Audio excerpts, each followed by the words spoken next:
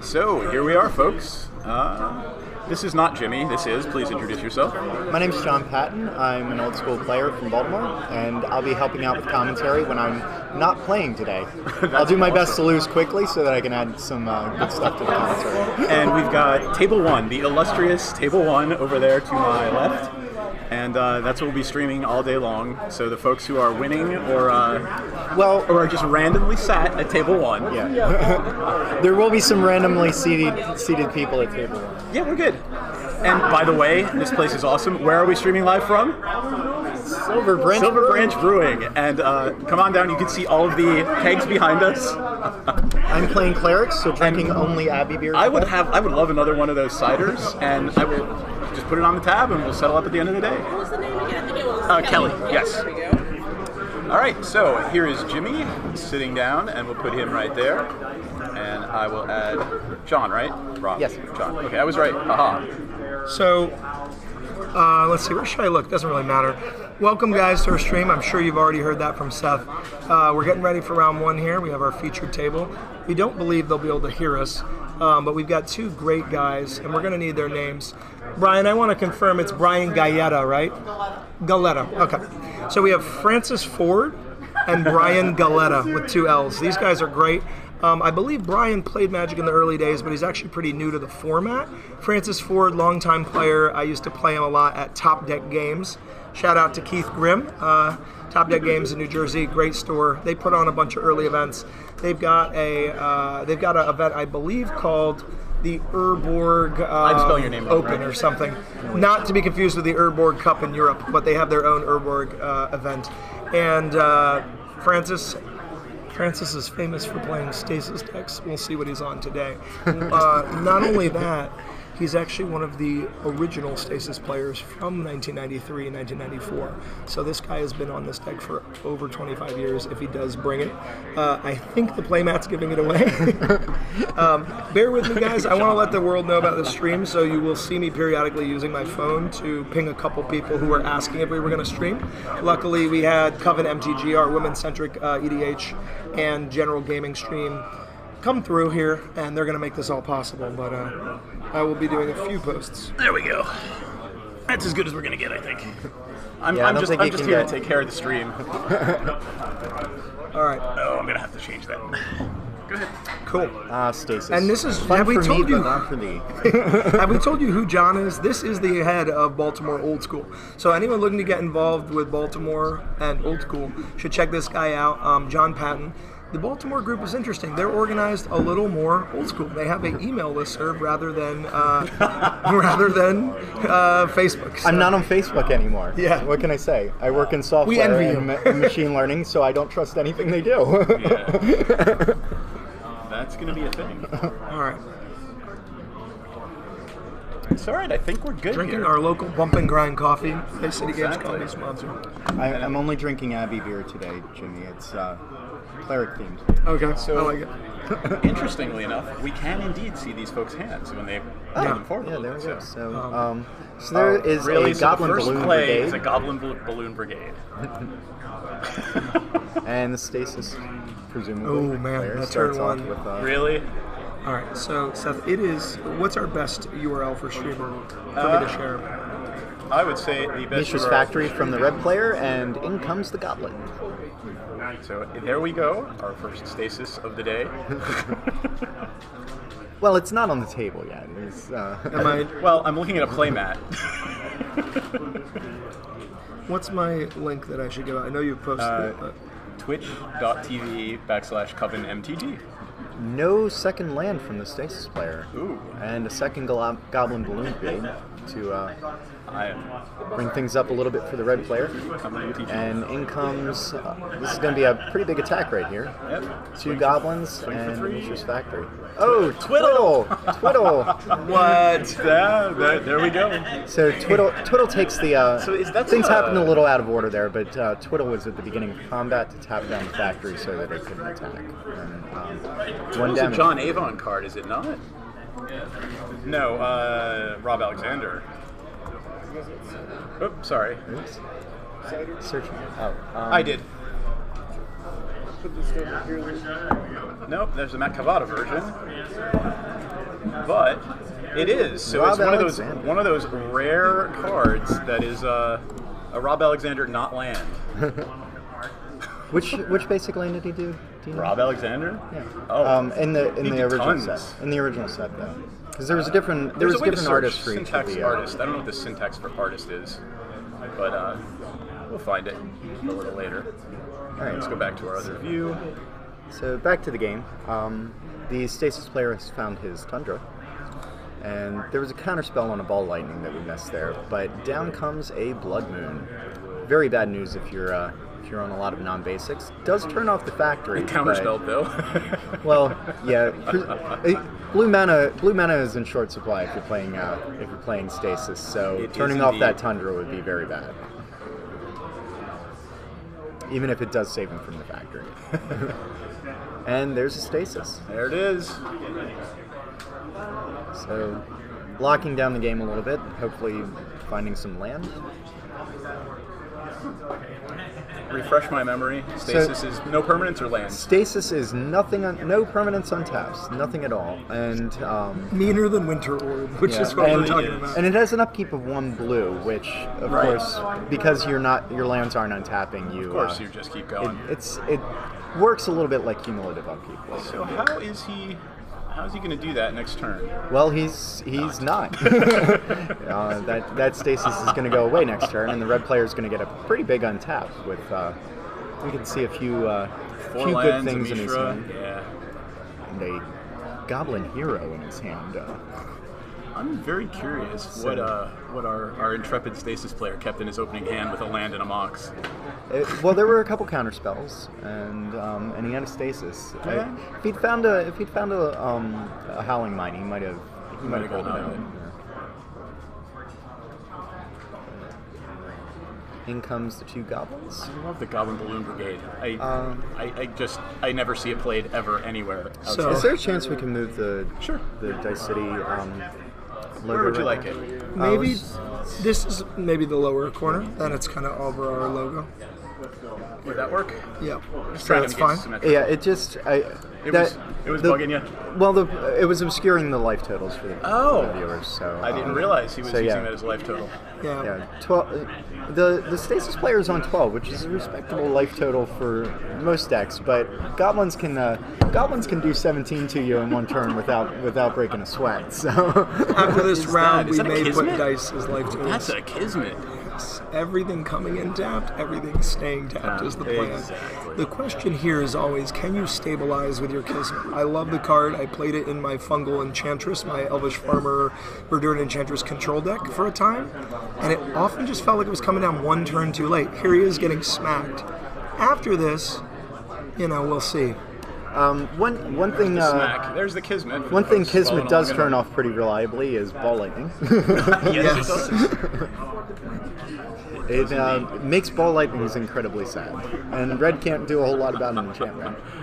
So We can get real close. Yeah, real close is good. It's funny, I had the pleasure of being on the Swedish, the Old School World Championship stream. Shout out to Magnus De La Val, Gordon Anderson, and all those guys. It was a lot of fun jumping on that stream, but we were sitting real tight on the couch, me and I some can of us. imagine. Yeah, here everywhere in a Irish-esque pub in Sweden. And the Stasis player with 3 of the cards that you wanna see pretty reliably with Stasis out. There's a Kismet, Stasis, and a Black Vice. Black Vice a little underwhelming against a red Yeah. player, but the only one he's really missing is the Howling Mine, which it's incredibly important for Stasis decks to keep the lands flowing. Which is funny. You can't play 40 lands. We always hated playing against Stasis decks, and the Oh, yeah, they were- common knowledge back in the day was you play the Howling Mine, you help the red player. Yeah, Stasis is just Holy awful. crap, I should it's a know. I fireball. used to play it, and here comes Ooh, that's Fireball for the It's win. a fireball. Oh, reset. Reset. Oh, what do we got here? Yeah, there Now it that's is. So spicy. reset can only be played on the opponent's turn, but untaps all the lands, which is With the Stasis in play. Yep, there we go. so. And the life total, he's at 3. He's Can you at- pull it out at 3? He's at 3, I'm but guessing he we have a- gets a pretty big untap here. And 3 more turns stay cannot alive. see cards in hand for the blue player. It looks like... Yeah, stasis players are the scum of the earth. I should know. I used to be one. I played chronostasis when that was a thing. Oh, that's funny. Hey, Jay Barry, how's it You going? could skip your turns and nobody would ever untap. I played against Gavin Verhees in Luca a few weeks ago, and of course the gentleman who designed Commander 2017 and 2018 killed me with my own deck and a Mindslaver. Oh, Yeah. spectacular! I had a pretty fun. Fun observance of a commander match once where someone got mind-slavered, and the opponent looked at his hand and said, "How have you not killed us all?" And the player had no idea what he was talking about, so all of us sat there and taught him how to play his own deck. Jay Barry, we're focusing on table 1, so it'll be the table where the people who keep winning their matches sit. So the decks will get better and better as the day go on. Well, we will hopefully have a couple spicy decks played in. Yeah, we might played in rotate a later few, rounds. but that's true. We are defaulting to table 1. Yeah, and we might rotate in a few. There's a lot of fun decks at this tournament. Some people competing for prizes for tribal decks, most creative. Yeah. Definitely want to get Best some budget, of the. best unpowered is how we're calling it. Yeah. We definitely want to make sure that it's not just powered, explosive tier 1 decks at the top tables.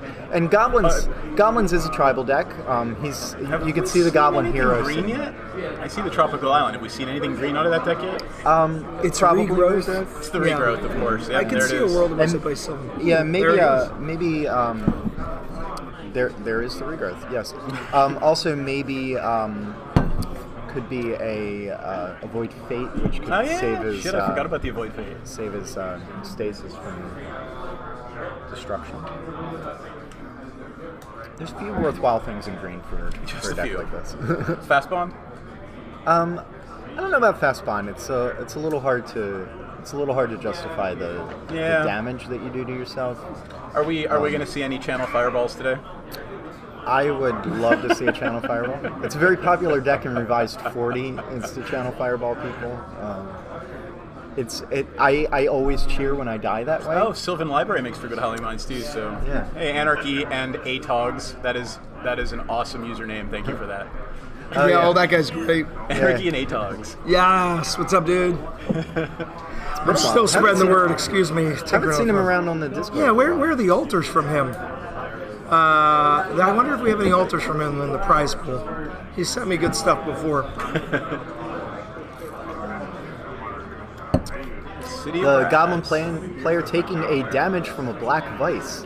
Wow. In comes a tapped mountain, and this is looking it's pretty a lock. dire. I think he's done. This is looking pretty dire at this point. Yep. Never gets an untap. He's starting to take damage from the black vice. There's a time vault on the table, so the stasis player is never gonna have to worry about his opponent. Yeah, I think we're untapping done here. first. And it's So- funny. What is the life total? It's 3 to 18. And there's no fire blast in this format, so Well, if we see another reset, it's absolutely over. yeah. I mean, a grenade wouldn't be bad, right? Well, the red player has no. There's has no way. mana left. Yeah, in his everything lands comes in come tapped. well, Unless does he not draws have his mox? a Lotus. And there is the reset. So that. I mean, there's a that world in gives which the you get stasis mox player- grenade, right? Why The not? mox also comes in tapped. It's an artifact. What do we have that's Do you have to not- tap them all? Kismet. No, I There understand. is no. Yeah, there's no way. Yeah, it's a hard there's no lock. way Okay, to yeah, do we're that. pretty locked. Oh, Yeah. man. Brutal.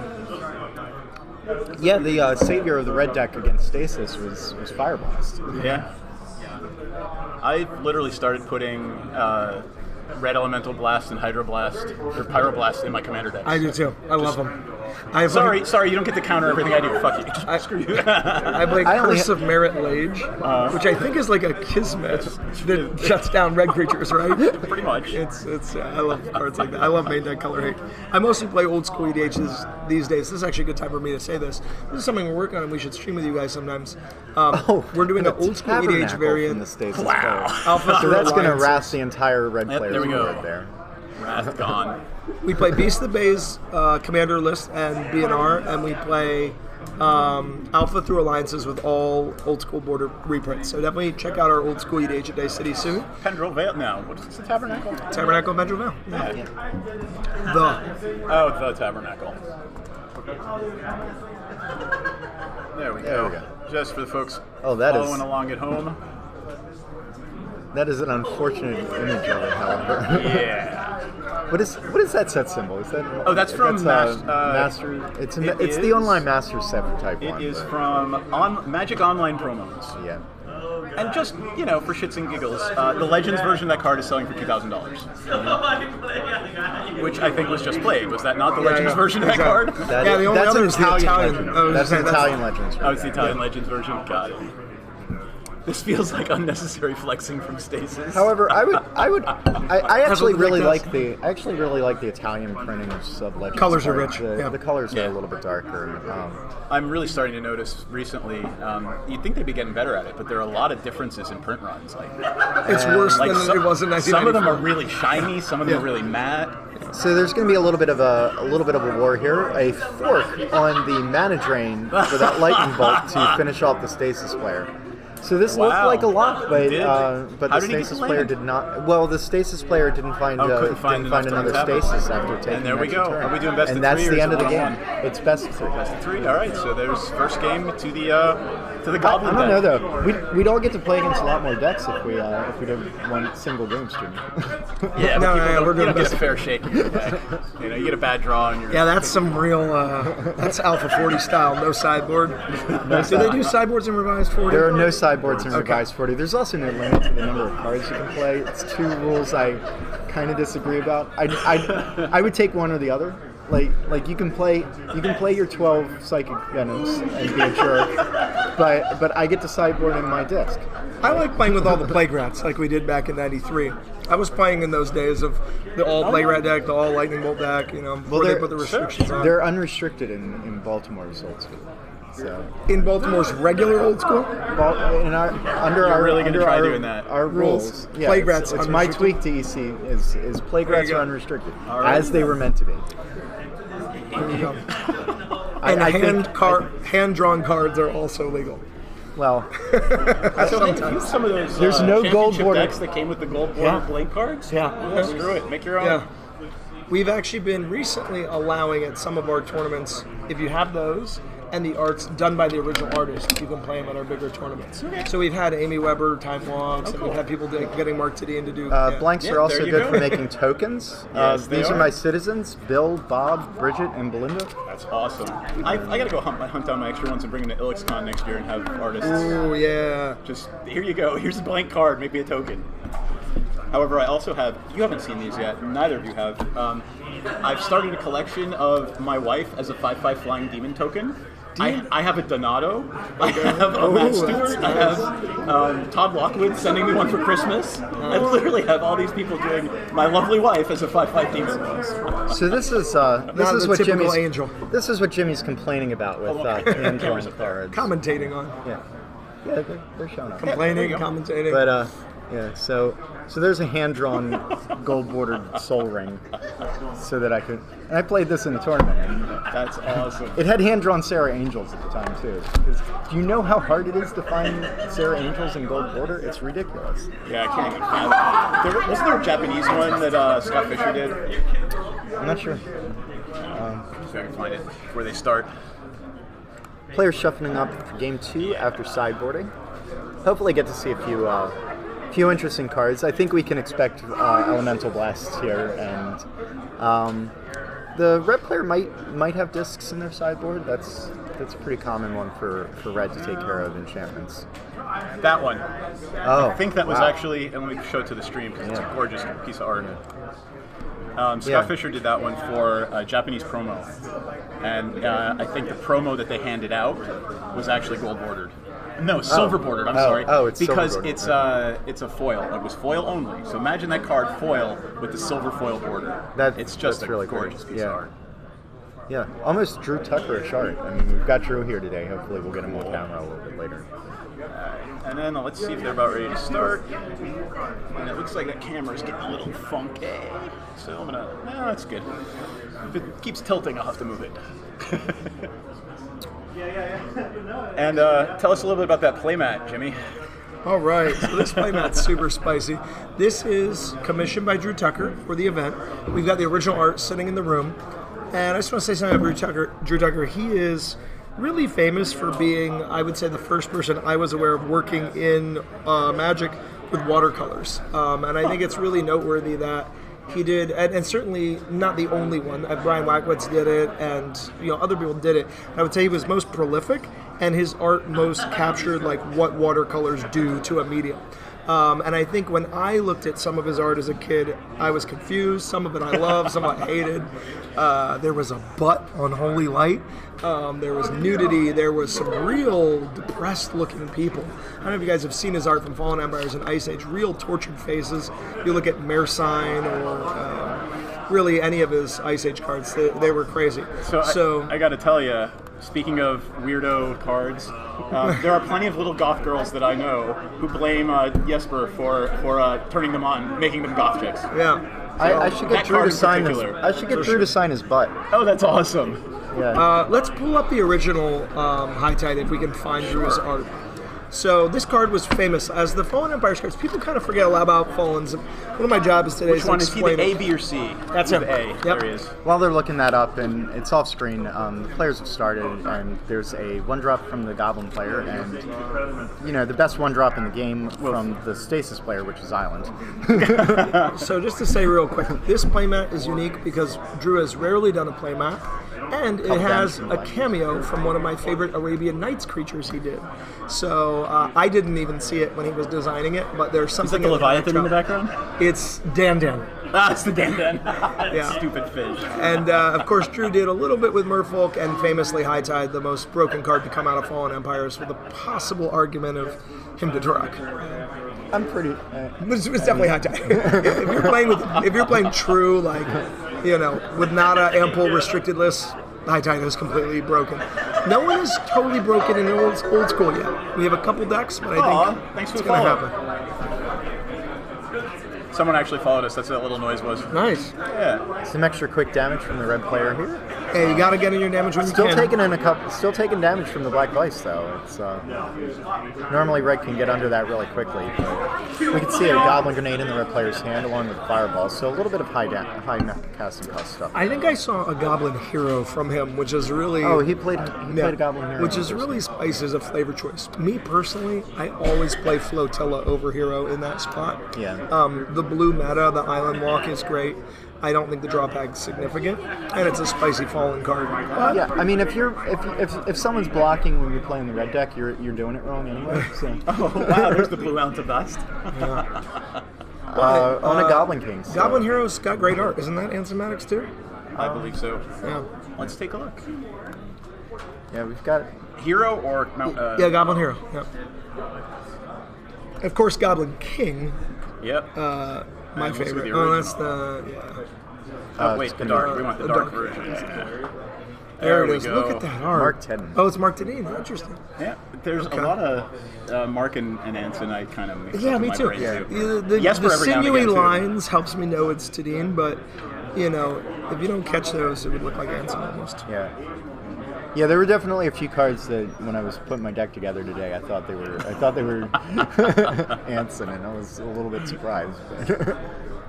So we're trying to figure out if you were, I don't know, about to do a movie about Magic, a documentary about Magic the Gathering, what iconic artist would you want to see on the DVD cover? On the cover. Of the cover. So we thought about this for the D&D documentary. We're like, okay, who should do it? And of course, we settled on Jeff Easley. Jeff Easley should create the cover of our D&D thing. Like, Oh, the a Beholder art, and a the Dragon. art. Yeah, who's going to make the Okay. DVD cover, right? Gotcha. So, we're like, okay, Rebecca Gway, maybe, Yep. Scott Love Fisher. her. Or, Yep. Like, Wayne Reynolds. Like, who should be the artist? Man. And I would love to get Donato to do the cover, but I mean, I don't think I can afford it. If You I know spent my what? entire Kickstarter money on just that, maybe I can get him to paint something for me. My The vote, real trick would be getting Christopher Rush. I was going to say, my vote is an yeah, but that's not unreleased gonna Chris happen. Rush. No, Jeff or his daughter might have something. You know what I mean? Imagine an unreleased Chris Rush piece. And of course, there's the Stasis in play.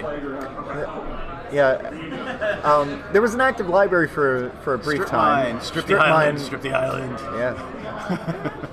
Yeah, which notably leaves the library on the table with a Let him take damage. player that, yeah. You know what I mean?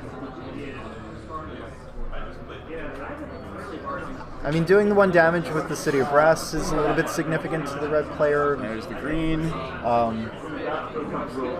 That library is really dangerous, but that stasis is obviously even more dangerous. So, I mean, as soon as we see a Kismet, we enter lock again. And the red player drew a fork, which not an obvious fact, but that goblin grenade in his hand can be forked without sacrificing an extra goblin. Good way to do 10 damage out of nowhere. Yep. And for a player who's only on 2 or 14 there. 14. So. Yeah, we might want to get some large dice. I'm gonna do that after the round. Yeah, that's a great idea. I mean, I can see there's a goblin grenade. There's the goblin grenade. And are we? Oh, we don't have 2 mana left. Well,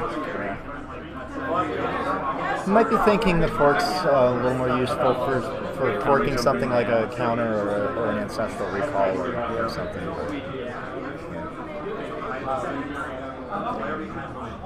But, And here comes another little goblin down. And I mean, the fact is, without a Kismet on the other side of the table, I mean, have we seen any creatures out of this deck yet?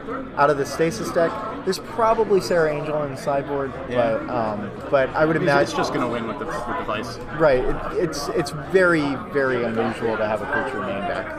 Usually, you just want to blind play opponents when you're Gotcha. And in comes the Goblin, getting there a little bit more.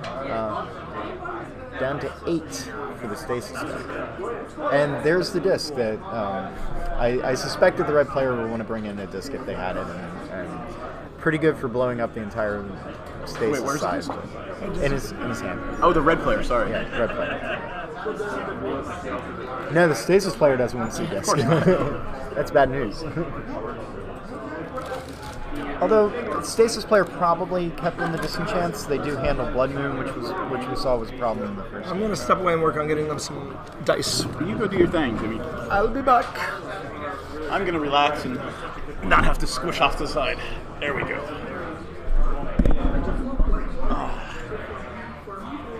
So this game is playing out a little differently. We haven't seen the Kismet, and we've seen the Stasis go away twice. And there's a Goblin Grenade to finish off the match. Yeah. And the handshake. So we're 2-1. They're 2-0. I guess the red player wins. Yeah, 2. Red deck wins. even in classic MTG. I don't know if you can use that. It's a little not red that deck doesn't exist yet. Well, it's more to the point that deck didn't exist 25 years or 20 years ago. The red deck is coming from the future. I wonder how many cards in that deck you could actually play time shifted. So you could probably play the red and blue elemental blasts. I remember those were time shifted, right? Were they? I don't know. Let's find out. I mean, there are plenty of time shifted cards. The real challenge is making an all new border old school deck. So let's see. Oh, look at that. Online promos, Pro Tour. Review all printings. Yeah, there's a gold bordered one. That's pretty nice. Yep. No, I don't see a time shifted one. I guess they didn't. Yep, nope. Oh, no, that's the Masters version. So we're getting a little bit of discussion from the players about their sideboard here. Looks like the blue player took out a mana short. To be fair, isn't spectacular against a deck that It shorted in all the red elemental blasts. Yeah. What is that second from the left there? Or second from the right on the blue player? It's a mono short, never mind. Yeah, that's the mana short. I'm Red not elemental actually blast, sure what the reset. I'm not actually sure what the far right card is. Let me go find out what that is.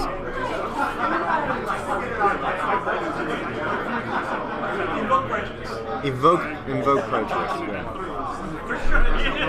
It's like nobody plays with that. Let's pull that up. Let's not pull that up. let's not pull that card. Because of the masks. Yeah. I mean, it's a part of Magic. You gotta deal with it.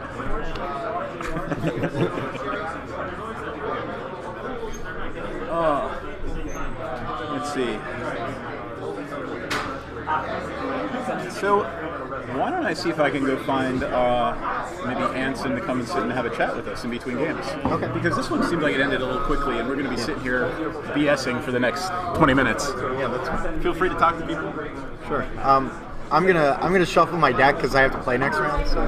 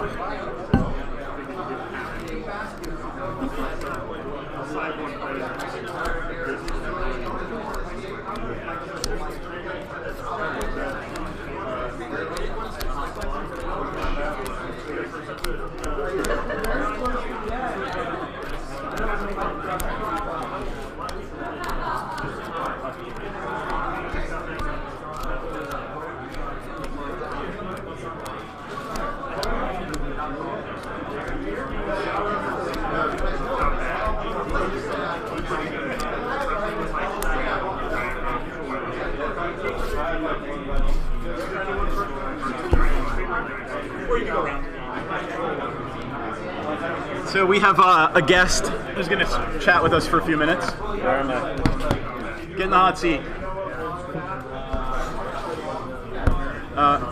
Please, so this is what's going out on the stream. This view right here. So there's your camera straight up top. Okay. And why don't you tell folks who you are and what you do? I'm Anson Maddox. I did 10% of the artwork in the first edition of Magic the Gathering, and then continued to do some common cards. So let's see. What card has the most of you in the art? Of me? Yeah, like not image-wise, or like, or whatever. It could be like what looks most like you, or what card has the most of your impish charm in it. Whatever. Oh wow. Or we could just start off with That's a good question. Elvish Archer. Yeah? No. Okay. What's the Archer? Is it? Elvish Archers. I have a lot of friends who ask me if they were the inspiration, and I tell them all Oh, yes. that's funny. There we go. Actually, that might be my homage piece to Frank Frazetta. Okay, I see that. I can see that. Very cool. Any art direction? Were you getting art direction? Was Jesper doing anything at the time, just saying, "Hey, I need an elf that shoots Jesper was swamped with Okay. his need to get as much art done as possible in a very short amount of time. So he was hoping that the artists would have their input on things?" They kind of left you alone. There was no style Yeah. guide. It was like, here, Right. do something cool. Exactly. All right, that's pretty neat. Yeah. Let's bring up something else. What else you want to talk about? Something cool. Jeez. I know, right? I've only done a Prince couple did you bring cards. with you today? Prince? Yeah. I think Brenda made some Derrelor and some Cyclopean Tomb. Cyclopean Tomb's an interesting one. Yeah. Yep. This is, Yeah, the little guy in the eye. yeah. Which is really hard to notice when you're just looking at the card. Oh, really? When you, Yeah. Because it's when all you've kind got of it the same grown colors. up. Yeah. What's But funny, when there's you've a got lot it- of that. Like, Donato's done that, and Mirari. Like, there's just a little person, a man, in the Yeah. middle of a circle. And, of course, it leaves it up to your imagination. What is it? Who is it? Right. Is it someone you know? Or is it just... Is was this it the same guy trapped in Mesa Village? No, I was going to ask you if you were thinking about that too. No. No. It's just, I the guy- felt like drawing the dude. Right. Yeah, if you're going to draw something strange and kind of slightly abstract, it's good to have a figure in there to represent your perspective. There's a new one. Let's get the old one. There we go. So, tell us a little bit about this. Well, the idea of a maze was just kind of overdone with the hedges and the stone labyrinth, and I wanted to just kind of play with the idea of Why a brain? Like, why that brain intestine looking thing? If you'll notice, it is a kind of a cross between a brain and intestines. So, he's taking a psychological trip, right? He's being kind of processed through the thoughts of some kind of creature. I like and that. At the same time, he's being digested. And where this ends up is probably going to be the sad area of the creature. Well, people like your iconic work, and ooh, an elf. Oh yeah. Wait, are they referring to Anson himself, or? Yes. Are they talking about Llanowar elves? No, the elvish archer we just did. Okay. Did you do Llanowar? Yeah. Oh, that's right. I remember that Llanowar. They're slightly different. Let's find. That's the new one. Let's find your version. I'm not sure. Oh, there it is. There you go. Yeah, so this was my attempt to try to not be Tolkien. Because I just, if you're going to create... When the game was first, sort of described to me, I had no idea how the artwork was going to be represented on the card. So there are little attempts you can see where I've kind of like, am I making the border too? So you didn't know it was going to be like 2x3 on the card. I didn't know the borders were already created. So that's funny. A card like this and Ironclaw Orcs has sort of. They look very similar. Yeah. It's like a graphic symbology. Blah, blah. Tell us about that. Well. It's nice to make up your own little language when you don't think anybody's ever going to really try to look into it. Right. But you can see that the symbol on his forehead is similar to the one in the banner there at the bottom. So it's sort of like I like that. That's a declaration of some kind. So that's what makes good art. I mean, there's got to be some story behind it. It can't just be nothing. Whether it's maybe like a bone necklace from the destroyed enemies, or something you can explain later, and kind of something with the story that it's not just a thing. It's a individual or an entity with a story behind it, and you made a story there. I mean, there's obviously something behind the legend, and it doesn't have to have been created, but there could be something behind it. Right? Yeah, and while you're working on it, it kind of keeps it interesting to you if there's an element of mystery that you don't really have figured out. So I like to have these little that's pretty symbol representations, a language of sorts. Nice. I gotta say, your headgear is on point. Thank you. Yeah, I noticed him and Llanowar elves. I'm going to switch back to this view just for a second while I bring up every card you've ever done, and we'll scroll through some of them and we'll take a look. So I got to find the syntax guide, and let's see, for artists. Haha, the syntax for art is art hyphen, or art colon. Artist colon. Artist colon. And there we go. Now we're back to Maze of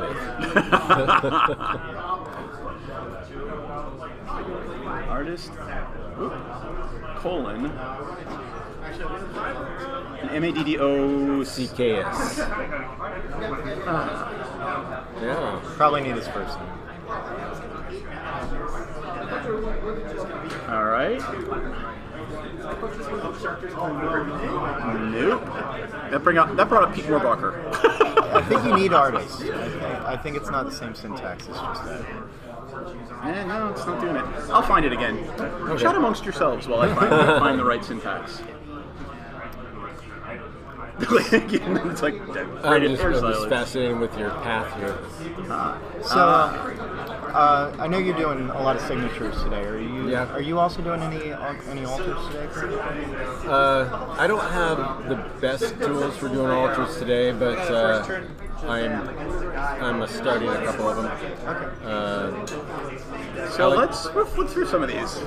All right. So any of these? Come on, we got to talk about this. Come on. Enemy dead. Yeah. It's one of my favorite cards. I mean, it was the first time I realized, wow, I could play this 10/10 thing from my graveyard for 2 mana. I don't know. I still play with it. I mean, it's in my black commander decks. I wipe the board and what's the choice thing? And take that. Does it matter that I had no idea what the mechanics of the card were going to be when I did it? Did they tell you anything at all? They just said, I need a card for Raising the Dead? No, it's just a title. That's ridiculously awesome. Actually, I have a 8.5 by 11 sheet of notes that I was scribbling on when I was talking to Jesper, the art director, when he gave me a list of cards to consider taking, and there are some really powerful cards on there that I didn't take that I had Because no idea you what wanted, they were. you probably wanted the ones that said "dead" on it, or Right, the ones right. that said, you know, like "demon" or. Living wall. I have a question. Yeah. In the middle of the art, is that a coffin that's being shattered, or like an altar? It's like a kind of a hard stone surface that is being fractured as these things are coming up through from below. Oh, And right, of course, right. That, and of course, the sorcerer but behind raising the dead. Between the two skeletons here, is that just more of the of the Oh, ground? Or? because it's shaped kind of like a rectangle. I wasn't sure if you had. Jayberry wants to see combat medic. It's just supposed to be in the background, like what's behind them. Oh yeah, this is a. So, I love the fact that you created your own little Red Cross symbol Oh, yeah. and put it on the beast and the med kit, which is awesome. That's ridiculously awesome. It's not much of a stretch, but It's just funny. Like, think about that, right? Like, I've never actually, and it's actually, if you look, it's on her tunic too. oh yeah. And you're like, oh wow, I did that too. Oh, look at that. That's pretty damn cool. Thanks. That's one of my wife's favorite images.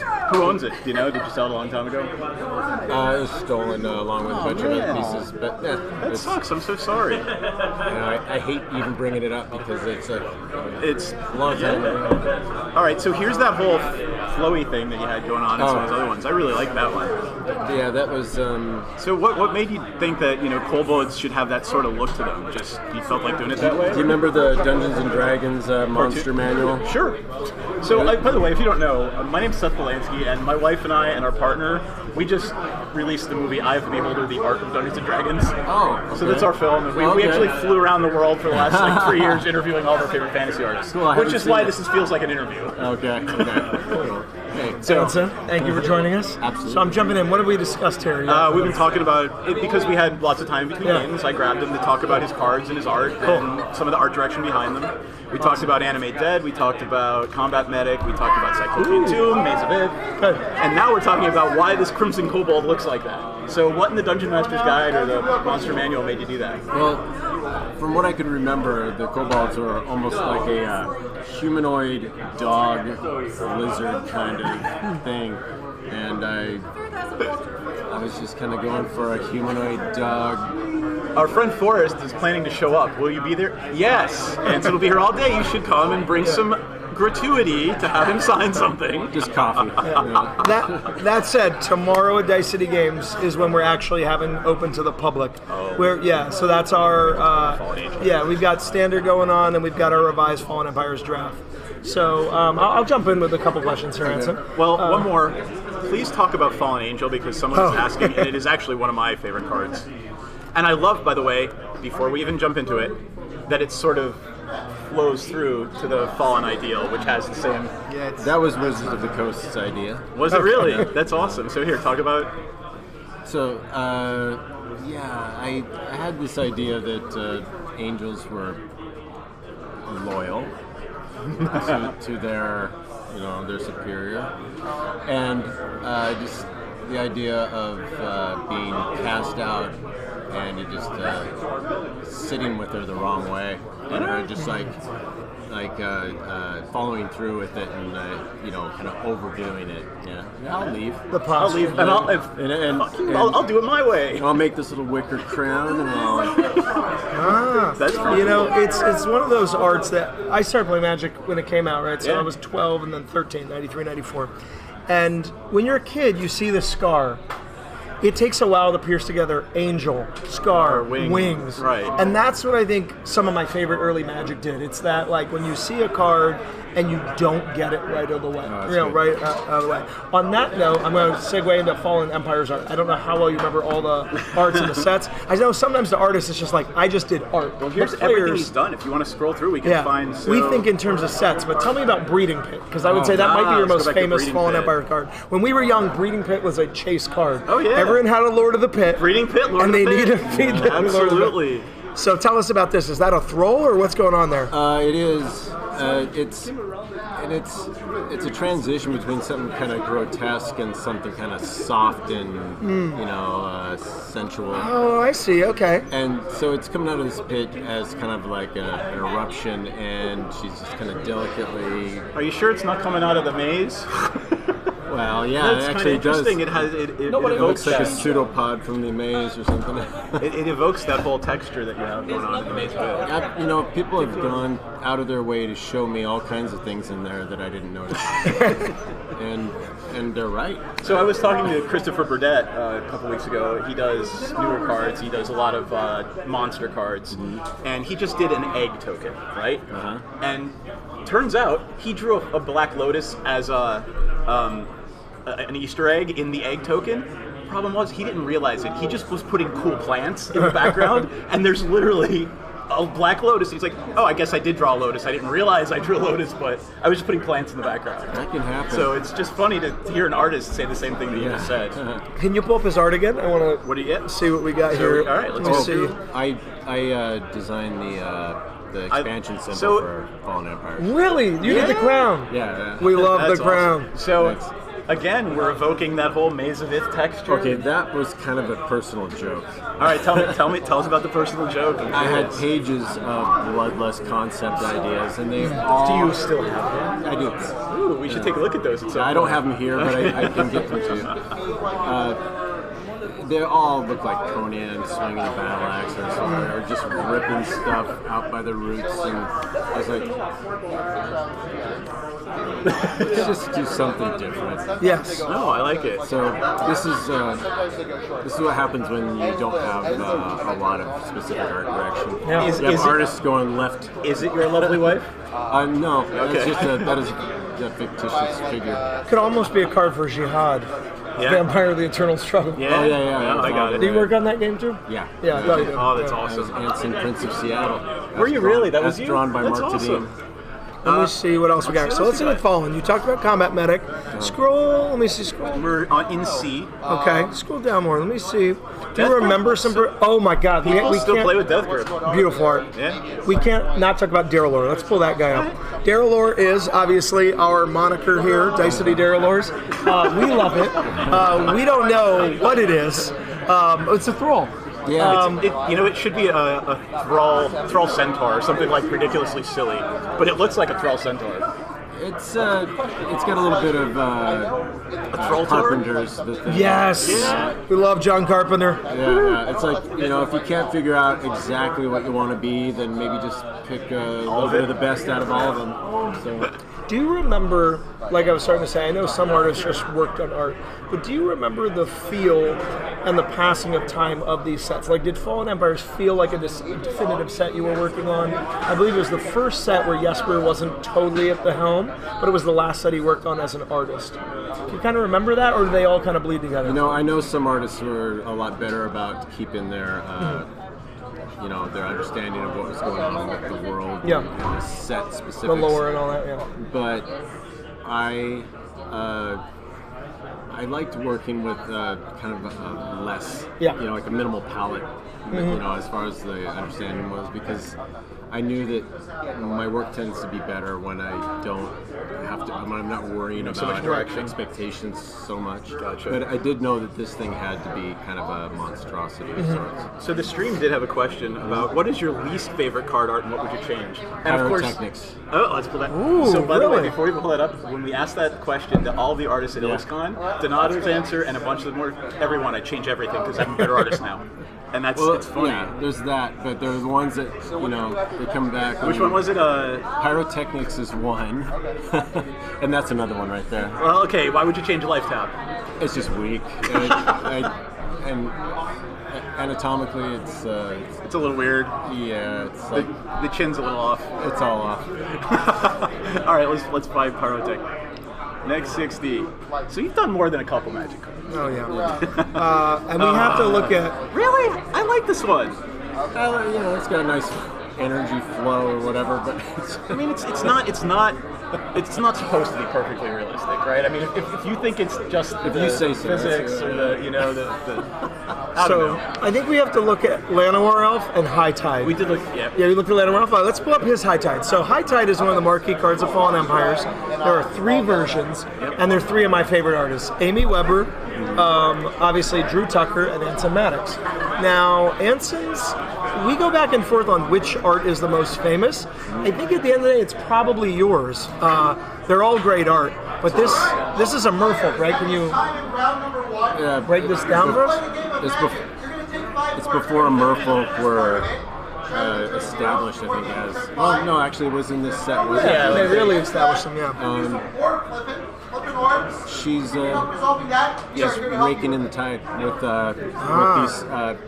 with these tools that are sort of symbolic of the moon. Interesting. Okay, and that's like, those are little moons. Right. That's really cool. Yeah. And I know that, I believe there's a moon in A.B. Weber's High Tide. Let's take a look. I didn't even know until recently that there were different versions of High Tide. Really? That's awesome. All right, so you're B. Here's A. That's Drew Tucker. And we're going to look at that one in depth later. C. There's Amy's. Oh, that's awesome.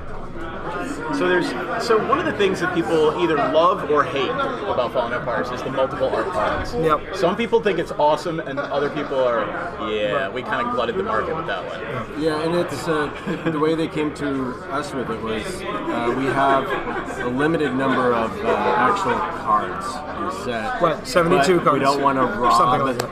The set of an abundance of art. Yep. So it's something like 72 cards.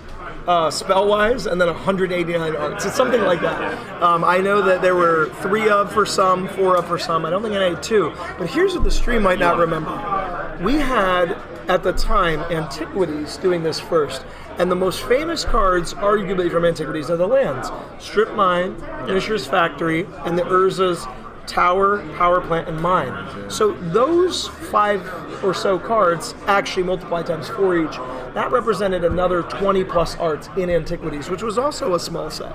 And it was actually very popular. So a lot of what I think happens with Magic history is that people remember their experience. And none of us, that's all we can do, right? No one knows everything about the game. But I try to bring it back to not what Fallen Empires meant to the world in April of 95, 4 months after it came out. But that first month or so I was playing, people loved the set. This idea that Fallen was bemoaned, that's not true until later. This was the hot set in November and December. Everyone was buying cards. Everyone was trying to finish their set. And the set's print run, while overdone, is critical to the reason we're all here today. Magic couldn't have sustained its growth without the high print runs of Revised and Fallen Empires. Oh, wow. I think the game would have failed if they hadn't been able to get this much product out to the market. Now, if they kept doing it, which they kind of did with Ice Age, Homelands, and Chronicles all having high print runs, that also hurt the game. But Fallen's high print run allowed players to get cards and build decks. And I think it's really important that these arts, they kind of gave people a chance to experience something that was popular that they couldn't attain. Almost no one had all 4 factory arts. I was a lucky kid who got in early. No one else had the winter, and I'm not trying to brag here, I mean, they do today, but no one had those Winter's Mishra's Factories. Everyone wanted to be able to collect that. So while we think now, there were too many arts, it was an unpopular choice. Let me set the record straight. Multiple arts was in demand. People asked WotC for it. They loved it in Antiquities, and I would say in the first month or so, they loved it with Fallen. It was only after they realized, this isn't like the factories where there's a rare and an uncommon and stuff. These are mostly commons. That's when it really hurt. Kept getting the same common with different art. But in the beginning, it was loved. And I think, it's a fun important. question I like asking artists. With regard to Magic art and things you've done for Magic, is there a fun story? The weirdest art direction, the best art direction, the most lacking in art direction of anything you've ever done for them? Like, what was the weirdest assignment or the most, we need this thing called this with nothing behind it? Okay, well, speaking of Urza's Mines, okay. Do you guys need help with that, or you guys can go? I had to get Urza's Mines done. That was good in there? Very good on it? I had to get them done overnight. Oh my god. Because somebody else had dropped them, I think, and I had to, I agreed to pick them up. Okay. So I rushed them all night, got them to Jesper, and he calls me and he goes, these are exploding mines. I go, They didn't tell you it was actually like a mine, not a right, no, exploding. he goes, mineral mines. I'm like, oh. He goes, can you have it for me tomorrow? And I'm like, And I mean, that's obviously Jesper's fault. Like, you gotta kind of give art direction. well, I can't blame it on him because I could have asked, I guess. Well, yeah, but it's not your job to ask them to tell you, communicate clearly, this is what we want you to do. That was maybe both a weakness and strength of Jesper Rivers' art direction. He gave artists freedom, and that's why we love this art. Jesper, I'm going to clip this and send it to you. I'm really glad, actually, that I got it wrong because... Did any of them show up on cards? No, they didn't. But the art that I did for Rose's Minds, I think, is some of the best I've done. And it's probably some of the most iconic. You know, the funny thing about Magic is that art that was popular in 1993, 94, 95 might be barely known today. Balduvian Hordes, I forget who did the art. That was like the biggest card in 1995. I play it in things where I need to discard. I play it in my freaking Madness deck. Sure. Yeah, no, it's a great card. I'm glad they brought it back in one of the master sets. But so that's the funny thing. In 1994, like I said, Breeding Pit, Roll Champion. What about this love thing? These. Nobody plays it, but like, what the hell is that? Is that a troll? What is it? Lurker. Of course it's a lurker.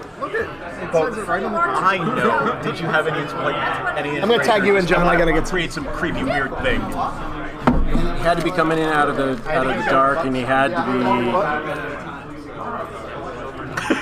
be invasive. And I realize, by the way, that this is like 25 years ago. Yeah, so if you can't remember this shit, no, don't ever say I'm making all this up, and at least I can get away with it. Yeah, but you don't realize when we interview Jesper, we'll be asking him some of this. Oh yeah. He's like, so Anson says you didn't have anything to do with the art in it. How about Laura? Come on. Okay, That's gorgeous. That is a gorgeous piece of art. Thank you. Some people think that they see a dragon in there, and they're What's a dragon? A snake? A skull? It's a skull. Whatever you want it to be. It's a distorted skull in my mind. That's awesome. I've always seen the snake.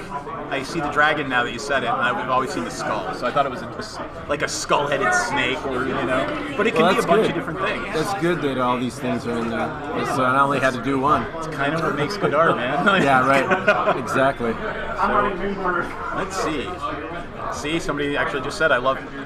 So I played this back in the day, and it's actually been retconned. It's no longer a lord; it's a zombie. So you can actually play it in a zombie deck now. It's like a zombie tribal. So the lord is now, I have the original for that one. Do you really? We should have a chat. We should have a chat about that. Yeah, that's really cool, man. Any interesting art direction for that, or just we need a zombie guy? I actually came up with a written backstory for this character, and they. Are you playing? Rock on. Good luck. Good luck. So tell us about the backstory. What? I don't really remember it exactly. I still have it, so I could find it. But that's pretty cool. Yeah, by all means. They had something else in mind, so they didn't use it. But it had to do with his minions being so loyal to him that they would just be headed for him. Well, yeah, when he was turned, they just sat there and took it, and he just wiped them all out, and they became his undead. That's really interesting. I'm so sorry. So do you know if they ever used any of that in any of the stories? I don't think so. Interesting. Yes, I want more. Yes, I do want more original Magic art. Shut it. Oh wait, actually. All right. Is there anything we haven't talked about that you'd love to talk about? So how about these? Did they ever tell you anything about these? Because these are going for quite a bit of money now. These oversized cards. Do you remember? So you got to draw Mishra. You got to basically say this is what Mishra looks like. Was that the first time Mishra was drawn? No, actually there were a few. There were some concept sketches that were done. Okay. Do you know who did them? Were they? I think you could find it in the Art of Magic the Gathering, the first one. Got it. Let's take a look. What else? So what the hell is that, by the way? I've always wondered what the amulet was. That's a sacrificial table. So it's an altar that's also a creature? I didn't know it was going to be a creature. Really? I can't even remember why I came up with this, but the blood channel. Yeah, right. And off the tip of the tongue into the bowl. Yeah, no, that's pretty cool. And in the background, there's just some sort of temple or. Yeah, just the the everyday goings on in a creepy temple. Somebody is pointing out the fetus in the living wall. Let's take a look. There we go. It's not age specific, the living wall. You know, it's got all kinds of stuff in there. Yeah, I see teeth-ish things. Right. There's thank you for the follow. Whenever you hear that sound, that's somebody following. There's a lot of noise in here. Did you hear that? Oh yeah, that's what that was. Right. I thought it was just somebody. And I'm sorry on the stream. Stop that. No. So yeah, no, that's pretty cool. I love their living wall. Little fetus in there. Are these eyes, or what are these things? That is a goblet cell of some kind. It's just sort of full of some lipid or something. Gotcha. No. Cool. Let's see. Anything else? Living artifacts kind of neat, but pit trap. Pit trap. So this is a thing. I used to play with this back in the day all the time. I mean, it's just a great way to slow down your enemies. And somebody showed me that it kind of lines up with Guardian Angel. Yeah, it does. It's the exact opposite. Is Guardian Angel's yours too? Yeah. Let's take a look. And it was not intentional at all, but it is amazing how... it does, yep. It lines up exactly like that. And the color almost seems to fade into it. That's pretty cool. People were convinced that it was one piece of art. So you should actually start telling them that it is and repaint it. I've got this honesty thing going on. It's kind of... I love it.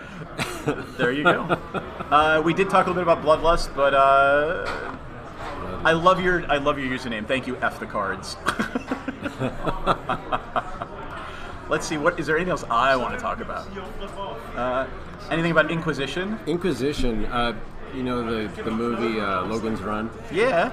Well, I was watching it again after a long time. I saw it when I was a kid. Okay. But there's a scene where he and this woman are captured by these kind of wildling city outskirts kids, and they have these glowing tipped spear things, and they're like threatening him with it. And I think I might have been remembering that when I did. That's funny. I always thought it was, they're hot pokers from the fireplace. Yeah, that was the idea, but I think that the whole composition came from a memory of Logan's Run. Yeah. Oh, that's pretty cool.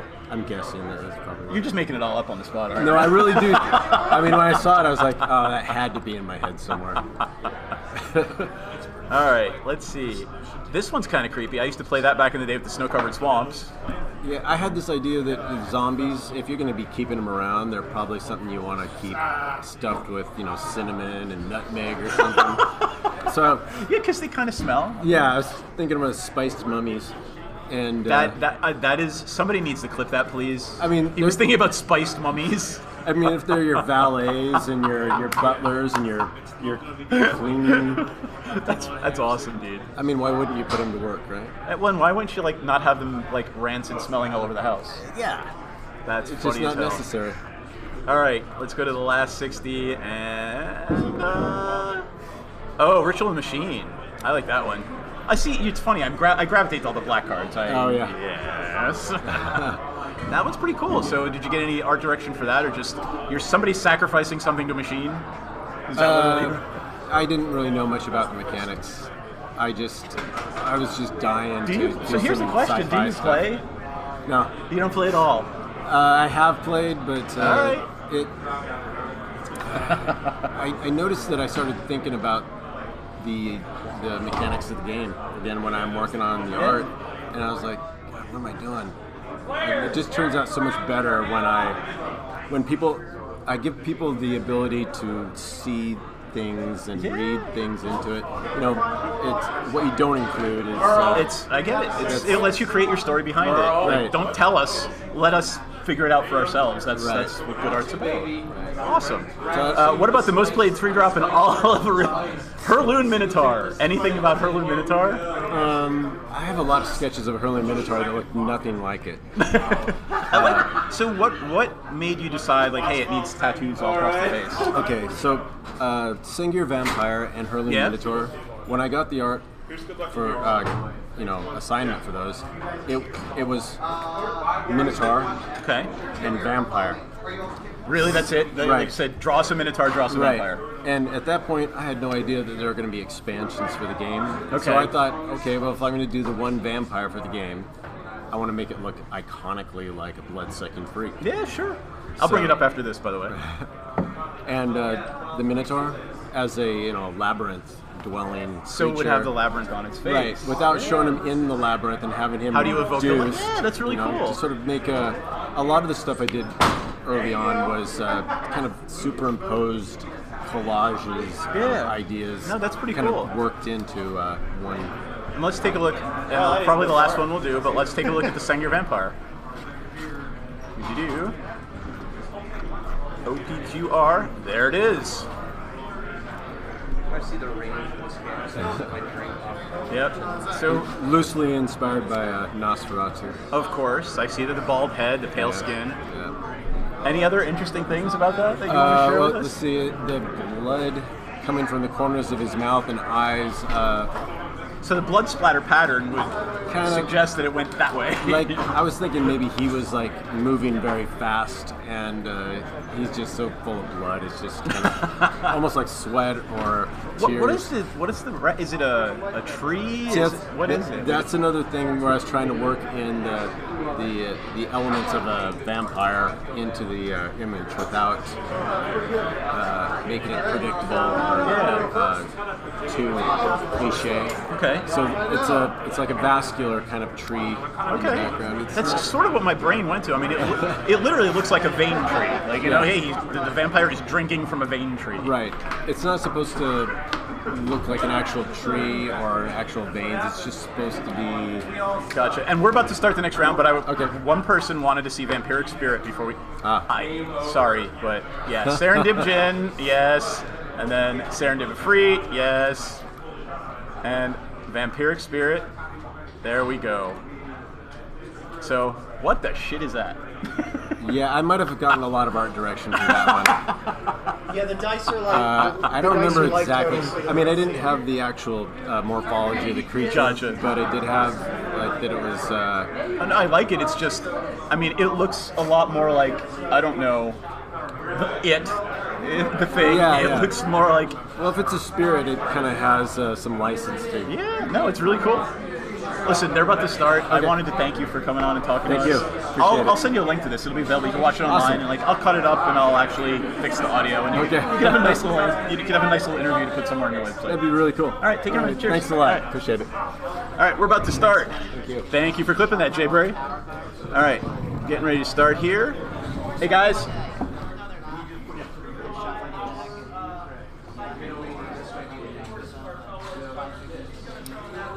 So while they're getting the play area set up, Jimmy's making some announcements.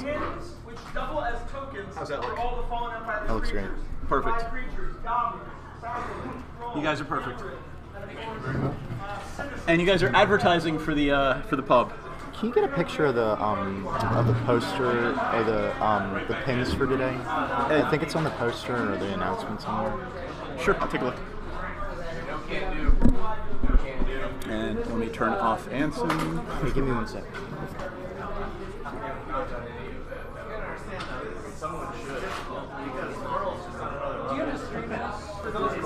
It's twitch.tv/CovenMTG. Coven Magic the Gathering. Yeah, Coven MTG. We're also Coven MTG on Facebook and YouTube and Mixer and Periscope and all those other places.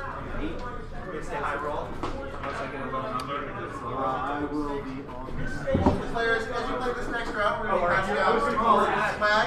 You got some little tokens, some pins. You're going to get them as you play. And we're going to start the round in a minute. Go ahead and shuffle up, get ready for round two. All right, round two.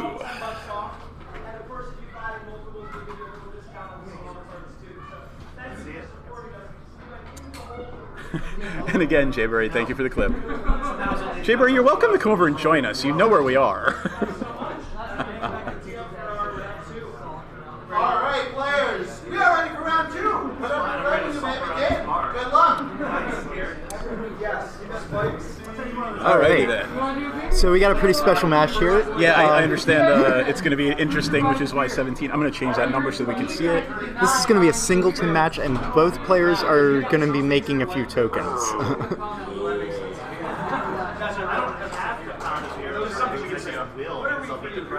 Hey, your laptop just said "oh yeah" in a very suggestive manner. Yes. So when it does that, should I go to HR? It means yes. It means someone followed us.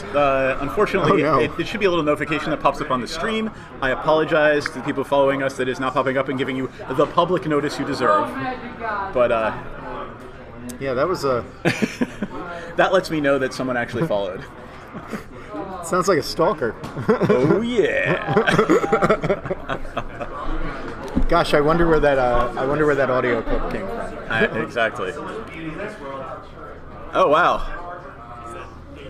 So, when they do hold their cards in that manner, it allows us to see what is in their hands. Players rolling off to see who goes first after looking at their hands. Oh yeah, playing loose. Okay, so we can see an Ornithopter there, a Control Magic, a Clone, Llanowar Elf. A Llanowar Elf and an Ornithopter. Turn 1. Yeah, There that's we the go. fastest start I've ever seen from Merle, except the fact that he plays an awful lot of zero casting cost creatures. That is a Rod of Ruin. I cannot wait. Merle is one of my favorite people. All right. I try to get his deck on camera every time we stream. It's literally. Yeah. Oh, it's gonna. Merle attacking with his Ornithopter. Why? Oh well, I mean he might have a bloodlust. Last time we had Luke and Merle on camera, Merle almost. He's trying to suck out. I get it. He's trying to suck out anyway. Well, Merle bloodlusted his kobolds 3 times in a row against Luke last time. That's hilarious. So see that this is a good example of you're not playing the game, you're playing against a person. Yeah. And that person it's kind of easy to psych out a person every now and again. Yeah, so Luke bringing out an Ansomatics card right there. Yeah. There's the Sylvan Archers. Librarian and Archer. And I'll tell you what, you were making fun of that Rod of Ruin. I know. It's going to take good care of that. It's going to do some things. There's 4 for a rod.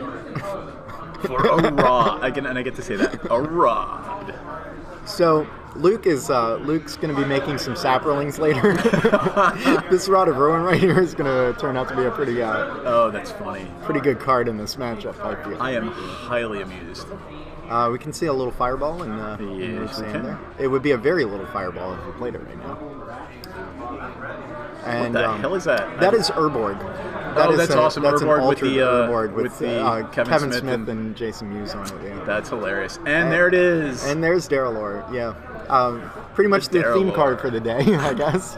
We've got him on shirts. You know what? For a 2 casting cost, 4/4 creature, I'll take it. It's 4 casting cost. Oh, 4. I once bought that Urborg, card at a shop in Baltimore, and they were like.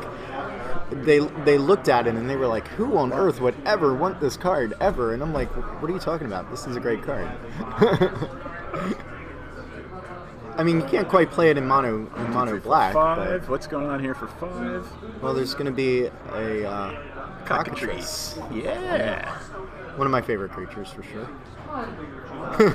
Merle attacking. It was before Death Touch was a thing. Yeah. It's actually better than Death Touch. So blocking or blocked by, right? Yeah. So if something gets in, the way I always explain it to people is if something gets into combat with it, it's going to die. Right. Well, because as soon as it's declared as a blocking creature, done. Right. Doesn't actually have to hit. Yeah, and in fact you can pull really fun stuff with it, like Maze of Ith, their creature, and it still dies. Yeah. I declare the blocker, I maze it, it's still dead. You can be aggressive with it. There's an elf that we might see. Well, I don't think you can flicker it in this format, but there's the fireball from Luke that we saw earlier. There it is. Merle holding a Control Magic though, which is going to be pretty good for taking care of that Darylor if he gets to a second blue. And a clone. Yeah. Clone's also pretty good. I mean, Merle's probably not playing with black.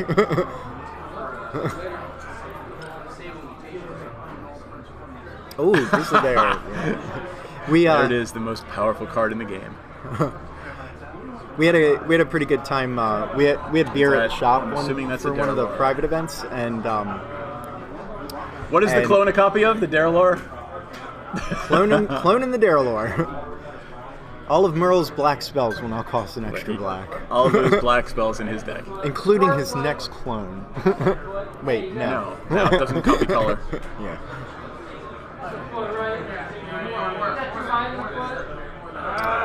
This is an interesting thing. Yeah.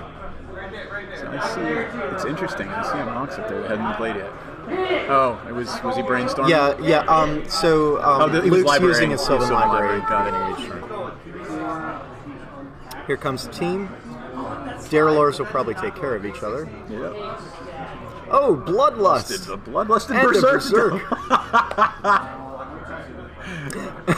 How big was that And that is Darylore? game one. That is a 16-1. 16-1 Darylore. Yeah, I would have thrown it under the block. I mean, I would have. Doesn't trample. I would have exchanged. Yeah. Yeah, Merle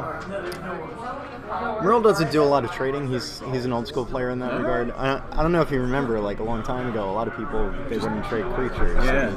I don't want to lose my creatures. Yeah. I can't throw my boys under the bus. I mean, Bloodlust is a thing. You can Berserk is a thing. You can't. Yeah. We know what people are playing with today. So yeah. Now comes the sideboarding. I'm watching them sideboard. And I'm kind of amused that he's not even hiding when he's sideboarding.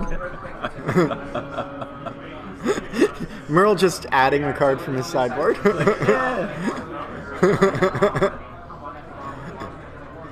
Alrighty then. Merle, is that your sideboard? Are you playing with 65 cards now? That's awesome, dude. That is awesome. So I'm curious about the games out front that went to turns. So do you know which games went to turns? What people were playing? I don't know exactly which games went to turns. I mean, Jimmy's not playing today, so it wasn't his deck. Well, Merfolk? Is Merfolk really going to go to to turns? It's either going to overrun you or die. So for Jimmy gave up Merfolk a couple of years ago. Oh, really? Yeah, he was playing for a while. He was playing green white Thalids with with Elvish Farmers and Ivory Tower and land tax, and he would gain a zillion life and sit there forever and Nerdle. And And now weren't he the plays, Thalids 0-1s back in the day? No, 1-1s. They're 1/1s. Yeah.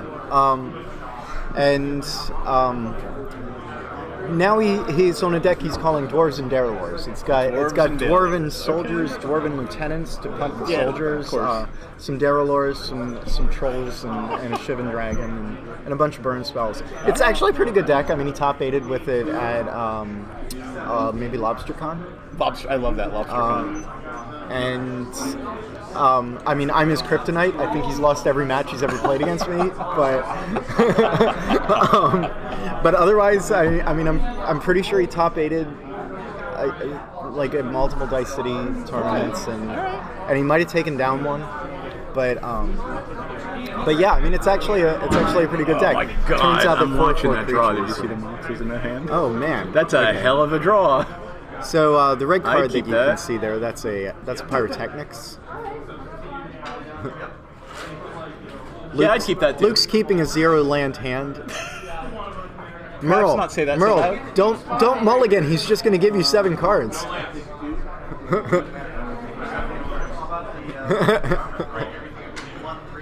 So one thing we could see playing this deck and unsleeved riffle shuffle. Oh yeah, with duels. I mean, I'm playing unsleeved today. With duels? I was gonna play with duels. Merle's not playing with duels. Oh, he's not. No, I don't think he has any. But I mean, I have an unsleeved deck sitting here with duels. If you want to play against me, I'll play a game after this ends. All right. Yeah, What is the mulligan rule for this format? We use old school mulligan. Yeah, we're using the current mulligan. So rules. down to 6, you draw your 7. You draw your 7 and you choose one to put on the bottom. Yeah, it's Scrib's bright. Suddenly the Scrib were not so funny. You can see an Anson Maddox art in Merle's hand there. That's a hell of an opening hand. And a Mother Soul of Ring. Christ. Look at that shit. And then we're going to draw 7 new cards. So here goes a Berserk, a Giant Lobster, that's a deep spawn right there, and Pyrotechnics, which is... Yeah, you know what? For 7 cards, he's going to draw another one. Well, no, he isn't, because he's playing Singleton. Is this a Singleton? Yes, this is a Singleton mirror match right here. They're both playing Singleton. Earlier, I saw somebody playing multiple Goblin Bloom Brigades. Well, this matchup is Singleton. Gotcha. This tournament is not Singleton. They just feel like this is why we got them on camera, because the 2 Singleton decks got paired against each other this round. That's crazy. Thank you. And I mean, I love that. I love that Luke managed to put together a deck with like a zillion good cards in it, despite being Singleton. But that's nutty. Merle making a little more mana. Black, blue. It's 4 mana with no lands. I love it. He's got his Cockatrice again. He's got his Tim. Tim also a pretty relevant creature in this format. Absolutely. Looks like Luke drew his Fireball again. How lucky. Tim, is that a fog or is it it's a fog? Yes, it is. Oh yeah, Merle's deck isn't quite Singleton. He revealed to me before this match that he has 2 fogs in his deck, and he thought he was playing an illegal card. He's got an Arena in there, but it turns out that Arena is legal. 1 for the Fireball, 1 for the second target.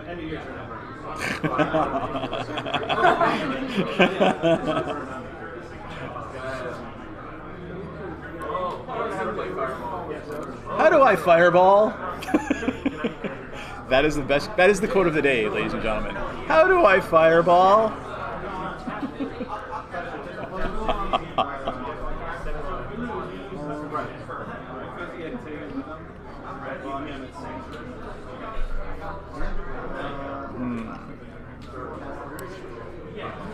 And that is an Elvish Hunter. That's another Ansomatics art. Are you noticing a theme? Yeah.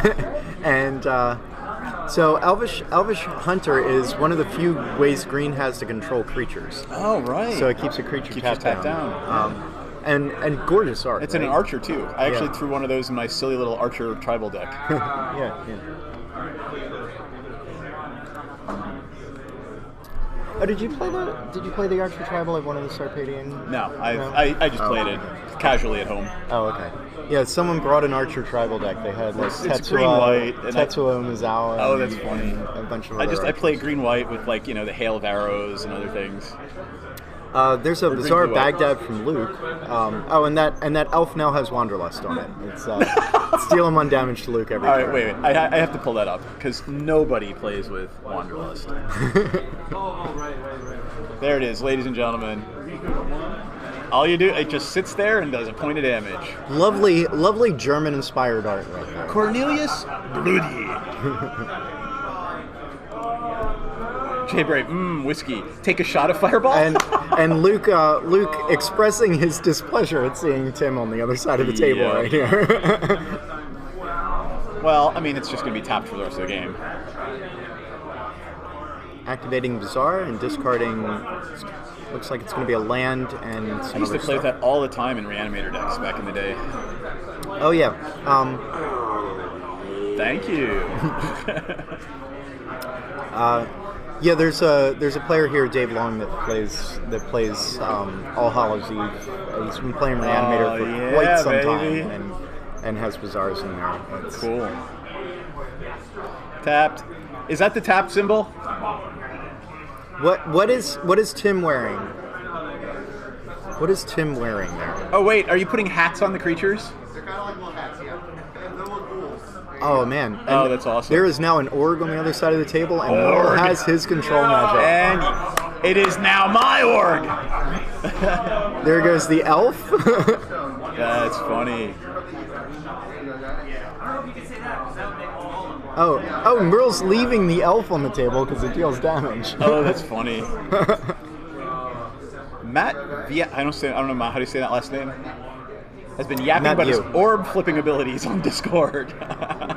Yeah.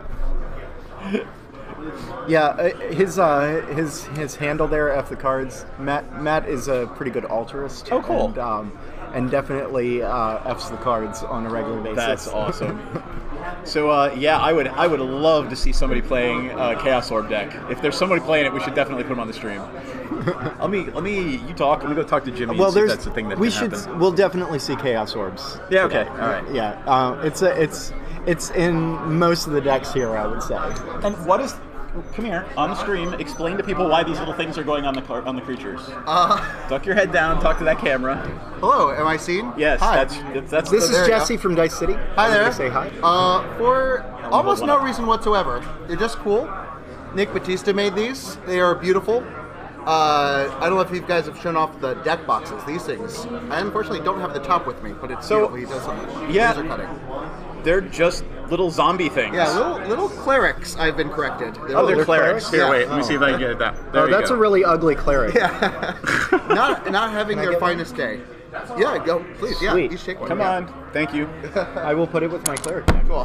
For the record, we are both authorists, and you are better. That's kind of amusing. All right. So we've lost track of the game. We got an org. Oh, there's a deep spawn on the other side. Oh, that's at least as big as an org.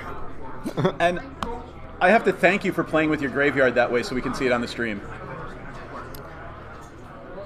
And I'm yelling across 20 people. Sorry. Cockatrice coming down from. Yup. For an 80 card deck, he drew the same cards twice.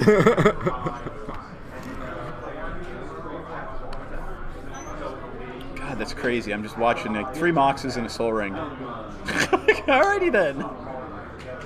So for anyone who's not familiar with Org, that deep spawn is keeping that Org from attacking right now. Org gets scared. It's smaller than it thinks. 2 Gs, right? Yes. Yeah. And look at that guy. Aw, it's Yeah, eating, I know, right? but it's eating a puppy. Well, I think the puppy's just running away from it. I don't know if it's necessarily eating the puppy. It might even be scared of the puppy. But yeah, so apparently an org is half orc and half ogre. Oh, all And right. I thought he was just a mutated orc that couldn't say org properly and had a speech impediment, but apparently he's half ogre. The puppy is the org, apparently. I don't think the puppy is Are we the org. milling appropriately? Let's take a look at that deep spawn. Yeah, so deep spawn mills you for 2 at the beginning of your upkeep. Yep. Spectacular activated ability though if you can get the. So it didn't say Shroud. The original card. Let's bring up the original. It says it can't be targeted. It's pretty close. Yeah, I mean it doesn't say Shroud, but Yeah. it was before Shroud was a thing. I do like the original color of the border there though. They It goes pretty well. I gotta tell you, I'm not a fan of the new bat. Like when they changed in Mirrodin to the new colors around the cards, I actually like the old brown artifacts better. Actually, I think 4th edition has a slightly different frame than even Fallen Empires. Yeah, it's printing. There were a few runs. tweaks. Yeah, it wasn't just printing runs though. There were a few tweaks. I get it, here and there. I mean, one of the things we don't realize is back when these cards were originally printed, Photoshop wasn't really a thing.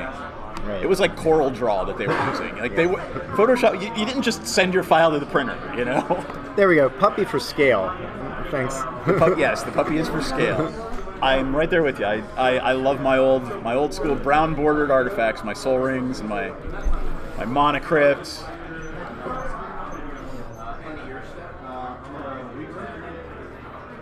And here they come. And here's a sword, Zelion's sword. Wow. Going on the deep spawn there. The original equipment. Spell it Z-E-Y. Z-E-Y. Or Z-E-L-Y-O-N. Z-L? Z-E-L. Yeah, that's what I figured. Y-O-N. There it is. Beautiful art. It is literally the original equipment before they realized what they wanted to do with equipment. Well, actually, there were ones before this. Really? Yeah, Tonus' weaponry is one. I thought they were in the same. They were in the same. Tonus' weaponry is a little bit older. Oh, cool. And I think Luke just got blown out by a fog there. Yep. If he wins, I will be like chugging fruit beer. right? What? He bet a beer. He won. He's gonna chug that beer so I goes buy him a beer. You can't just sit there Luke, and did you drink just get that. blown out by fog? Did you just get blown out by fog? Yeah. Keep calm, cast fog. That was a lot of fun. So we showed something from Nick Batista.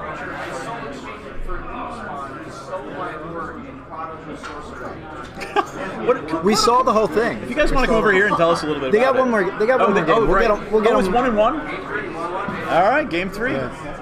Yeah, we'll get them after the match. We were showing some stuff from Nick Batista earlier. There's a Zelion sword he did as a prize. So this was. I won that for playing Thalids. That's awesome, dude. Nick's a master. Yeah, Nick's been doing the trophies for all of these. It's I mean, they just keep getting better. He's made some other random things. He's So for Anarchy Anarchy the Natogs, I gotta tell you, like when Mirrodin first came out, I literally would sort my cards, and then I'd have to go back through all the artifacts and white ones because I ended up putting them in the same piles. There's a javelin there. Oh, that's awesome. It's a little not quite It'll focused, take a minute to, but yeah. but I mean, you're little trying to get that javelin to show up for on the thing. javelineers. And, That's cool. The little location javelineer guys. yeah. So let me see if I can, by the way, so we've been doing this one way the whole game. Watch this one. Wrong one. Transform. That's what I wanted to do. Hey! There we go. Now we'll actually get to see a little bit of, what's his name again? That's Luke. Luke. We will get to see a little bit more of Luke's cards. And I actually wanted people to appreciate that playmat, because that playmat's ridiculous. Yeah. I mean, to be fair, Luke was showing his hand an awful lot last I know. last I game. know.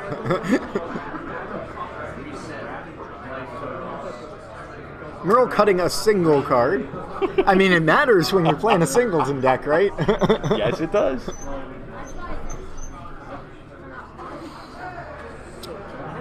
All right.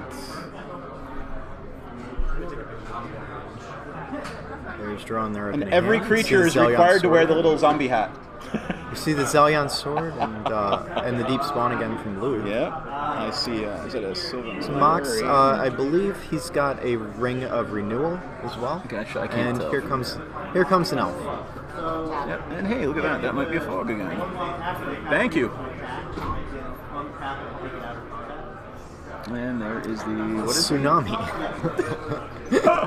That's the thing. I think. Oh no, it's Tranquility. Yeah.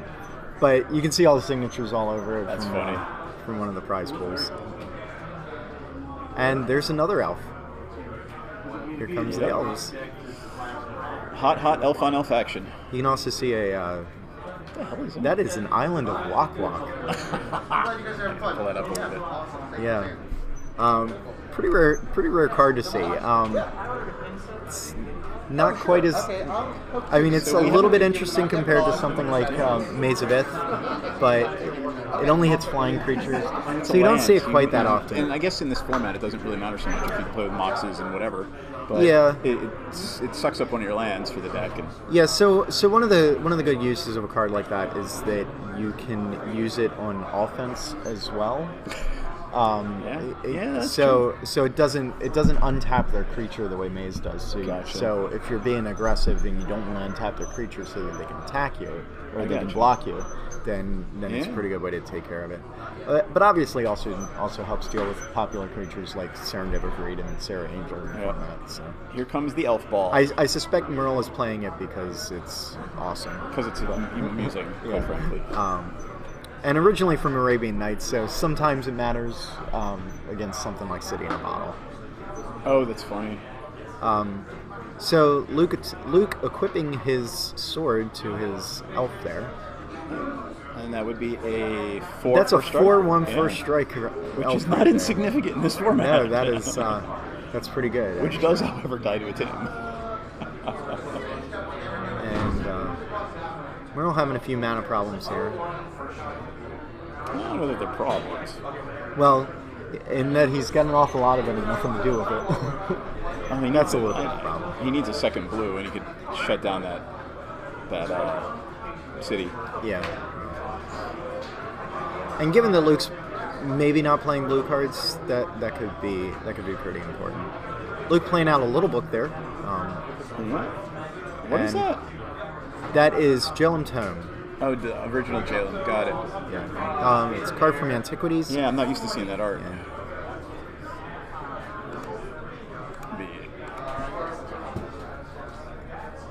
It's not the Jhelum Yom, it's the Jhelum Tome. So we are not looking at that art. We are looking at the Antiquities art. I'm sure the Chronicles art is the same. Yeah. So, yeah. That is Pretty spooky art. It is. Is it Tom Vannerstrand? Yeah, Tom Vannerstrand did a lot of art that I really like. He's on an awful lot of cards. Swing for 5. But pretty rare to see him. I don't know if he does conventions anymore. That's it. 10. Berserked Elf. And the blue-green player is at 3. Bringing Luke, Luke bringing Merle down to 3, and playing out an Orcish Spy. Why not? Lets you reorder the top top cards of your library. Is that an Anson? I believe it might be. Are you sensing a theme? Yeah. So, interestingly, No. Interestingly, Merle played a deck built around Orcish Spy in his first old school tournament. He was using Orcish Spy along with Pete Venters. Pete Venters. Okay. So in case you're wondering, that's what we're looking at. And make a sapperling, sack the sapperling. Oh, that's awesome. First place prize for Bootlegger's Ball.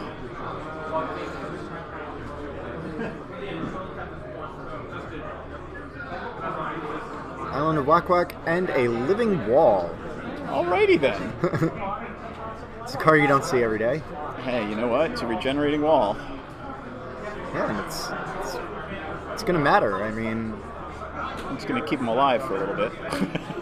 Luke drawing a card off his tome and discarding Deep Spawn, which... Well, I mean, you draw red, you're dead. Pyrotechnist, next game. I'm disappointed that he didn't just cast the Deep Spawn. Well, the Pyrotechnist was game. Good game, guys. So let's see if we can get the players to talk. Yeah. So you guys want to come and talk about it? Come on over.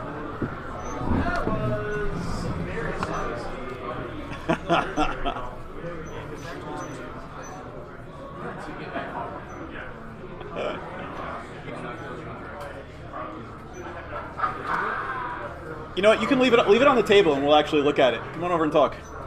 You leave it on the table. We'll look at it while we talk. Put out some of the cards you used.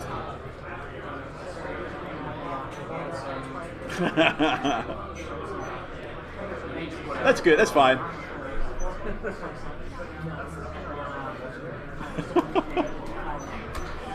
Oh, cool. Well, Jay Burry will be joining us, one of the Coven MTG folks. She's on her way with cards. Because I am noticing a significant lack of non-penis individuals here. So, part of what we do on Coven is we're trying to encourage more women to play.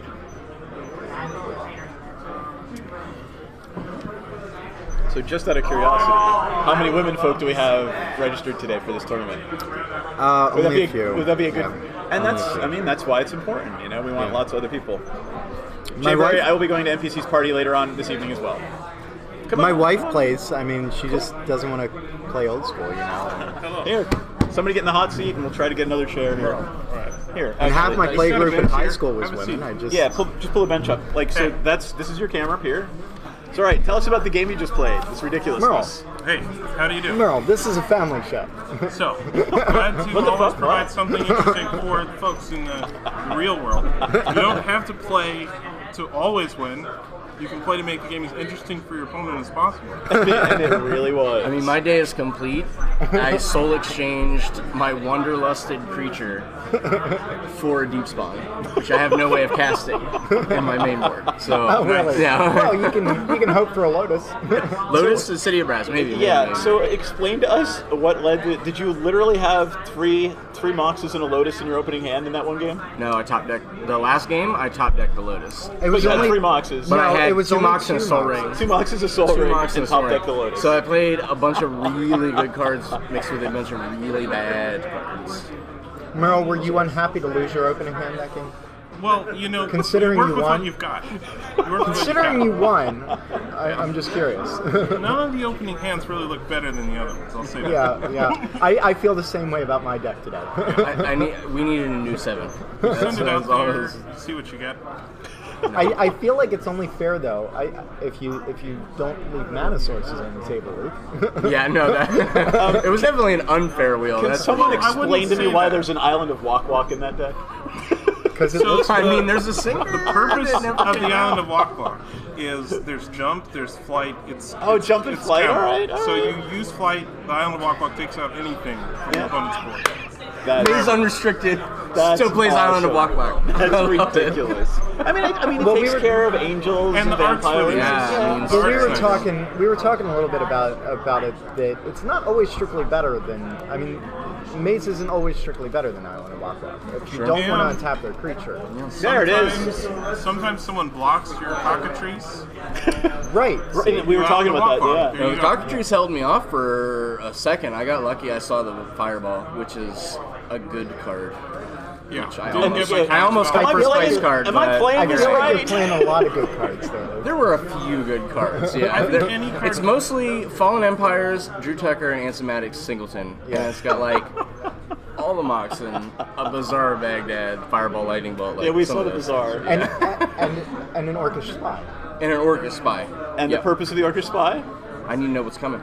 Alright. I need to know what's coming. Yep. Or It's I get it's also to- good. And we can't play with Ice Age, right? So we can't play with any of with the Ice Bizarre Age. and Sylvan, it's like with Bizarre and no Sylvan. I'm only running 1 Sylvan. It's not horrible to just find out it's like 2 dead lands or something, and I have a fatty in my hand. Mill 'em Draw with the- them, pitch 2, draw fresh cards. It's not No Brainstorm either. horrendous. Shit in this format. Right, No. right. Yeah. Concorn thing. was this close to being in the deck. What was it? Concorn, which is Concorn. like a really What bad the hell is brainstorm. that? Oh, you Yes, have to please bring up pull Concorn. It's Yeah. Fallen Empire. Oh, the This is Concorn, really the- good Concorn here. Yeah, I mean this is beautiful Concorn art. is This great. It is gorgeous. It's gorgeous. one of my favorites. I mean, it's Phil and Kaya With, Foglio. with Like, their land stuff is tax, amazing. it's playable. Without it, it's Also with Sinbad, which is how I play it. Embrace, Yeah. Sinbad. Yes, very good, very good. embrace imagination. You've seen my blue deck. Daydream. Big blue, Contour big is dumb always blue. good. Oh, Sind is how they spelled it. Sinbad. Yep. Come on. Like you like me. Yeah, Thing. they use that in Reanimator. Somebody kick out my Ethernet? No. Yeah. Decent. Cut some chaff from the top of your library. Yeah, I mean if you just need to draw land, if you play enough of it, There it it's is. hard to Yeah. play in a powered deck. Is what Yeah. the problem So is, they right? did time shift that one. Yeah. They time shifted Yeah. the second. We were looking earlier to figure out they didn't time shift Red Elemental Blast. I thought they had red or blue. They didn't. No. Okay. Well, No, Mr. Slow it's then. not really the kind of card they print anymore. Yeah. I mean, the color pie's out the window. I mean, like Yeah. somebody stole the color pie off the windowsill, and you don't get to eat. If you do multicolor stuff, then Red Elemental Blast is so cool. I love that. Somebody's coming. Xalon Sword, Elvish Archer. That was I'm actually taking, I'm pretty taking good. that home with me. That was pretty was- good. That was that's, pretty crazy. Didn't plan on that, but very good. 4/1 first strike is all right. What else did we see that we don't normally Thorn see? Thallid. Not so good against Thorn Thallid. Sometimes you just need one turn. I mean, we all know the clones and the Vesuvans. I haven't seen any Vesuvans yet today. Yeah. No, Vesuvan. it's I guess clone it's is a strictly very, better very, one less. very, very rare card to see. Yeah. I had one in round 1. Did you? Opponent was pretty good. It's pretty good. Oh, did you play against Greg? I played against Carlos. Oh, okay. I guess Vesuvian gets better as expansions get better, and you see more ridiculous creatures. And, Yeah, you know. yeah. I played in my commander deck because everyone else plays better cards than I do. I mean, yeah. Like, I don't own any good cards. I can see a world in which it's good. I mean, my first opponent was playing Suchis, Serendibs, Darelors, like having your pick of I'll take that. changing a flyer or not. You know, it's not the worst, but double blue, Yep. And the double is possibly hard. dying. Island is fun. That's what the Island of Walkwalk is for. All right. Yeah. So, anything that you did not expect to see either of you from either one? Wanderlust. I was not ready for that. No. That's funny. You've got to take it out of the cooler sometimes. I wasn't ready for that. It's I was ready for Fog. I knew he might have some Fogs. I've seen that. Looked at his deck list. Did not see Wanderlust. Smacked it down on was it on an Elvish? looked at his deck That was I'm amazing. Wait a minute, you looked at his deck list. Well, you know, Looked at his entire deck list is a very strong You look statement. at the pictures. Yep. He flashed me. I said I was playing Singleton. He said he was playing Singleton, and we And then I flashed each changed. other pictures. I added of an it. extra. There you go. I added an extra fog. So I wouldn't be noticed playing Fog single. because I'm playing I with have two creatures. fogs in the deck, so it's not a simple Was deck. I two did not Fogs. see Wanderlust. So speaking of Irregular. deck photos, Merle, I gotta ask: Yes. do you ascribe to the you just fan out all the cards in a pile and That's what I did take a for picture of Eternal them? I Weekend. like to arrange Just like the here. illustrations. This is it. So you can look from picture to picture and make yourself a story. Okay. This I'll So probably you call it actually awesome, you but- actually make yours look neat when you take a picture. Well, I wouldn't say neat, but I try to make the images that the artists pour their souls into visible. That's what is one of the things that I think is the greatest about old school Magic. There were actually no just talking. rules about art. We were just talking with Anson, and he didn't even realize that the Paralyze and the Guardian Angel, the angle, the Guardian Angel shooting down and the Paralyze Paralyze getting is- hit is yeah. the exact same angle. Oh, So if you I put the noticed cards that. next to each other, they go like that. That's really cool. Yeah, here we'll show the stream. That's so, cool. That's cool. all right, where is it? Yup. So there's No. that. And they're getting Yeah, and right. Paralyzed is getting she's getting Exactly. smacked right So there's there. that. I guess it's a centaur is getting smacked right in your chest. But that's the old one. Ooh, new art.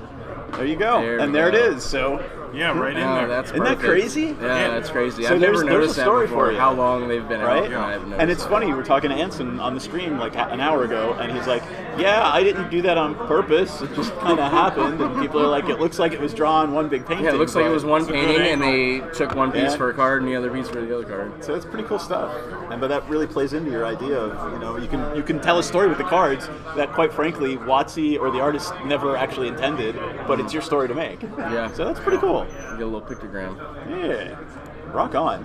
And then again, I am not an old school player. I mean, I've been playing for 25 years, right? Yeah. But I play mostly just So technically Commander. an old school Right. player. Yeah, I mean, I play mostly Commander. Yeah. But explain to me why this is a good card. Because it's basically just a 4/4 for 4. Yeah, that's it? It's just Four power- efficient. A Yeah, four it's four just for efficient. four. Okay. And this In this only, format. this only has one black. In So if you normal splash- situation, I gotcha. If you If you splash want back for something- like Demonic Tutor or something, this is a super strong card. This is Gotcha. a If you 4/4 want for 4. something I just above- expected to see like Jusums and, you know, like all that kind of shit. Yeah. Well, If you Jason want something costs, above 3/3, you're gonna have more commitment to the color. Usually, you have two of the Okay. All right. in the cost. So This like has just in one. green-black aggro, I mean, this is a 4/4 for 4 that you can giant growth berserk the next turn. Right. Let's all Basically remind kills everyone. you Which know. let's all remind everyone, green black aggro is trash, right? Well, I don't know about all that. I don't know. I saw Fortnite somebody was get hit all with one a drop. 16, you know, earlier. What was it? A 16-1 elf? Yeah, especially when you put bug in Daryl. the mix and Yeah, you're like or sorry, time 61 walking and Daryl. then swinging for like whatever 12 to 16, you know, Yeah. damage in like 2 turns. I gotcha. All right. So it's just the value. Yeah, but it's got amazing art too. Yeah, it is. We talked to Anson the about it spice earlier. level is through the charts. He also Just makes a creature. he also makes for really good altars. I can imagine. You can go in a lot of different ways with that. And One of the I'm prize dead cards serious. is- It literally should be a Thrall Centaur. That's Like pretty much it what should it be. is. It literally the creature type should be Thrall Centaur. That's pretty much what it is. So, all right. Well, Awesome. if you guys have anything else you want to talk about, feel No, that's free. it. I'm gonna go get a drink. I think 'Cause we we have got a few some more time. minutes in the round. I'd like to Thanks. play We have best, time to do that best of between four 5, next Seriously, that best was. of 7, I'm glad I got to best of 11. 11 before we go to turns, even. round. Okay. All right. So maybe I shall try to grab. So I'll lay out my deck Drew. if you want to look at it on the stream. Have Yeah. a peek. So let's get Barry then. Is he playing? Okay. We're here. Like we're almost dead air. So. So Luke will be putting his deck out on the board so we can take a look at the ridiculousness that it is.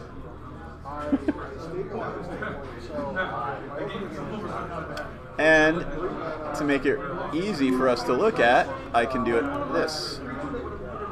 Transform. And we just wrote that 180 degrees, so people can actually read what's in his deck. Yes, Anarchy and Atogs. Darylor Bestalor. Come on back, sir. Spell your name for me.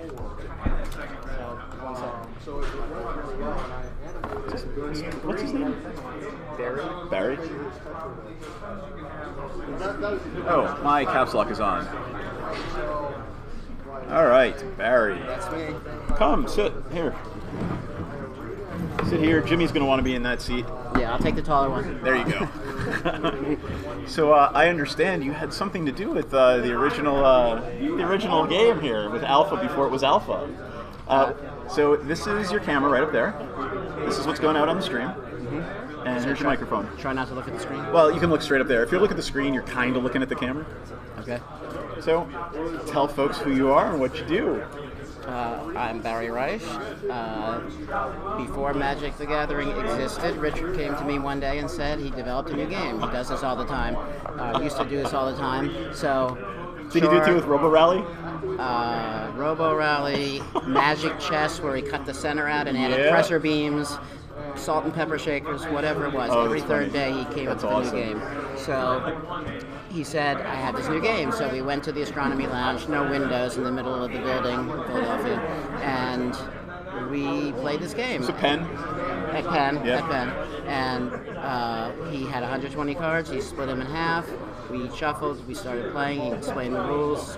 Took no time to learn, and we just played game after game after game. And was there anything different about it in those days? Like, was it still you have resources that are lands, and that you use those resources to do things? It was very, very similar. The casting cost was a little bit different. Okay. 4 blue meant 4 including 1 blue. Now 4 blue means 4 plus a blue. Right. But aside from little changes like that, it was roughly the same. Interesting. So I don't remember too many of the details. So were you guys both students at the time? Yes. So what were you a student in? Same. I was computer science. Okay. And I got my nickname Bit from Richard. And he was math.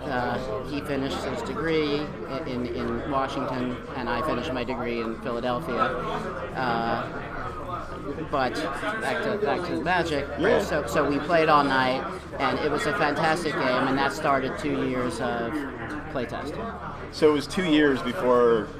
It was very roughly late '89 or early '90 for a couple of years, and then he went to Wizards of the Coast. Well, were you involved in any of the shopping attempts? Like, hey, I'm going to try to sell this game to this company or that company. Did you know? Did he talk to you about or tell you about who he was trying to sell the game to? Not really. I know he went to Wizards of the Coast. And I know he went to TSR at one point too. Oh, did he? To try to get TSR to buy it. I don't know those details. So there's a story behind it that he went to TSR to try to get them to buy the game. They said no, and of course, 10 years later, they TSR. They went back and bought Dungeons and Dragons as a brand. Right. Well, there's a lot of stories like that. Nobody knew how popular it was going to be. No. When they predicted, even when it became popular, and they predicted when they were going to print their millionth card, they were wrong. Oh, I'm sure. Instead, at the same time, they printed their billionth card. So it just shot up well beyond anybody's expectations. That's. I wish I had invested. But poor they weren't graduate taking student. money until later, and then by the time they were ready to take money, they were taking venture money, not individual person's money. Right. But yeah, Jimmy, I know Jimmy wanted to ask you a bunch of questions, so I don't want to ask all the good questions before he gets back. Somebody go grab Jimmy, because I don't want to, or not. I don't know. What else should we talk about? Do you play? To be honest, I haven't played much for a while, but now that mainly because I have kids who are 9 and 11. But this summer, fan of Spectral Chaos, which is one of my your game, submissions, so you can, right? Yeah. Here. There you go. We're just gonna get close. Yes. A fan created the set and sent me 4 copies and of each card, and I taught my son how to play. Andy, 11 years old, playing right behind us.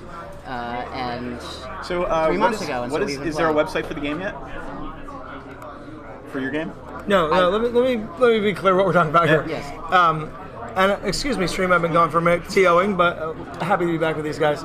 We introduced Barry, Yes, right? we did So introduce not Barry. only is Barry the world's first Magic player, he is the lead alpha play tester.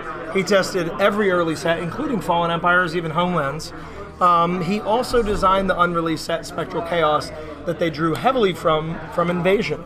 So you were all over the cards I played most as a kid. I played Unlimited through Fallen, and then I took a break, and then I played Urza's in that era, Wrathblock. I took a break, and then I played Invasion Block. And then I took a 10-year break hanging out, going to college, dating people, and came back with Invasion and M11 New Phyrexia.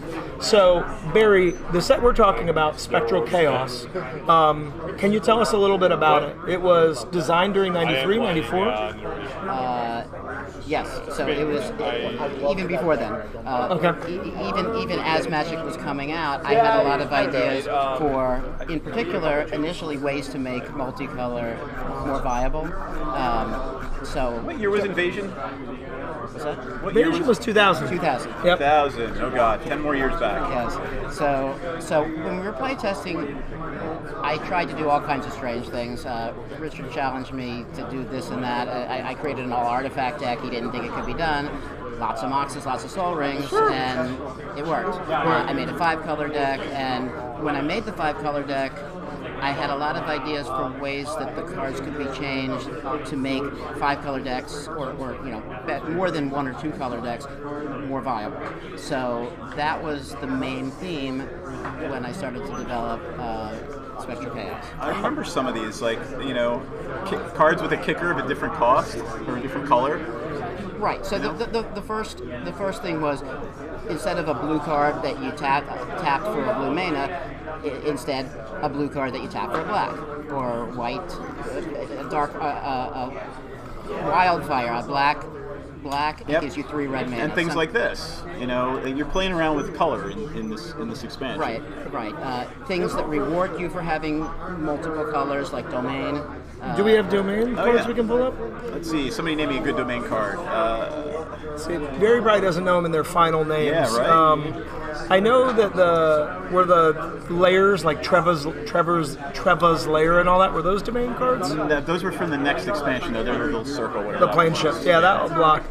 How did Domain work? Will you explain the mechanics? Yeah. So, Domain was basically a spell would have power X. There we go. X is the number of different basic land types you have in play. There's the Domain mechanic. Yep. So at the time it went up to 5, and then between me and Wizards of the Coast, we added other basic special cards that counted as a new basic land type. And on that note, there's a card you could pull up called Barry's Land. They just finally printed it. I don't know if you know this. Really? As part of the current mystery packs. Literally, they became available in a very small quantity last week. This is Barry. Somebody mailed that to me. I thought it was a joke, and then somebody else mailed it to me. That's I realized, ridiculous. okay, that's. And so Barry's Land was like a colorless mana symbol. It's a cloud. Yeah, and they obviously drew onto this eventually from Waste. We love Wizards, What but is the quote? I want to say Barry is one of the unsung heroes of Magic. He was under-recognized for his work. I believe he was under rewarded for his work, undercompensated. And we know everyone was doing their best, but this guy created concepts that we draw upon to this day as players, and that Wizards and the game designers there draw upon to this day as a publisher. So thank you, Matt. Thank you. Yeah. What is the quote on the card? I can't read it. Me neither. I can't either. So I have no idea. Yeah, I don't. Now this is terrible- just a playtest joke kind of version that Wizards printed. Oh, you mean? Yeah. I think it says "we" or something like that. But yeah, so let me ask him a couple questions, Seth, because I want to dig in. So Barry, you started with Richard. Was it at Carnegie Mellon? What set us the scene University for? of Pennsylvania. Okay, set us the scene for the first game of Magic you remember playing. First week of Magic. Well, the first game of Magic was Richard approached me one evening in the math building at University of Pennsylvania, and as he frequently did, with a new game. He said, "Oh, let's go try this new game." So I was used to this. He did it all the time, and usually his games were interesting and fun. Sometimes they took 3 hours and didn't work out, but He's not known just for Magic, like right? Magic Chess. Oh, We talked Robo about Rally, Rally, Filthy Rich, Right. Seen you Guillotine, play that one so shot. many other games that he created. He's a brilliant game designer. We could go to a restaurant that he could take a salt and pepper shaker, 2 straws, and Here's a new make a game. game. Yes, he did that. That's awesome. So he brings out And Magic. then Charlie would put ketchup on it and spray it at you. So what did the cards look like? So we went into the astronomy lounge, which had no windows, so it was late at night on a Saturday, and he handed me half of the 120 cards, which were on cardstock about this big, different colors, and we shuffled and we played, and it was similar to Magic. It played very similarly, and it was fun. It took 3 minutes, he beat me, 5 minutes, I beat him, and we just played and played and played. And 3 in the morning, 4 in the morning, 5 in the morning, finally I said, let's go home. It turned out it was actually 8 in the morning. We had no idea. Wow. That's awesome. And from there, within a week, we were play testing with his friends, our friends from the math department, and then it just spread to all of our friends and maybe 20 to 30 people around Philadelphia. That's awesome. And you played the first game from the same deck of cards? Or did you have separate decks? No, he printed 120 cards. That was the entire set of Magic, and, Awesome. and he just shuffled it, split it in half, and gave me half, and we just played with whatever land came up, with whatever spells came up, and some games you did nothing for 4 turns and died, but that was fine. We just went on to the next game. A minute later, it was originally supposed to be a beer and pretzels kind of game where you played for 3 or 4 minutes. It was supposed to be a downtime in between role-playing games and other things, right? It was, and most of the early games were like that. But over time, with the intricate strategy that developed, you could play for an hour. I mean, I play games for an hour and a half. Were you there at the first Gen Con when this was rolled out? I don't know about the very first one, but I was there at a few of the first Origins conventions. also, they teased Magic. Yeah, I used to wear badges, Richard Garfield's personal bodyguard. I still have That's them. awesome. If you can produce that and bring it to the next event, that'd be awesome. You should just walk around with it. So what about the playtesting itself, how you shaped the game? I mean, I know you did. We've talked about this. If you look at an alpha rule book, which I've got one over there somewhere, there's credits for people, but it's pretty much like Richard Garfield games, right? And then it has thank you to our playtesters. Each playtester says, 1 or 2 credits, right? Joel, Mick, or whoever, these guys have, a deck or 2 named after them. When it gets to Barry, there are 4 or 5 decks named after you. Barry, the 5-color deck. Bit, the Serpentition, the Rainbow deck, the whatever, Reich. And that concept, when I was young, was pretty, it took us a minute to discover archetypes. The idea there are different ways to design your deck and your strategy. You were maybe the first human being other than Richard to realize there were archetypes. You've talked to me before about blue-red control or blue-red power decks. Tell us a little bit about shaping archetypes and shaping Magic as you tested. Well, first of all, I don't want to take too much credit. There were a lot of good playtesters who came up with different ideas. I remember Dave Petty came up with a destroy all my land deck, which I found annoying, and I didn't like And it, it still is. but I give him credit for birth it. of puzzles. Decks where you lose you keep losing your hand, the black cards, Hypnotic Right. Spectre, things like that. So I wasn't necessarily the first one to develop themes. In fact, I probably did what most people did when I started, which was made a blue-red power deck, lots of counter spells, lots of fireballs, things like that. I'll come to you. Blue-red counterburn, still a deck. Right. I need more stuff. Okay. But I think we all started to see after a while that everybody wanted to try new things. So 3 dark rituals in a day. I was lucky enough to see the value of the Moxes and the Soul Rings, things like that, early on. So before people realized how powerful they were, I traded for most of them. In fact, one guy I said, what do you want for your Mox Emerald? And he's like, well, it's basically just a land, so why don't you give me a forest? So I gave him a forest. Other people valued them more, but there were only 10. There were 2 of each Mox. So I had 7 of those. I had 8 of the Soul Rings. And so, unlike other people, I was able to build viable decks that were 5-color, an all-artifact deck, where on the first turn you play your Moxes and Soul Rings and a couple of cards, Right. a creature that can attack, wasps, ants, whatever Right. you can generate, and I could win in 3 or 4 turns.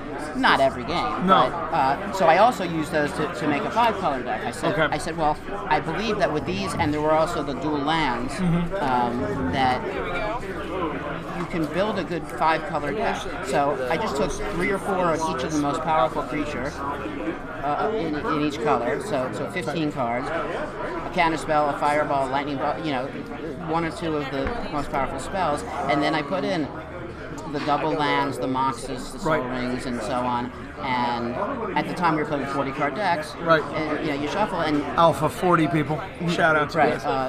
And So I didn't know that. I didn't know there were 40. It was. yeah. So it's a lot more When did it predictable. change to 60? Before? Somewhere in After- 94. after the release. Yeah. I remember playing, my early days were playing with the 40-card format, and we didn't have as many rares. And you guys were in development. You didn't even have that many. You had to trade for them. We had to trade for them. There were 2 of each rare in existence. In existence. Think about that. So you couldn't even have a 4-card, set. But I got a Mox Sapphire for a Crawlworm in a trade because Crawlworm was powerful. But in those early days, people would play like a Plague Rat deck.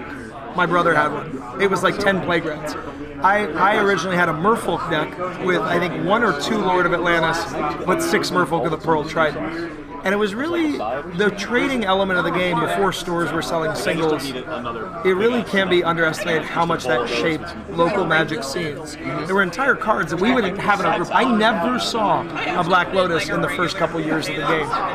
But I want to get back to your blue-red deck because it was not only figuring out good cards, you found something which was in a strong blue-red power deck. Sea Serpent could win a game. Yeah. And that's one of your patented cards. Can you break down why Sea Serpent can win a game or how you figured that out?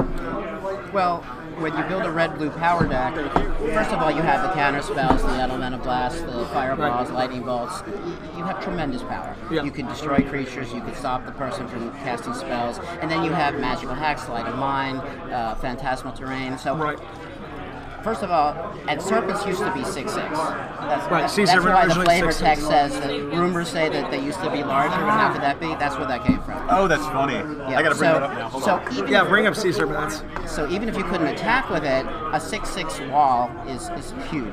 Right, especially in a control deck, you just need to stop their guy on the board. Right, and if they didn't have blue in play, if they didn't have islands in play, you could make them an island. Right, with the Phantasmal Terrain. Right. Or you could change the text on your card and say, it can only attack if they have mountains. Right. Or islands. So there were lots of ways you could be sneaky about it. Now, why is it 5/5 not 6/6? Why did they decide to come down to this to the 5/5? Because when they were balancing all the cards, I think they just decided that 6/6 was a little bit too strong.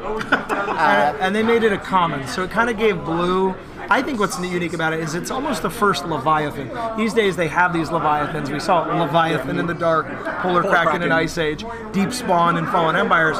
Those 6/6s and stuff, they really were rare slots. I think Sea Serpent was a common, not an uncommon. And I remember we all owned them. I loved it when I first saw it. It was the biggest creature in blue on the ground until Island Fish Chesconius came out in Arabian Nights. We had Mohammedi Jinn as a 5/6 flyer, and Mohammedi was a rare. I mean, he was rare in our play group even. We had one or two. So this card was the blue finisher you'd see, and I think what you figured out that it took me and some people some time to figure out is that if you establish control of a game with counter magic elemental blast, your threat doesn't have to be perfect. It just has to be good enough to win when you have control, right? Right. There were plenty of ways you could win. I think part of the reason I played with the Sea Serpent is because Richard had a rubber Sea Serpent, which I took, which he gave to me, and whenever I would play a Sea Serpent, I would throw it on the table, make serpent sounds, and that was fun. So I gotta tell you, I play Kiora, my Kiora deck, just so it's a Planeswalker that its ultimate ability is it makes a 9/9 Kraken, and I play that card just so I can scream release the Kraken. Right. And then there's that story behind it that you make up this little mythology. Right. So I don't think I like them. I was associated with them, and again, in a limited environment when there's only so many of each card, Sea Serpents are that much more valuable because even if there is a 3/3 Flying Phantom monster, there's only a few of them around. You might not ever see one unless you happen to be playing with the right person and trade for it or win it in an ante. So it's funny, like this was, and nobody was thinking about a secondary market. Nobody was thinking about like stores would buy pallets of them to open them and sell singles. People weren't thinking about that at the time, I'm sure. You know, you were just thinking, oh, all right, we'll sell these packs, and people will have to buy lots of packs, hopefully.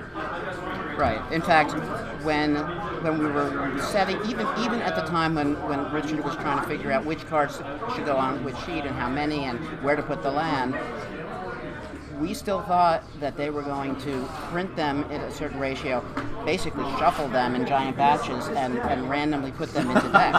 So he came up to me one day and asked me, how would I distribute the land so that this is the distribution you would get on the average when that in that case? So I set it up for him, and I put a certain number of. Stream. I'm going to fix them. Keep talking. I put a certain number of each land except for islands. I put one fewer island on the common sheet, and to make up for that, to get the statistics right, I put 4 islands on the rare sheet.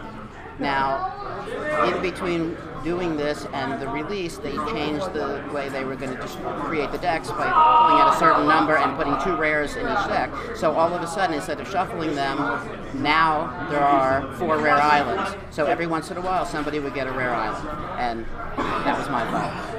And I love the fact, by the way, that playmat is a Demonic Tutor playmat. I have never seen a Demonic Tutor playmat before. That's pretty cool. I haven't either. I'm not even sure where it's pointing.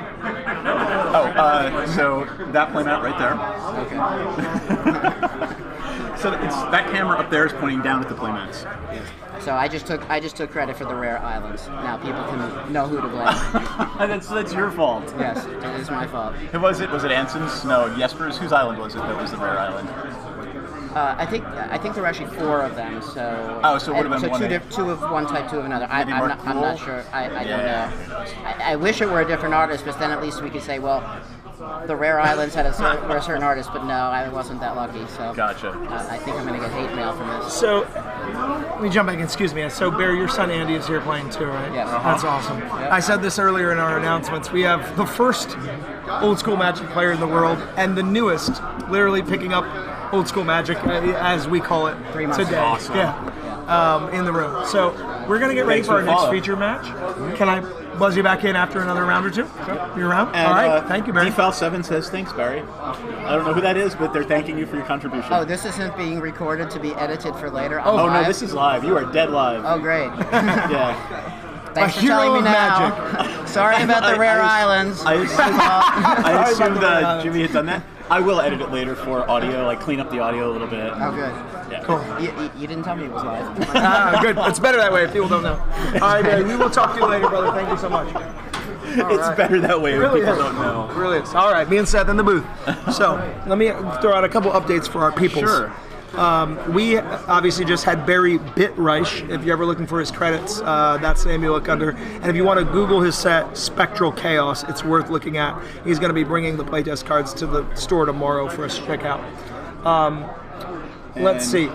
I have a very spicy match loading up at table 1. I've got to get Gene's opponent's name, but we have Gene Brumby, who won the Eternal Weekend event, I want to say 3 years ago. This was one of the first times I recall it being in Pittsburgh, and he famously showed up from New Zealand with a deck that was missing. He couldn't find his actual deck he'd built to play, so he scraped together a deck from his library. The deck was insane. When I say his library, I mean his library of cards, his old binder. And Gene's a vendor, I believe, in New Zealand. And he's a fellow vegan, plant-powered planeswalker. Shout out to you guys. Me and Gene, we're going to get some vegan pizza later. But Gene is a brilliant player and a great guy. He and I had a lot of fun at Eternal Weekend. Hold it straight up. That camera facing down on the table. And then, just hold it. Just that camera is your camera. His deck, that one's fine too. Main deck, Control Magic. You're good. You're good. Blue and white. A combination of tempo and control and aggro. Really, as a tempo deck, I believe it really highlighted Order of Lightbearer's power and, of course, Serenity Befrites. That year, I believe, was Order of Lightbearer's breakout year.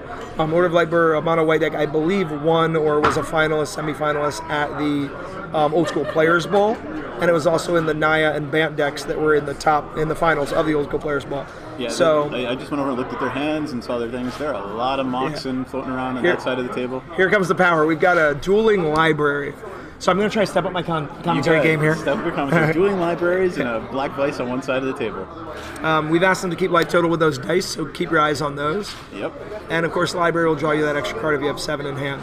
Now, I played Gene here at Eternal Weekend. I think he's on something very spicy involving our friend Guardian Beast. So be on the lookout for a Beast, and if a Nev's Disc and a Chaos Orb resolve, his opponent's in trouble. That said, opponent looks like a fierce competitor here, and nothing beats the old turn 1 Vice off of a library. That is a strong opener. Maybe we can avoid like little kids. Oh yeah. I don't know, it's just a note. Thank you very much. All right. So what do we got? I'm going to check in on my opponent's... is that a Howling Mox? What is that? That is not a Howling. What is it? That is a... That's a Holy shit, that's a Mishra. It's three for an artifact. So let's take a little look at that, folks, because that is a crazy-ass card. Mishra's Workshop. And, of course, for some reason, Scryfall is taking its good old-natured time. However, it is this version. And just for shits and giggles, folks, that card is selling for $2,000. So there's a little bit of value floating around the game today. And let's see what else we got. Back to our regular setup. And, oh, we missed somebody dropping a Lotus. There we go. So we got a Lotus, a Mox, and a library on one side. And yes, the Mishra's Workshop was strip mined, it looks like.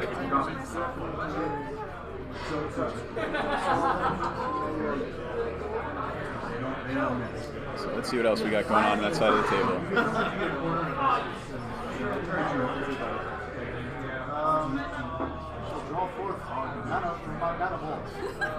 And if you can't see on the table, we are here at the Silver Branch Brew Pub today, Dice City Games, Coven MTG, with our lovely, lovely Sarpadian Cup Old School Magic tournament.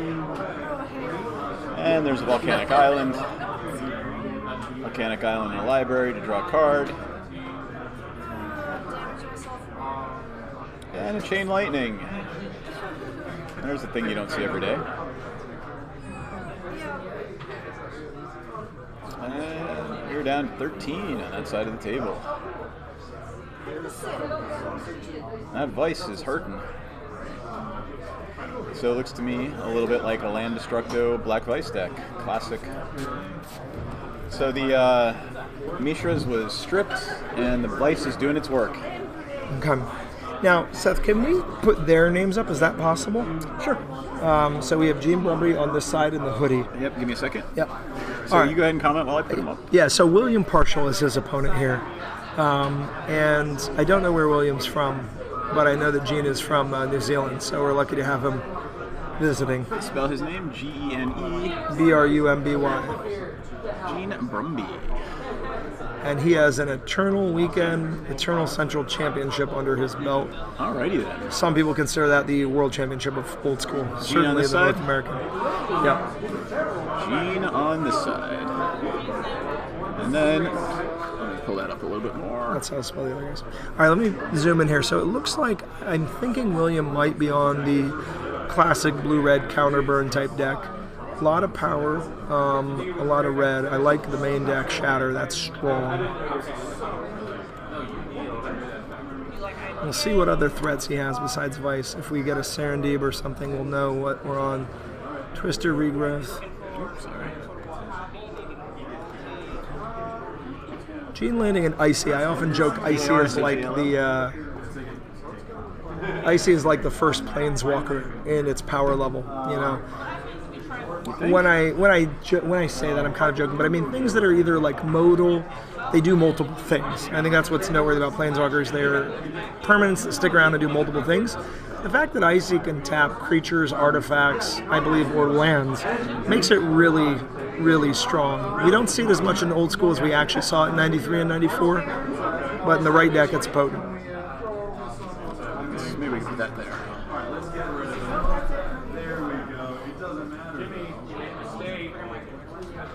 Not filming you guys? We've got 8 Darylors getting cast over there at the Felwar Stoner table. We will have those guys back. All right. This is one of those 7 cards in everybody's hands at all times games. And there's a Shatter on the Icy. Tap the Vice before it goes. Smart. Badlands.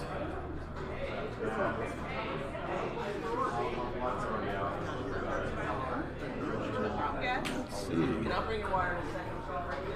A lot of deliberation going on that side. No problem.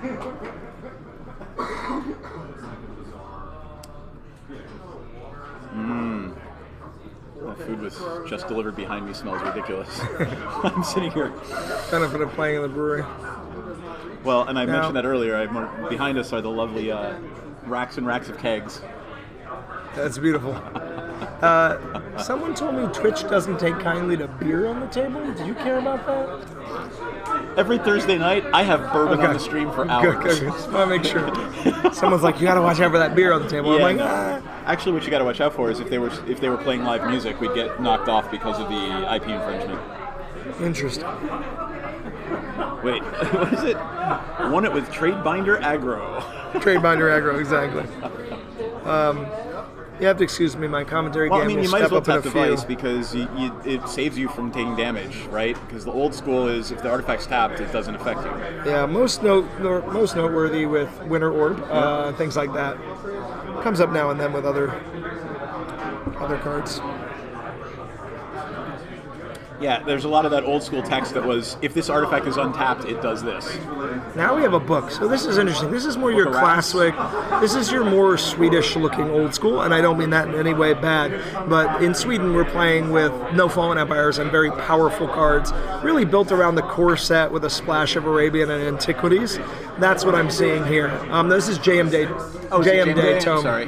Yeah, JM Day Tome. Book of Wrath sees occasional play, but JM Day Tome is our favorite with an E. Yeah, that'll. That should come up. After the Y. JM Day Tome is the classic book. My argument is that we should be playing more JM Tome and more Ring of Renewal, but we'll play with whatever we got and whatever's best if we're playing decks like this. And it's some gorgeous art, some Tedden art. Yep. Beautiful book with those. Are they tongues? Are they placeholders on the pages? Are they blood? Although we did talk with Anson a little earlier about the artery blood tree in the original Sengir. The arterial blood tree. Sanger, the best. All right, what am I missing over there? And there's another bolt.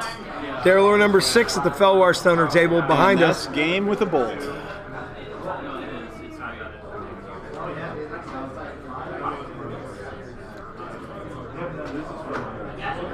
And actually, let's bring up that original Black Vice in between games.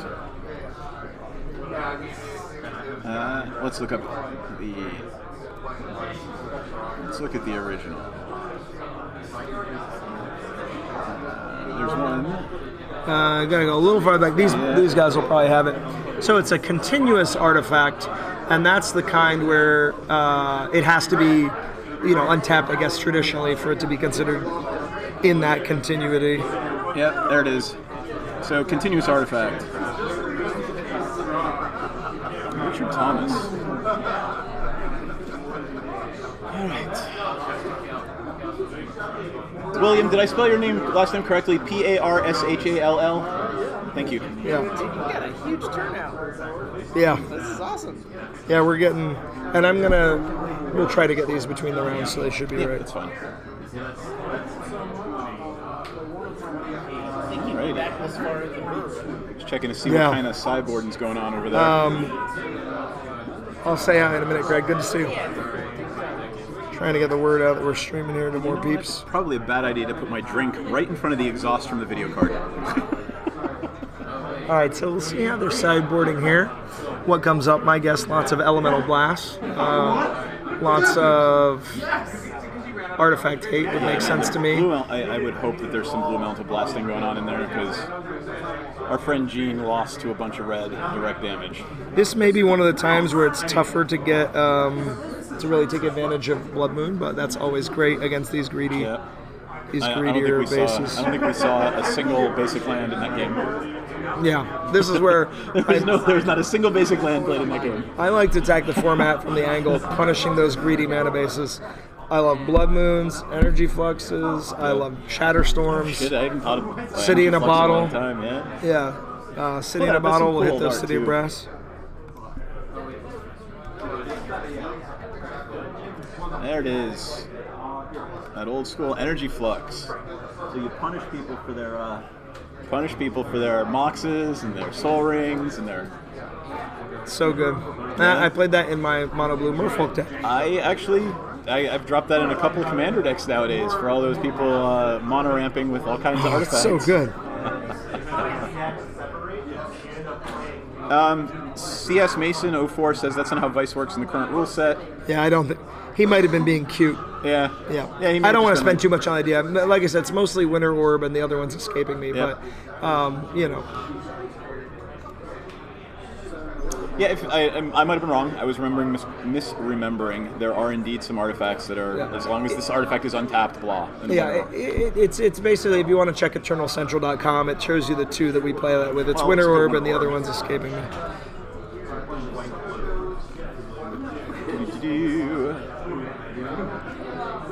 Yeah, see, there we go. There's the language. That I assumed that was on that card. As long as it is untapped. There are a couple old cards that people play with that have that particular language.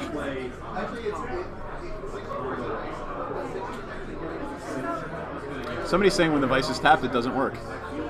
So we got folks arguing about again. We work with Eternal Central rules here. What is it? Pull that up. If you want to pull up EternalCentral.com and look at their 93, 94 rules, that's what we're playing with today. And I will put that in the chat for folks. If you just want to link on it. I'm assuming it's dub. 7 Darylores. We're tagging you guys in next if they finish this early. Yeah, there we go. So, and then if you pull up under here, they'll have the articles, I believe, and then 93, 94. Old School Magic we'll do it. And then there'll be another sub-tab for 93, 94. Yeah, and then we're looking for, what are we looking for? There's a rule set here, that's what you're looking. There we go. So here, folks, these are the rules we're living with right here on the stream today for this tournament. I love your username, by the way, Acacian Trout. Especially since Acacian Scout is one of our Right. favorite cards of the day. I love Acacian Trout. Thanks, folks. I appreciate it. All right, they look like they're about ready to start their second game. So I've been spending some time looking at the phone, trying to share this widely. If you guys have any groups you're in, or if you want to mention in the Discord what's going on, I'm going to probably be too busy to post in any other groups. Tried to share it in the Facebook groups. Eventually, it sounds like we will have the pleasure of this getting edited. Oh, yeah. We'll do it up proper. But I'm going to try to tune in more. So. And actually, I'll tell you how many people are watching. There's more than a couple watching. Yeah. Okay. As soon as this comes up, I'll be able to see who's watching on what channels. It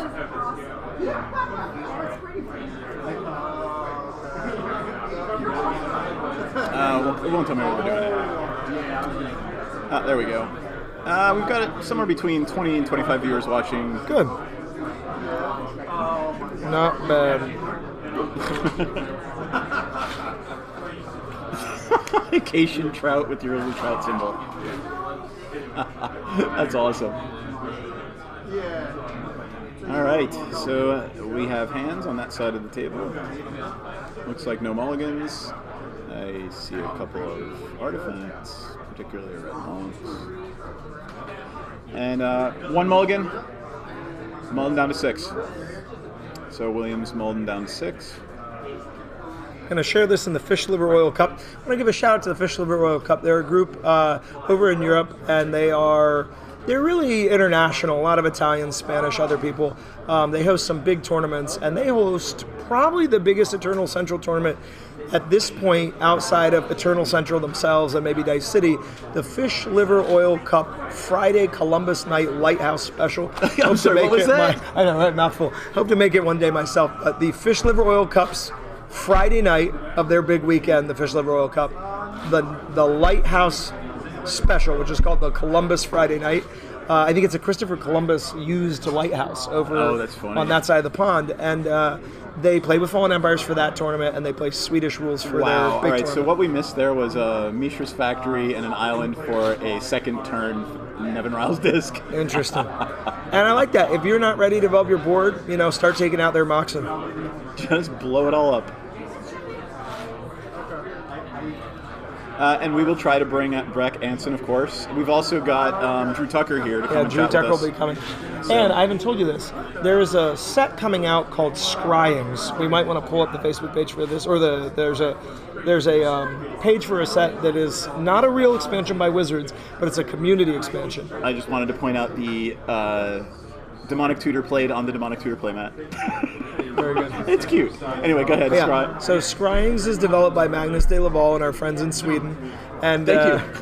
They are basically cards that aren't legal right now in any old school in part, and that aren't legal in Sweden entirely. So they're cards from Fallen Empires all the way through Mirage. Okay. We have 3 spoilers to unveil on this stream today, and I'm just waiting for the right time. So be sure you stay tuned in. These cards are going to be legal in select tournaments in Europe next year. Also look out for New England Old School's Hartford Festivalen. They'll be legal in one of the events there. Nice. And at Dice City's Winter Ball, which we are getting ready to announce, we will be having an event with those Scryings cards. So I've got 3 spoilers. Some of them are tuned into the theme of the day. All right. But I'll be announcing the next one, or the first one, shortly. Well, and thanks for watching from Quebec City. It does my heart good to see that we're getting, global views. Yeah. So, no beer, no magic. Yeah, Quebecois people, I'm trying to find time to post this in the Montreal group, but if you beat me to it, please do. Spread the love for the stream there. All right, well, that disc is online. Strip Mine, Red Mox. Holy shit. All right. Mind Twist for how much? It looks like it's for 3 here. 3? Yeah. Yeah, that would be it. Oh. So Mind Twist That's is awful. going to be at random here. Yep. When you have a Mind Twist for 2 or more, you've got at least a Hymn to Turok. I sometimes try to save up to hit more, but Hercules? I think Kiri's doing the right thing. No, I think he did the absolute right thing. Psy Blast. Yeah, he did good. Got rid of the Psy Blast. Black Vice. Hey, Forrest. What's up? It's okay. We're just sitting chatting. You have stuff for the people to sign, huh? What did you bring in that ridiculous case? Oh, that's sexy as hell. Come here, show it. I still need to get a couple. Check that out. A couple more on there. The old Dominia poster. Look at that, Gen Con '98 by Richard Garfield. That's crazy, awesome, man. Yeah, beautiful. Look, we got the Christopher Rush things. That's wonderful. That's really cool.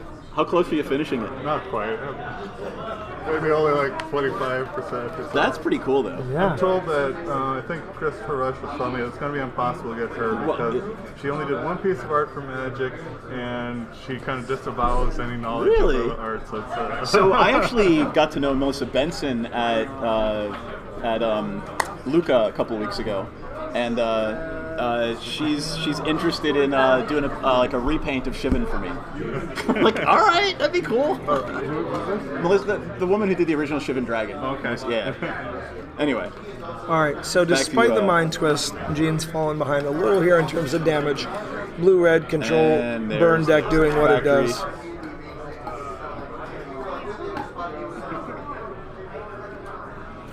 Jan is on her way.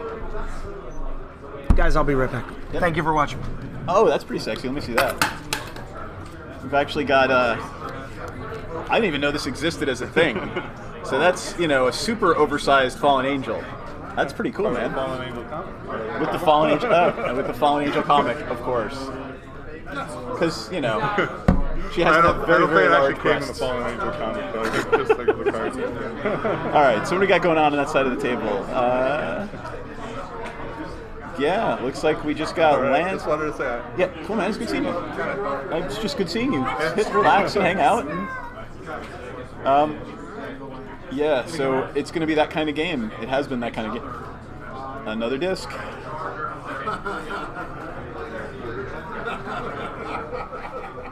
And we're just in a standoff, land and land. Are we all just top decking over there? So both of them are top decking right now. And it is 20-14. What the hell is that? Is that what is it, beast? What is that beast? The black thing? Guardian Beast. Guardian Beast. I remember the Guardian Beast. Yeah, I'm playing a few decks. There it is. That's what we got going on one side of the table. The Guardian Beast. I'm pretty sure it got countered though. And there goes. Yep, that's the thing. Strip mine over and over again. We're done here. I think we're kind of done.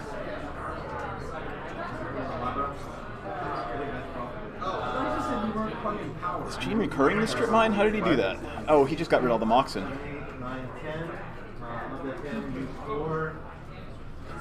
Yep. Counterspell to zero casting cost Mox. Oh, mana drain to zero. Yeah. Mana drain to. So that's crazy. I've never in my life seen a counterspell on a zero casting cost Mox. Or a mana drain. Yeah, right? Oh! Shatter the Nevin Rao's disc. Gonna pop it? He's gonna pop it. Yep. And a Felwar Stone. And everybody's just top decking. It really was.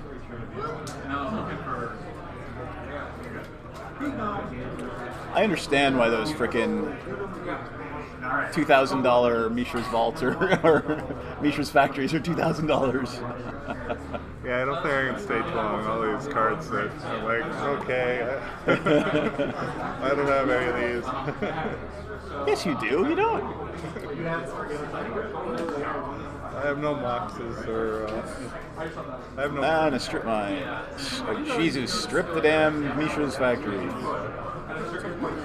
And I think we're probably just waiting to draw Fireball on one side of the table.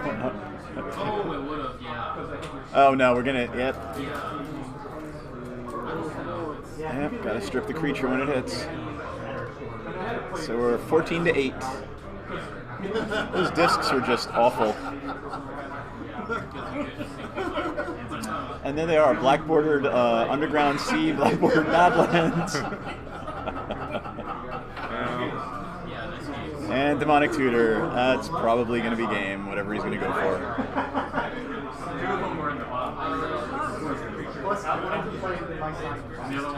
I can kind of see what he's looking at, so if I can see it, I'll mention it very quietly here on the stream because they're only 10 feet away from us. We've got some of Misha's factories, that's about it. maybe a factory. He's kind of looking at an Ancestral Recall and a Triskelion. You see him kind of looking at an Ancestral Recall and a Triskelion. Or not a Triskelion, it's the other one, the little one, the ground one. Is it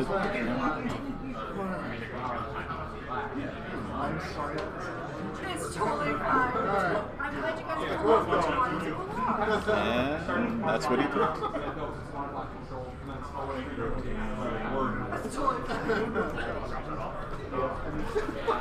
Nope. What's the ground one? What's the ground version of this? Triskelion, well, I don't know if it is. We'll see it. I don't remember Triskelion. Well, never mind. That was game. That was game. But why are they showing two versions of the Triskelion and not the brown version? Well, no, it's not called the Triskelion. It's there's one flies and one doesn't fly, and I forget what the one that doesn't fly is called. Oh, the ground version. Not Yeah. the brown. Sorry, I wasn't speaking. I'm trying to not let them hear what I'm talking about. Is that 1-1, guys? All right, 1-1. One William, one Gene. Have fun. All right, take care, man. I'm gonna try to suck down some food, so you guys get to watch me suck down some food on the stream.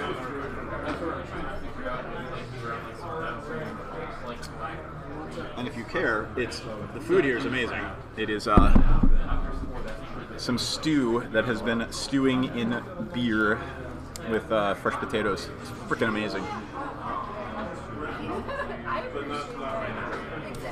And again, I will take some time to point out that if you are local to the Washington, D.C. metro area, you should absolutely come in and join us and say hi while I eat potatoes.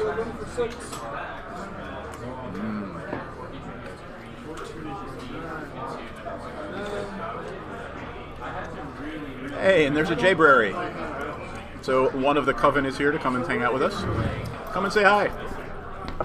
Have a seat. Hi. Just relax for a while.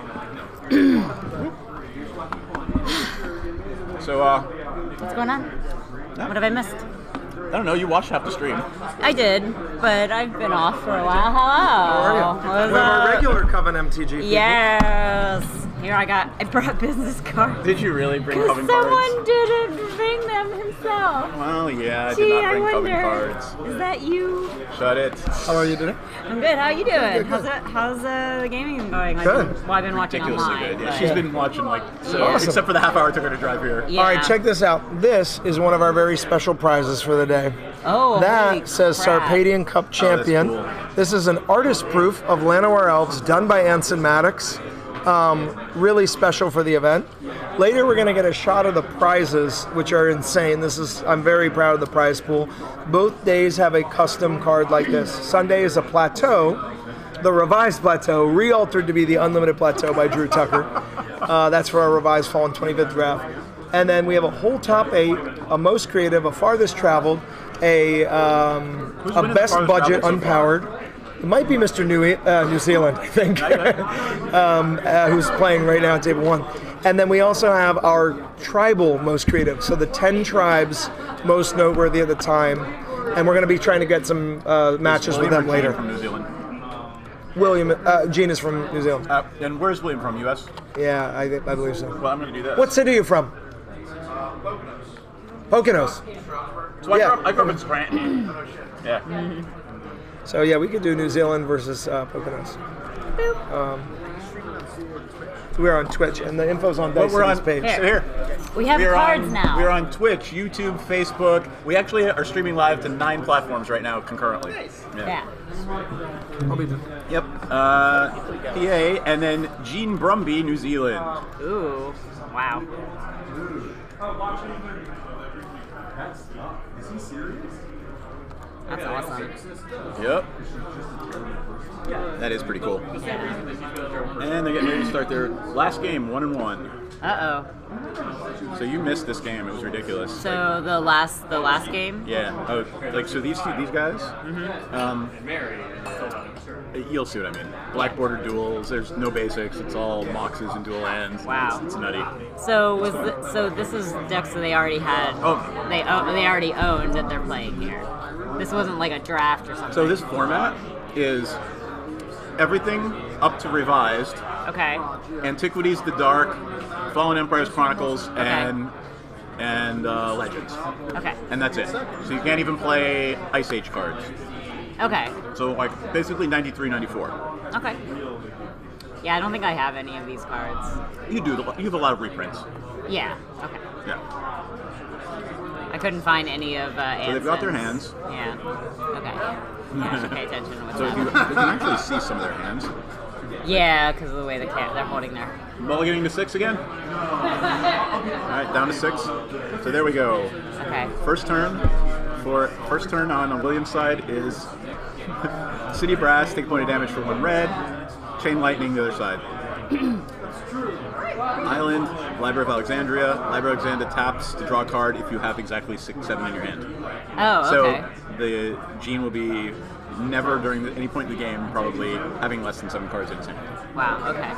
There's a strip mine on the other side of the table, and the first annoying land that Gene plays is going to get stripped. Okay. And, but the strip mine is now tapped. What is that? Yeah, come on. What is that? All right.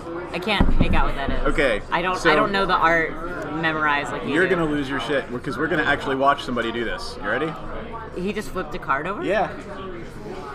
So he flipped a card for some reason, which I'm about to find out. It's a Chaos Orb. You flip it onto the table, and whatever it touches your opponent's is destroyed. Oh, so you flip it on the table, and if it touches another person's card, that card gets destroyed? There it is. That's what was just played. Height of at least 1 foot. Hey guys, I want to get John back in the commentary booth to use his expertise on game state, and then shortly I'm going to jump back in as well. I'm just going to get a drink. Anyone want anything? I'm having my thing.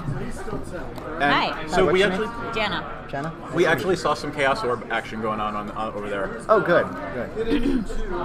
Sorry, I was too busy summoning clerics and removing everybody from the game. That's highly amusing. Yes. And I just keep having to change people's names. Yep. God, John, right? J-O-N. J-O-N. There we go. So remember that one time I found that card Chaos Confetti? Yeah, the Chaos Confetti is the version of Chaos Orb. Okay, because I was like, that looks like Chaos Confetti, and I only know this because I have a Chaos Confetti, but I have a Chaos Confetti. So there's the Chaos Confetti. You tear it up into little strips and right, it on but the thing table. is, the way I found this Chaos Confetti is that it was inside a used book, because I used to work at this used bookstore, and the Chaos Confetti had been laminated, so I literally cannot tear it into pieces like normal, and it's like hard plastic lamination. It's not like it's not just like laminated plastic and bendable. The reason to use the card by but I still have it. That's awesome. Because what else am I gonna do? So fill me in. What game are we on? So there's 1-1 on each side. Okay. This is the third game, and we're at 14 to 17. And Gene flew in from New Zealand. Gene flew in from New Zealand. That is amazing. That is amazing. And boy, are his arms tired. Yes. So I see a workshop in the graveyard. That workshop has been doing its job all game. I'm assuming he's playing with 4. And there's a trike.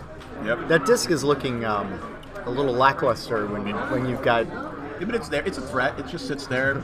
Nev disc? Yep. Okay. Yeah. And a time twister from the burn player. Another turn. Are they playing with Mana Burn? So time twister is shuffle your hand. Yeah, sure. And draw 7. Draw 7. Really, really good when you're playing with cards to deal 3 damage for 1 mana. So. Is he on burn or is he on just straight burn? Straight burn, and Psychic. What is it? Psychic Purge. Psychic Purge. The 4 damage. Psychic Blast. Psychic Blast. Yeah. Psionic Blast. Right. Yeah, that's been a pretty popular deck. There's another player floating around, Michael Schaffnacher, that kind of pioneered the multicolor version around here. Very, very brutal deck. I don't know if I've ever won a game against it. I didn't know that was a urban legend. Yeah, like somebody actually, like, the legend is somebody tore up a Chaos Orb and like, fuck you, I'm gonna get all your cards. Oh my god. And there's a couple players who have tried to lay claim to having done it, but no one's been able to actually prove that they were the one. I mean, the kind of people who say that they're the ones who tore up a Chaos Orb are liars and trolls. Yeah. Imagine that, a troll on the internet? No. I know, right? A troll in real life? Surely not. Gaming, maybe? Did you plug our Patreon? Many times. Well, not the Patreon, but the So the players have their new 7s here. Looks like they're both keeping. And yes, there's a factory from the Burn player. There it is. Along with Mox. And another, a Lotus. Oh my god. Yeah, let's just let's do all the things. 1, 2, 3, 4, 5, 6, 4, and 8. a Mind Twist. There it is. Mind Twist for 5 off the Zap back of a Time Twister. This is wow. So is that Black Lotus like worth $10,000 or something? That one's probably more. That's actually that could be CE. We could ask the players, but I know William a little bit. I know he's been around for quite some time, so that could be it. In which case, it's worth much more than the car I drove here in is. Yeah. And you're playing it in public. Well, everybody's playing cards like that here. So the shop's player untapping his mana vault can't afford to take damage against burn deck, but coming in for 4. Yep. So scores are even here. Trike has a pretty good. Trike has a pretty good clock against a burn deck. Well, and it's gonna remove any of the blockers. That's the big, right? Well, I mean, assuming there are any blockers. I haven't seen a creature out of that deck yet. There might be a few goblins. We can ask the players afterwards. Yeah, but I honestly sometimes haven't seen a creature out of that deck yet. Sometimes they'll play 8 goblins and goblin grenades just to. Ooh, Brain Geyser. How many? How many for Brain Geyser? 3 casting cost Brain Geyser. They're a little quick over there. They know their decks. Right. Yeah.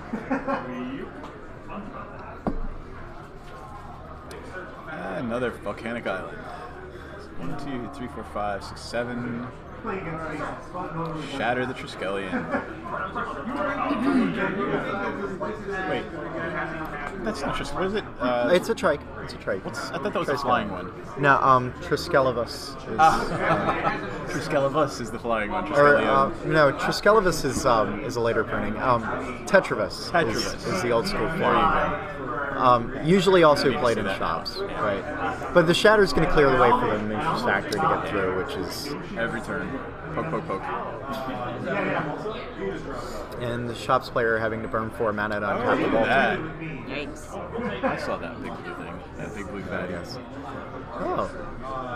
That's pretty unusual in shops. I know. that's probably pretty one good. in the deck. There it is. Big blue fatty. What is it?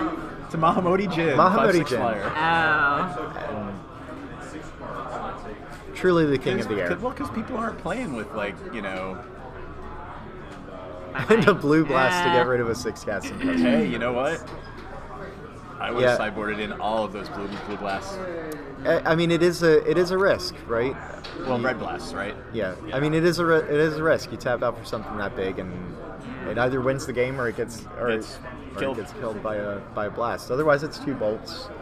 Takes 6 damage off your back, and when you're playing against a deck that's all in on burn, if they're not playing the goblin grenades, it's 40 points of burn in the entire deck. Right. Between 8 bolts and 4 psionic blasts. So if you don't get halfway through the deck, you don't reasonably see 20 points of damage.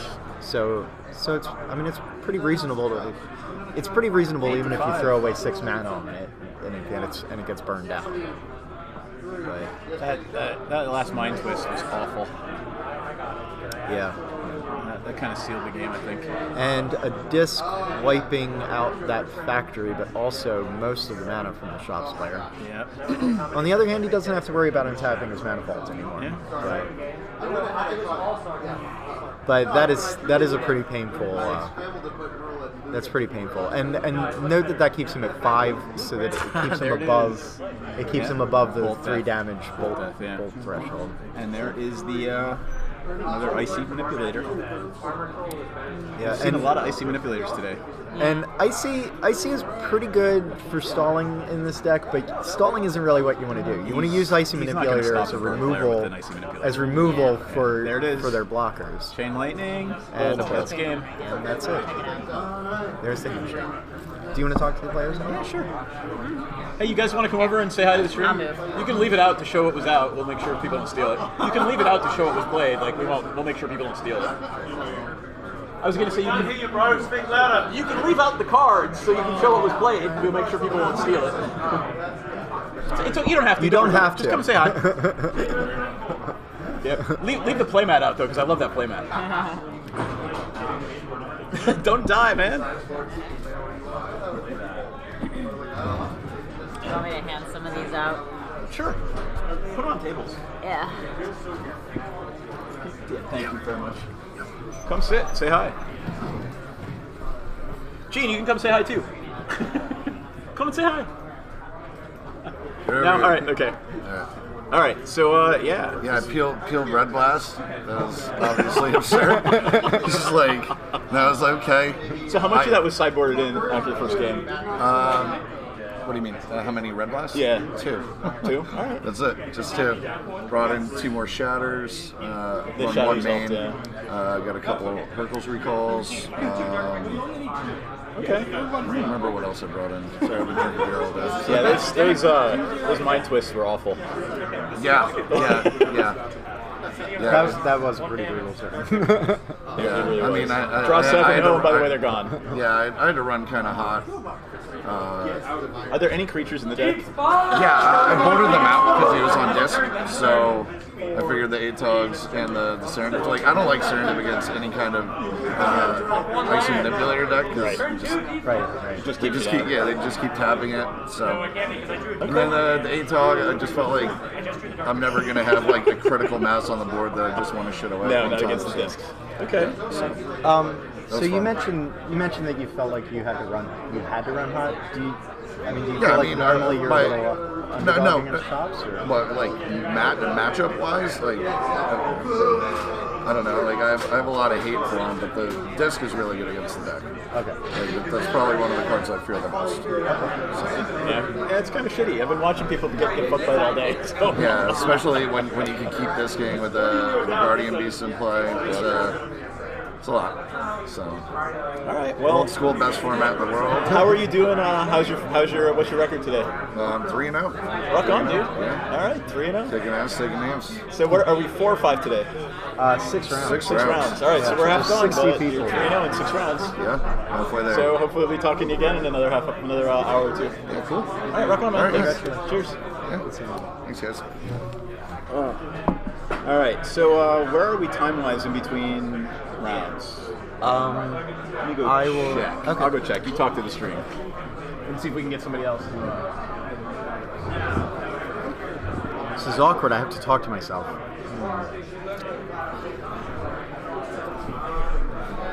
Good to see a few names I still recognize over here on the stream. Yeah, I'm sad I missed the Guardian Beast part of that matchup.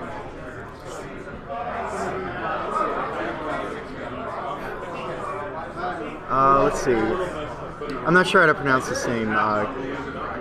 Kazel. We'll see if we can get Anson Maddox back. We've got a few more people to interview, I believe. I'm not sure if Drew's been on the stream yet, so we still have to interview him. I think it would be nice to get somebody from the venue here. This is a pretty cool brewery. We've got a whole bunch of bats around here, so. And a little later, we might have time to get an exhibition match on camera between a couple people that aren't necessarily playing right now. Black Vice does still work when tapped. So in old school, we play with the current rules except for keeping mana burn, and that there's a couple errata cards like Chaos Orb to make them work somewhat tolerably in the format.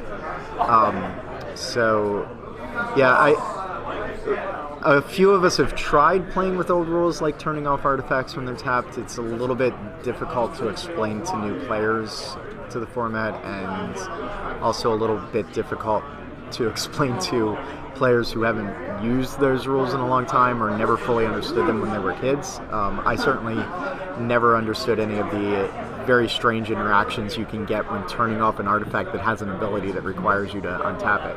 So something like Mana Vault, which I don't fully understand the streaming software, so I'm not sure I can bring up a card, but Mana Vault requires you to pay 4 mana if it's tapped, but if it's turned off, if an artifact is turned off when you're playing it, then you can't pay 4 mana to untap it. So they had a whole bunch of exceptions for that rule, and that was one of the reasons they got rid of it.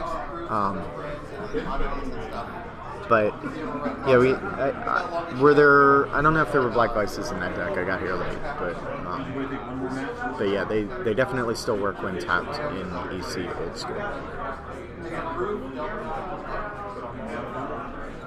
Yeah, that's so cool. Oh my god.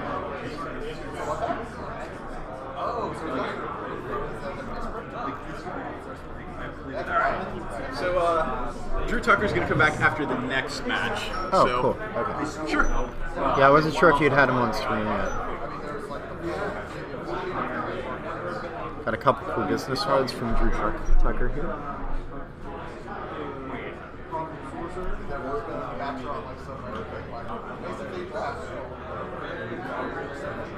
Drew's one of my favorite artists, so I'm definitely looking forward to hearing his interview.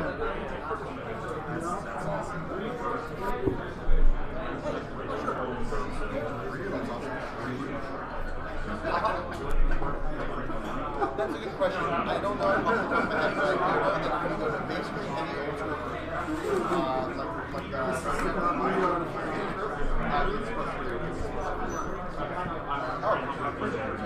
you might have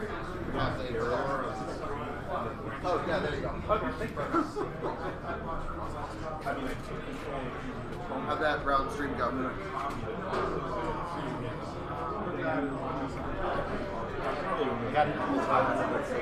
Okay. Oh, because you played. Sure. Yeah. John, where are we now in this one?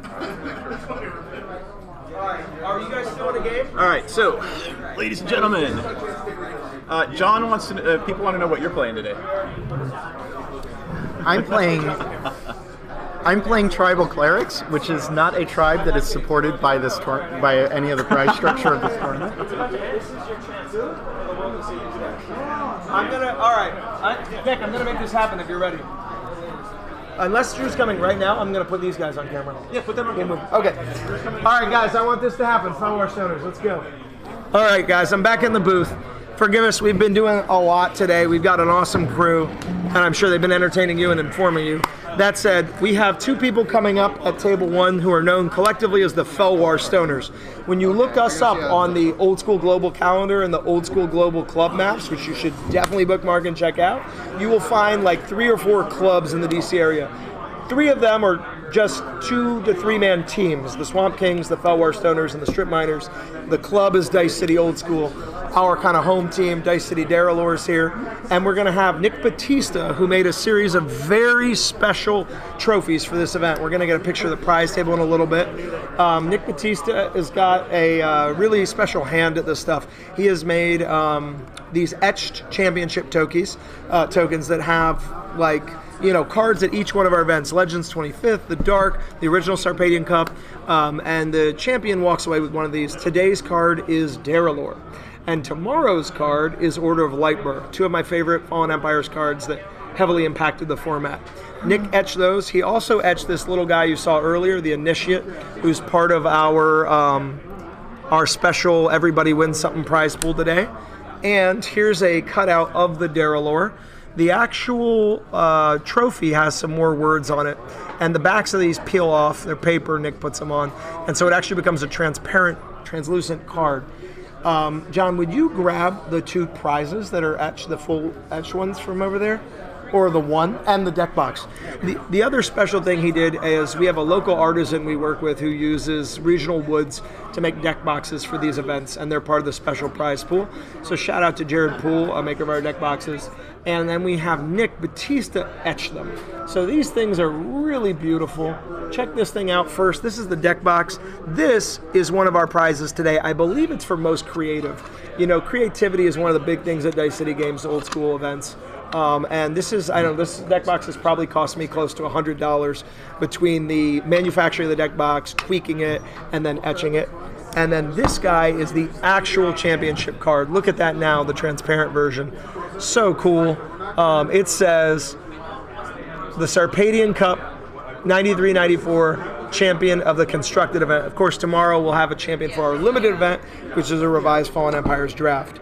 And then, in case you missed it earlier, another one of the first place prizes, this beautiful custom artist proof of Llanowar Elf, done by Ansomatics for the event. We just love these prizes. And while we're here, these guys are we in game? We are. All right. Let's get you guys on camera. Nick, we're going to scoot you over about a foot. I also want to show you this while they're like adjusting. This is our Acacian Scout. Famously, one of the things about Fallen Empires is that it was only printed in one language, Give it another, which is English, and it had lots of misprints. Now, some people don't like misprints. Over time, we've actually come to collect these things. So if you see this guy, it's got another card showing. These are not NFC. The Fallen Empires miscuts you're seeing in the wild are they are not factory cut. That's what NFC stands for. Meaning these are factory cut errors. You'll have a lot of shifts too, where they're slightly off center. I love the shifts. I can't play it on slave check. All right. Now I'm gonna scale back all the exterior commentary. Get John in here again. We're gonna focus on this game. Like I said, Nick Batista and his opponent is Stephen Preston, the Felwar Stoners. These guys are playing on theme. We just saw a deep spawn. Sometimes he's reanimating, sometimes he's hard casting them. Notably, both of these players are playing for Daryl's main deck. Yes. Look at the Ansomatics board state on Steven's side. Just put your name up. We're seeing a lot of Elvish archers today too. Yes, we are. I played against them last round. I played against Elves last round, and Luke was on camera last game and drew his single Elvish archers in two of the games. Okay. If I give you their names, can you put them up? I'm doing it right here. Awesome. Do you know where they're from? Yeah, these guys are from DC. Hometown boys. So there's an animate dead on the deep spawn, and yes, we're off to the races. On the races. Did Nick forget his upkeep trigger right there? He might have. Nick, do you have an upkeep trigger?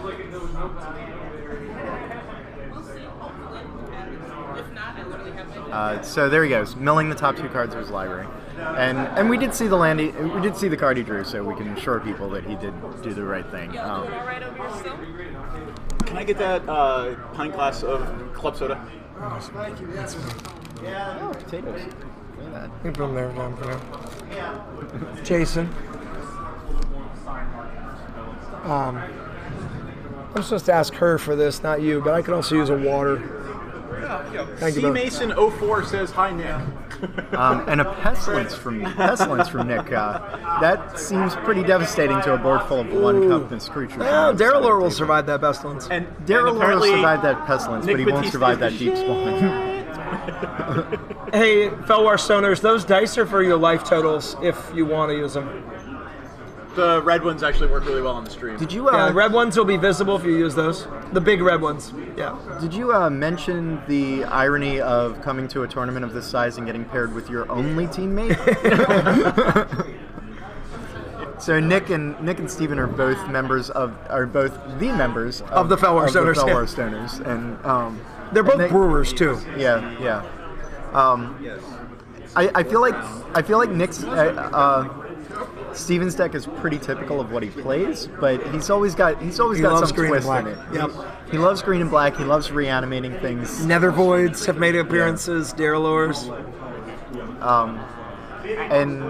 And I mean, Nick, aside from being creative about making prizes for everyone, I feel like he always brings a deck that has some interesting interactions, and he never really sacrifices playing good cards to get there. He also was famous for building a deck that won multiple prize categories at one of our earlier tournaments that was last year, where we had prizes for cards from the Dark and Legends and Fallen Empires. It was a let's build with things besides, ABUR, Antiquities and Arabian, which are great sets. I love them. Don't ever get me wrong, but they have dominated Old School for far too long. Let's shine a little love on cards from the Dark, cards from Legends, and cards from Fallen. I actually think percentage-wise, Fallen has the highest played in Old School formats where it's legal. Yeah, maybe. Look at the percentage of cards played from the Dark. It's like 4 or 5 cards.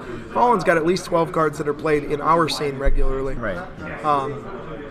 And the same thing with Legends. If you look at how big the pool is to how many cards see play, it's like less than 5% of the set, tiny amount. So it's cool to see Nick come in and have a Fire Drake deck with cards from Legends and Fallen Empires.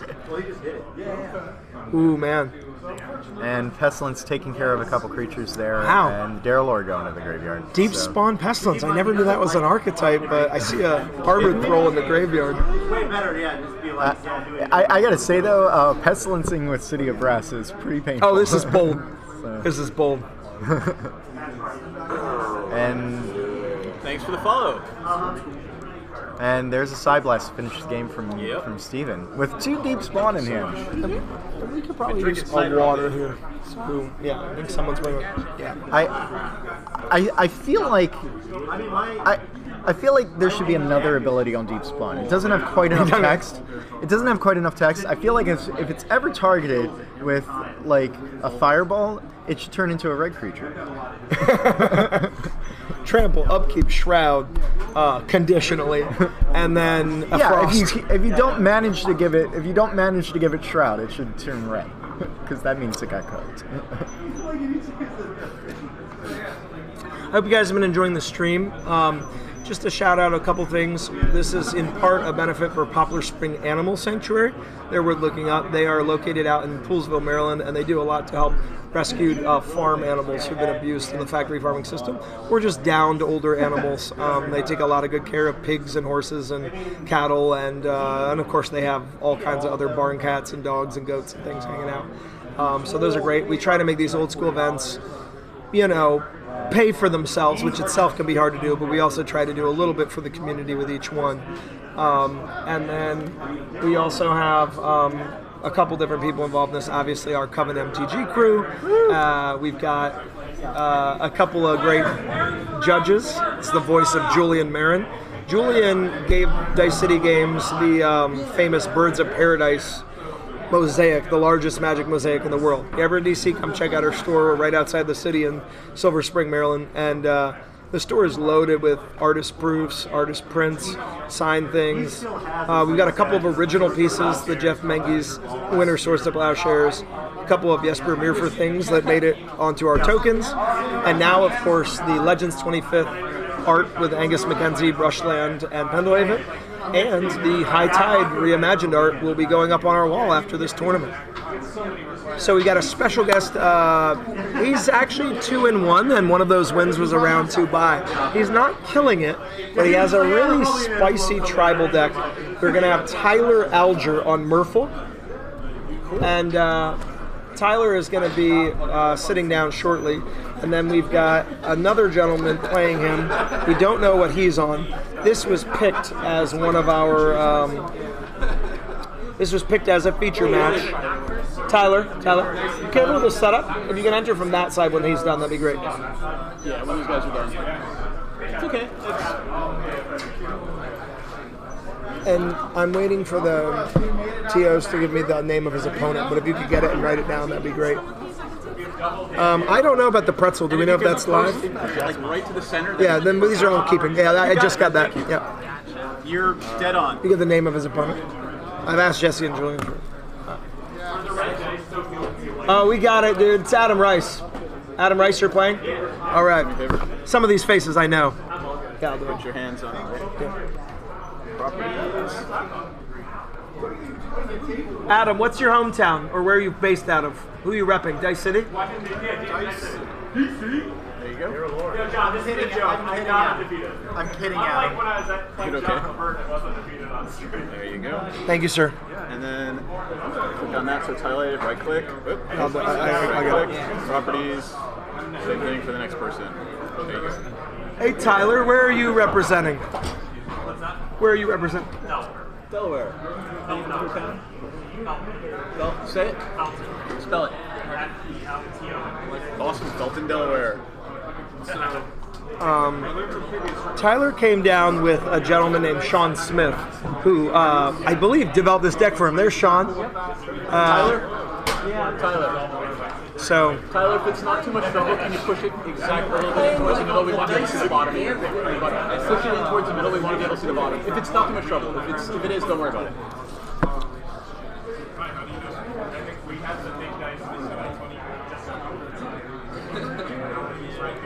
There we go.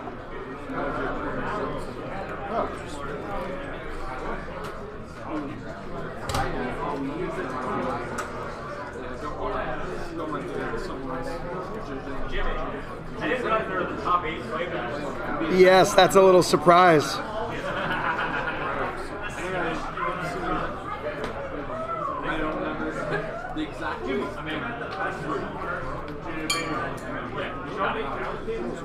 Valid pin. Trade for one. Buy one. We got a set. Hey, Richard, could you bring me the pin set, please? Or send one my way?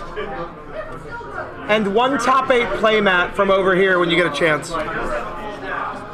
There's top 8 playmats.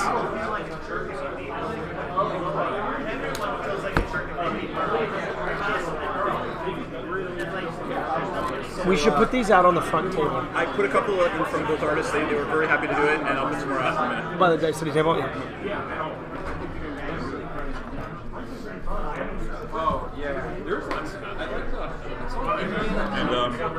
Shout out to the women in the room. We do have a couple women playing. The old school's been male dominated, but you know what? There were women playing Magic back then too, and they're starting to discover the format.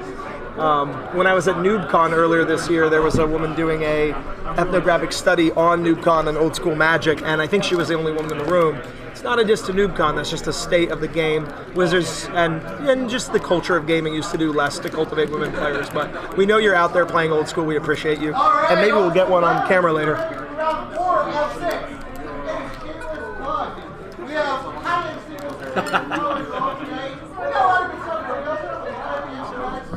Always doing an announcement.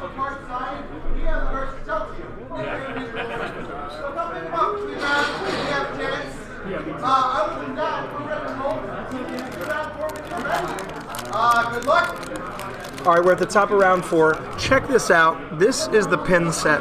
I'll show them to you one at a time. We are already in the game though, so maybe I'll refocus on that for a minute. We have a humble Merfolk of the Pearl Trident. Now, Merfolk of the Pearl Trident is interesting because it is a vanilla 1/1, as they call them. But it gets pumped by all the other Merfolk. Yeah, it gets pumped by that Lord of Atlantis, and that's a key part of what we are trying to do with this tournament. And there is River Merfolk. Yeah. River Merfolk is very notable as Pro Red. Yeah, he has 1 blue gives him Mountain Wolf. And this format's dominated by islands and mountains. So I want to say a thing about River Merfolk. He is a reserveless Fallen Empire rare. Reserveless. Yeah, they wanted that ability to be unique, I guess. They needed a couple chase cards in Fallen. Now, as a 2/1, he is the only Merfolk in Old School, other than Lord of Atlantis, with 2 power for 2 mana. And I was, I believe, the first person to play Merfolk in the US in contemporary Old School. I developed a deck for the very first Eternal Central tournament at Eternal Weekend. My deck wasn't legal. I was one of 18 registered. Turned out my City of Brass didn't have the right art. Thank you, guys. Montreal crew played Merfolk too. But we weren't able to get myself in the tournament. Ended up being 12 people. But I continued to bring Merfolk the first several years. And my arguments were, 1, it enriches the card pool they have in Sweden, the wonderful Alpha Through the Dark card pool, to have this set because it's a natural expansion of Alpha. And 2, clearly alpha laid out tribes, zombies, goblins, merfolks, they all had lords. And the playtesters wanted to really develop that theme. Here, the best thing a tribal deck can generally do in old school is have a competent 2-drop. Orcs have it in Brassclaw Orcs, Dwarfs have it in Dwarven Soldier, Merfolk have it thanks to River Merfolk, Soldiers, and so on. It's the reason I think that Camarids and Homerids really struggle. They don't have a competent 2-drop. But River Merfolk changed the game for Magic and really made Merfolk a more viable set. I actually have in this box part of my original 1994 Merfolk deck. Put it in a new box. But let me show you a little close in here on River Merfolk. And guess what, world? This is going to be our first scrying spoiler. River Merfolk is printed in the Magnus de Laval Swedish 93-94 backed Scryings fan set. So this is your world spoiler number 1 for Scryings. River Merfolk, the 2-1 that can, will be a part of certain Swedish legal and American tournaments next year, playing with the Scrying rule set. This is part of that Merfolk deck. I couldn't find, when I was a kid, I probably had 1 or 2 Arabian cities, so I won these. Not legal in old school, original art kids. This deck I'm going to just show you a little. Of course you're watching the game today, but we had our Merfolk Assassin, we had all kinds of cards that I added over the years. Vodalian Mage. Now, Tyler's very ballsy. He's actually playing Vodalian Mage and Vodalian War Machine, which are pretty rare to see in these decks these days. That's just super duper. You gotta have your Phantasmal Terrain. You gotta have your War Barge for your Assassin. So this guy's on the all-in Merfolk. He's less on the classic Jimmy Cooney Merfolk where I used a lot more power cards and tempo cards and red. You know, I'll sometimes splash Blood Moons and Lightning Bolts, Shatters. This guy's just on the straight mono blue budget Merfolk. And we want to show people that this deck's viable. So let's see if you can do it, River Merfolk. Now, Serenity Gene, powerful. The 5/6 flyer with the nasty upkeep. But these tempo plays... Is that 2 in a row? He's going to get this. Look at that. The unsummoned and the power sync. This is exactly what we want from Merfolk. Those tempo plays that make it valid. Yeah, take that, Jin. Little blue versus big blue. Let's see what we can do here. All right. What are life totals, Adam? That's what those dice are for. Yep. Just making sure we're keeping up. 15 to 8. Yeah, they are. He's just not paying Can we? No. I want to move the other dice off the screen if we can a little bit. Just push the other ones off to the edge. The one on your right? Yeah, thank you. There we go. I love the playmat. And I'm talking about the Dan playmat. All right. Here we go. We're going to try to stick a gene. Oof. Brutal power sync. He's not even tapping all his mana. 1 point power sync will do it. Let's just play.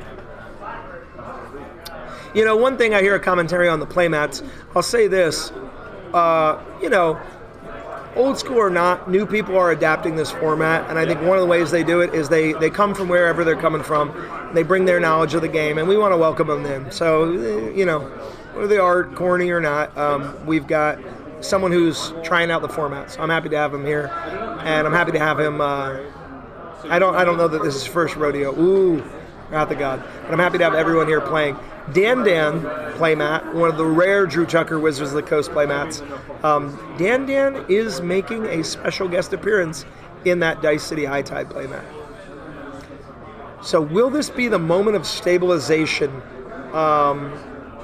for Mr. Rice? We're going to find out. Merfolk, it's going to struggle here if it's just in top deck. Oh, Vodalian Knights! Yep. All right, let me tell you about this card. I card. love it when somebody has to lean over the board and look at the card and go, what the heck did you just play? All right. Vodalian Knights is very special because everyone for years was high on this card called Thunder Spirit. And Thunder Spirit, of course, is one of our stronger mono-white cards. It's a 2/2 flying first strike. And people just, you know, they're spending $200 sometimes on these things in English Legends. Let's see, can we pull up Vodalian Knights? I'm trying to find mine in here. Yep. might be in another Easily spot. done. So Vidalian Knights is not as good as Thunder Spirit, but back then they often nerfed blue's creatures because blue was so damn powerful.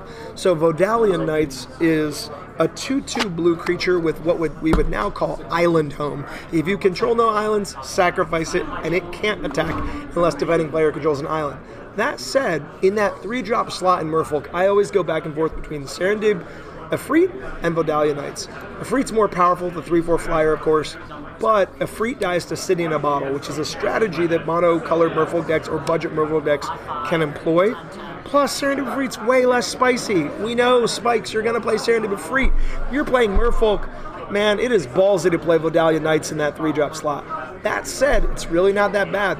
A 2/2 that for 1 blue can get flying and has the Knight first strike ability and can often attack in a blue heavy meta like we see here. What is the other? It's going to put in work. Yeah, no, that guy. We did bring that up. Amy Weber's. No, it's not Barge. Not War Barge. It's Vidalian War Machine. Vidalian War Machine. Oh my God! Did Merfolk get it? Yeah, Vidalian War Machine. Whoop, there it is.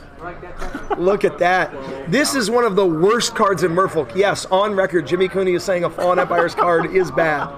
But it's in the deck. I love it. A 0/4 wall, now a Merfolk wall. We all knew it was a Merfolk when we were kids, and you have to load the Merfolk up onto the machinery. You can see it's a classic Amy Weber gyroscopic thing. And the original vehicle, yeah. And if the wall dies, the Merfolk die, which is just brutal. You're really hoping that your Merfolk soldier, a 1/2, unlike all the other soldiers, your Vidalian soldier, really hoping to load it up with Vidalian soldiers, which is just about as bad as you can do. But, you know, these guys, Sean and Tyler, they get props for the spice. All right, while we're preparing, I want to show you these tokens. This is what we did for this event. This is the Goblin token. Shout out to Micah McRiver for helping me find this art. This is the Saproling token. Hopefully you can see this. This is original art Jesper Mirfers did for us. We got the 1/1 Saproling. This, of course, is made by Night Soil and all of the Thalids and Elvish Farmer. The Goblin made by Goblin Warrens. Here we have the Cameron. Now, most people don't know what makes Cameron. This is another Jesper Mirfers art he did for us. There we go, thank you. And then our citizens there. Yeah, you can do all these, that'd be cool. Cameron is made by Homerid's Spawning Bed. The interesting thing people forget is that Saprolings aren't on cards. Little lower. Saprolings are made by the Fungus cards. So they're actually Fungus and Saprolings. It's kind of 2 tribes in one.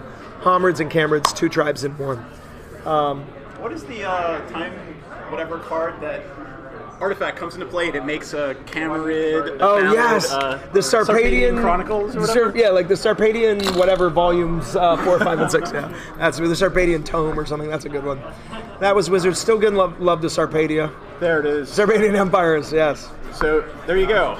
Choose a color, comes into play. You choose whether you want to make a citizen, Camerid, a Goblin, or Saproling. This is it, baby. All you Sarpadian Empires Volume 8, 7 players out there, we got you covered with our limited run set here. So yeah, let me say something here about this match. So we saw a couple things going on, and we maybe didn't give enough credit to Adam's deck. Adam's also a brewer. You know, Serendib Jin is also underplayed compared to Serendib Efreet. And we have one of these classic blue matchups that I actually think gives Merfolk a little edge. If it were to, say, be playing another deck like Mono Black, Merfolk would fall behind on tempo, would fall behind on the inverse card advantage of Hymn to Turok. But in these Mono Blue decks, you're surprised. You know, Lord of Atlantis can make dudes unblockable, and of course Vidalian Knights can fly. The Island Home doesn't stop them. I don't know if we have Dandans in that sideboard, but Dandan against the guy with the Dandan mat would be pretty spicy. Yeah, we're also not like doing this super professional. These streamers watching us, our players can sometimes hear our commentary, so we're not trying to give away too much here. But all right, so you heard it first. To recap, our first scrying spoiler: River Merfolk is in scryings. Let's see if I have anything else in this little deck box of yore that has a scrying spoiler. Oh, there's our first cry of Judge that I heard. Yeah. Judges not welcome in Old School. Just joking. We have a judge.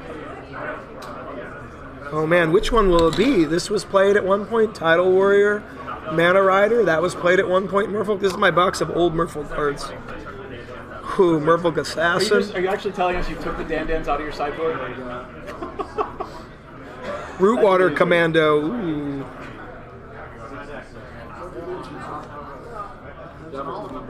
So, I think it might even be time to spoil our next card.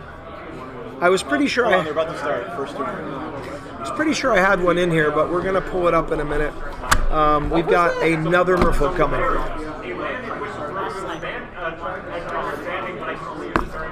That's crazy. I've never seen anybody play a Tolaria. No. And I'm going to know most of these cards, so let's let them focus on it. With Tolaria, I used to play this in Merfolk sometimes. It's really only particularly relevant if you're dealing with a tsunami or something else that hurts islands, an active volcano. All right. That's the thing. Marvel player didn't have his force spike up there. Let's see what he can do.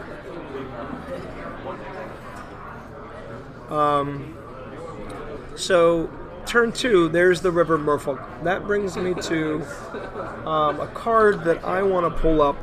I'll put it here.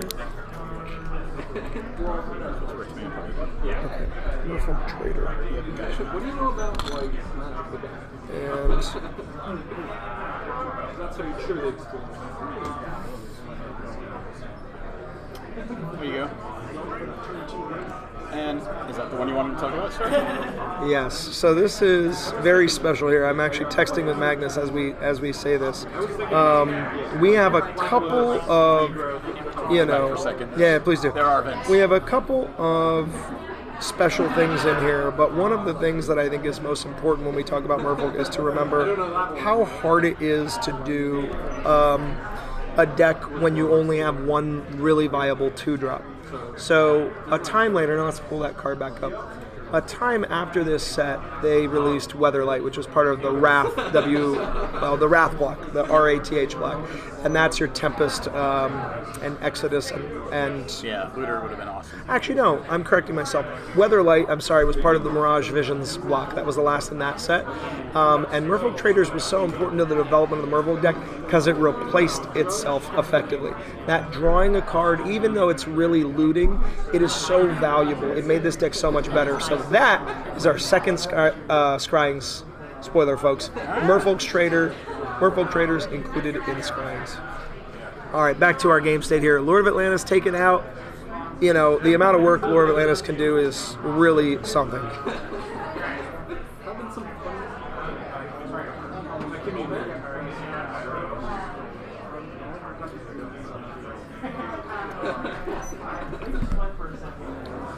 All right, so we've got 16, 15 here, and these turns, these kind of like middle turns are very important to the Merfolk player. I played this deck enough to know you've got to like not overextend into that Wrath of God, which he has the mana for, but you also need to keep the pressure on. It's a very delicate balance when playing it. He's going to land Sea Singer.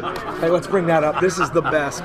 Again, Amy Weber, one of my favorite artists. This, you're wondering, did Fallen Emperors have chase cards? Yes. When it came out, before everyone owned every card, Sea Singer was a chase card. Again, it's kind of got that Island Home effect, but it was a play on a earlier card, Old Man of the Sea.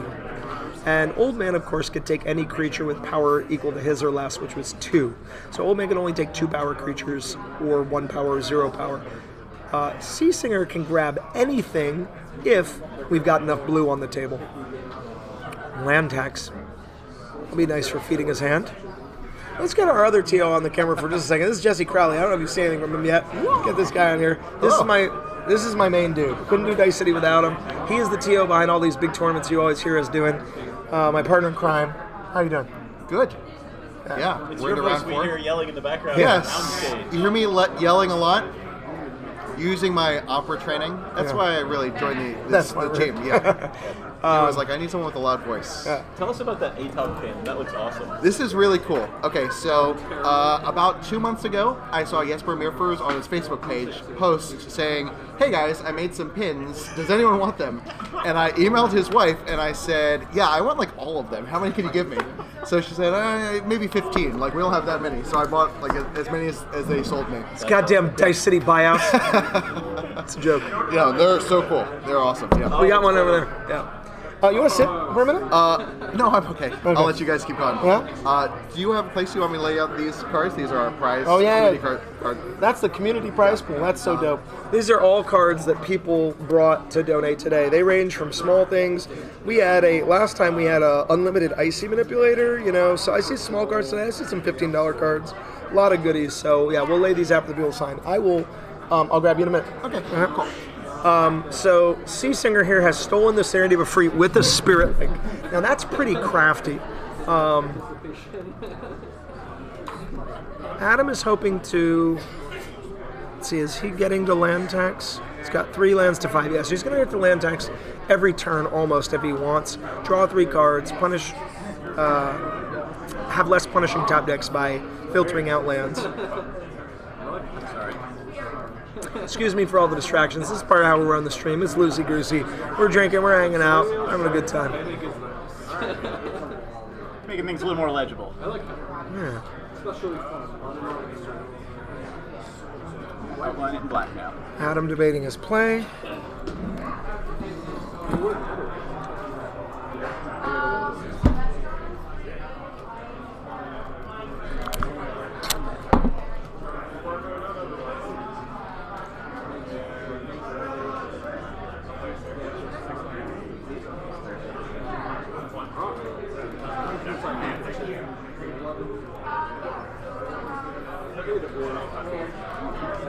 There we go.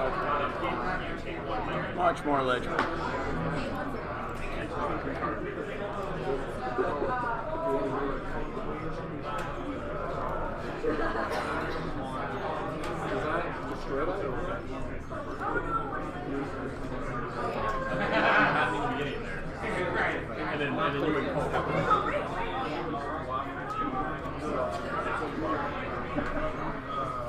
Lock the river, merfolk.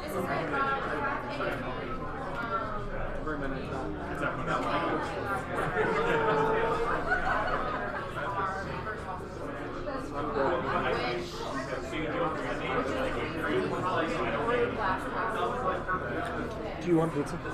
Sure. How do you like it? Whatever you want. I'm gonna do it because I know you're veg. Yeah, that's fine. Cool.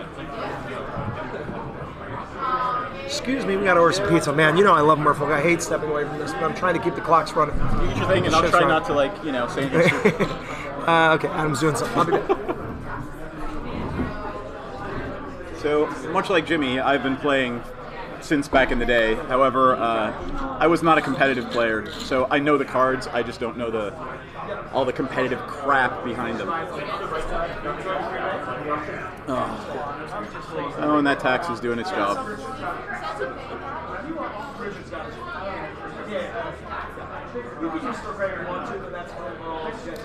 I will, however, point out the gentleman in the lovely Hawaiian shirt behind me who should turn around and wave, because that shirt is awesome on the stream. He didn't hear me at all. Sir, you in the Hawaiian shirt, it is awesome on the stream. Your shirt looks amazing on the stream.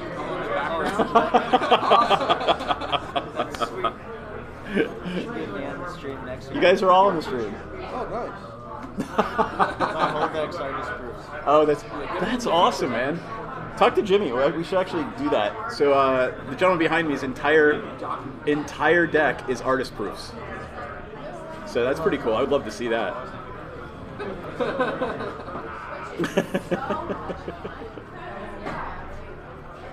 It's funny though, I mean, from playing for so many years, I can see the card and I know what it does, but half the time I can't tell you the name.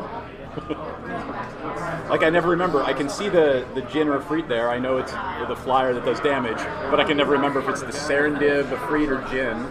Right. And I love the fact that it was misprinted in green. Why? Because, like, the original artist never kept it out.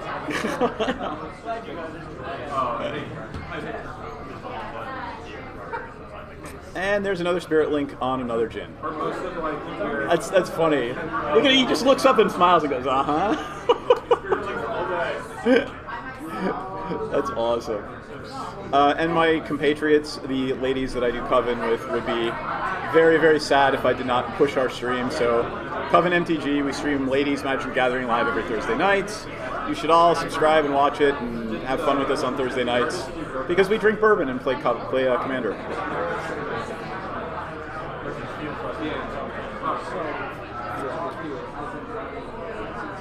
Oh my God, are you searching your library for planes?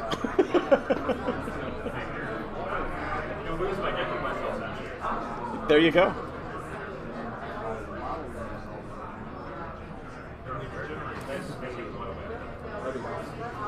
Are most of their correspondence? We are at 8 to 9, close game. Thank you for the follow.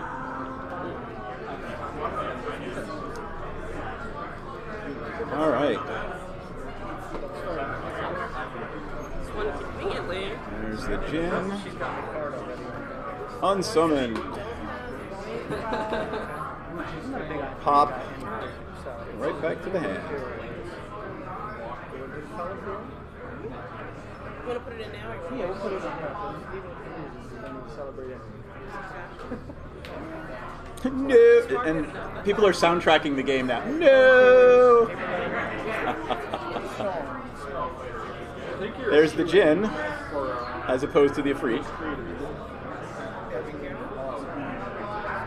I agree with you. That's probably a thing he could have done, but at the end of the day, yeah, it probably would have been a better choice. But again, I'm not going to say that out loud.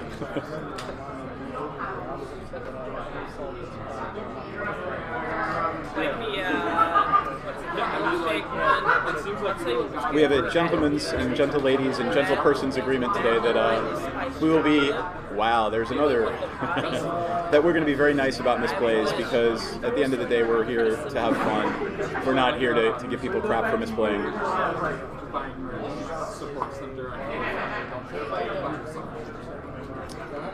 Yeah, and there's another. Man, power sync in that deck is doing its job. Imagine like biting into like freshly baked banana nut, but it wasn't heavy.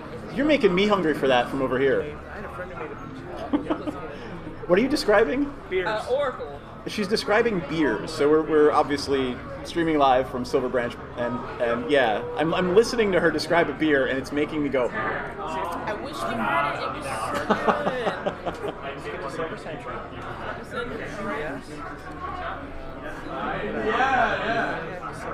Let's try the color. What I missed? Okay, I already did that.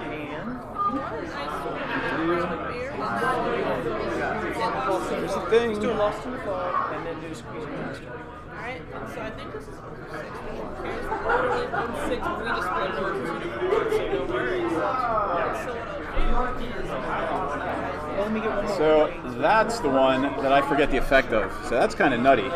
I remember how good and bad that card was back in the day. The drawback is a real drawback.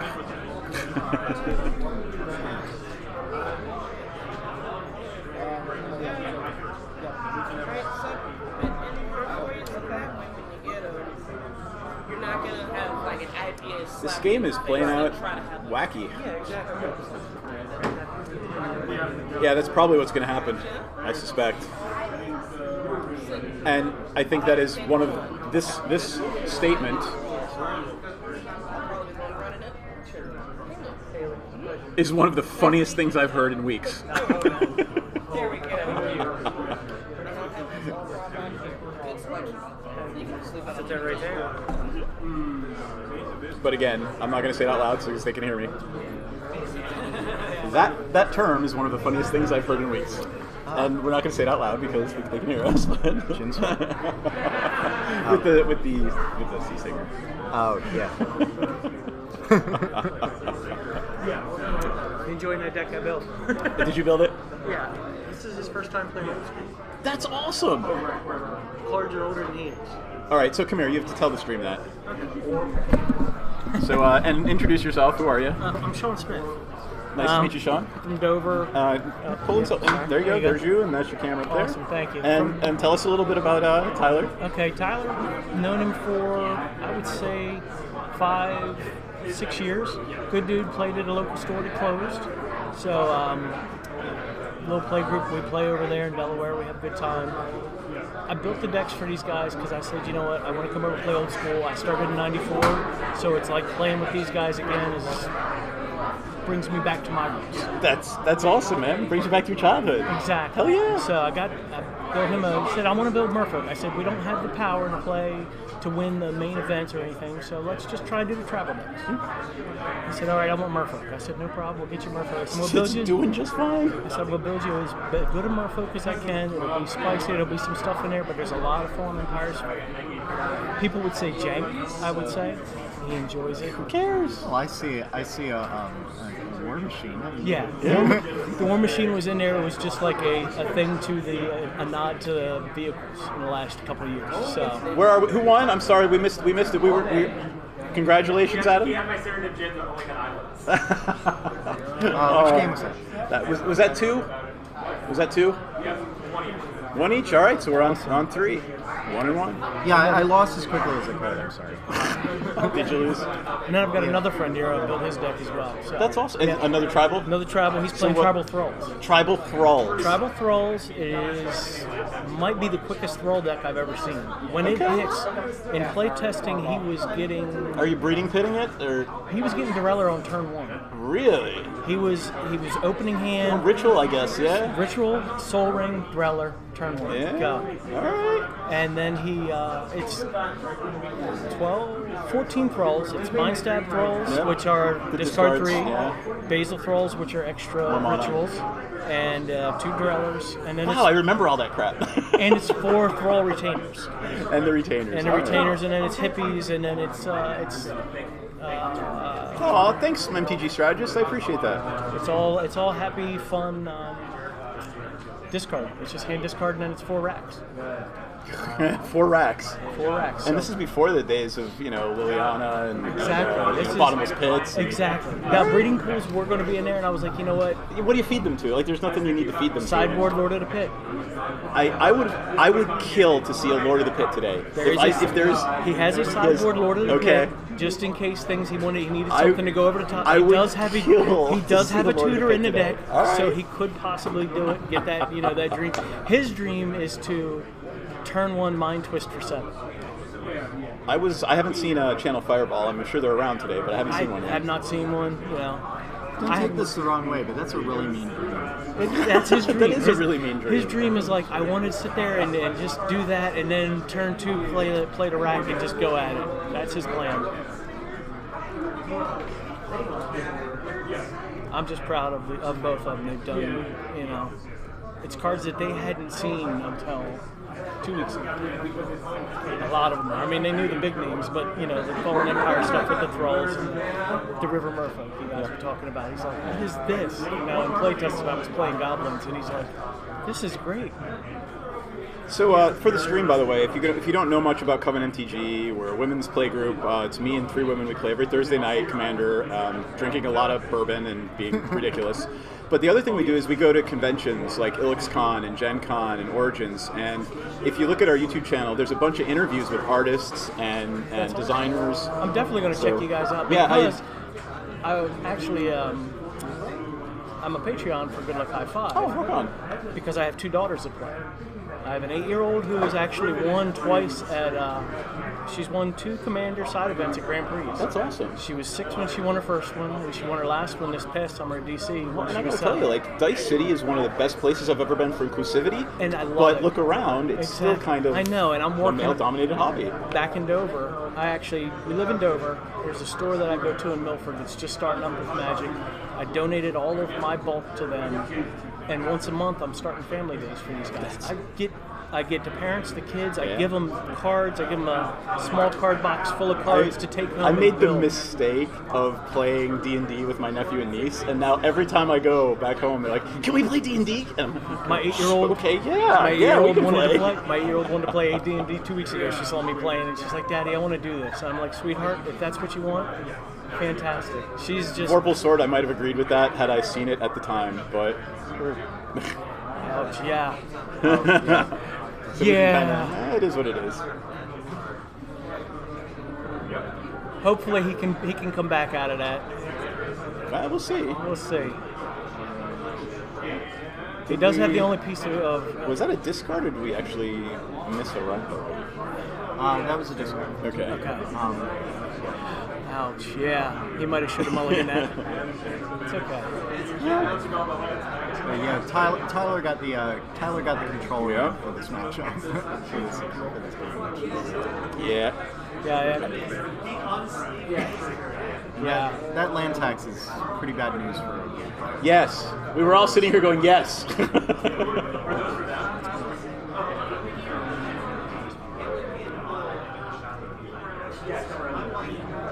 You can throw them on the end here. You can throw them on the end here if you want. You can put them right here. You can put them on the end right here. Good food choices, guys. I had the same thing. Did you force spike the counters? Wow. Are you kidding me? You force spiked a power sink. Wow. Alrighty then. Hey, that was a great play. That was.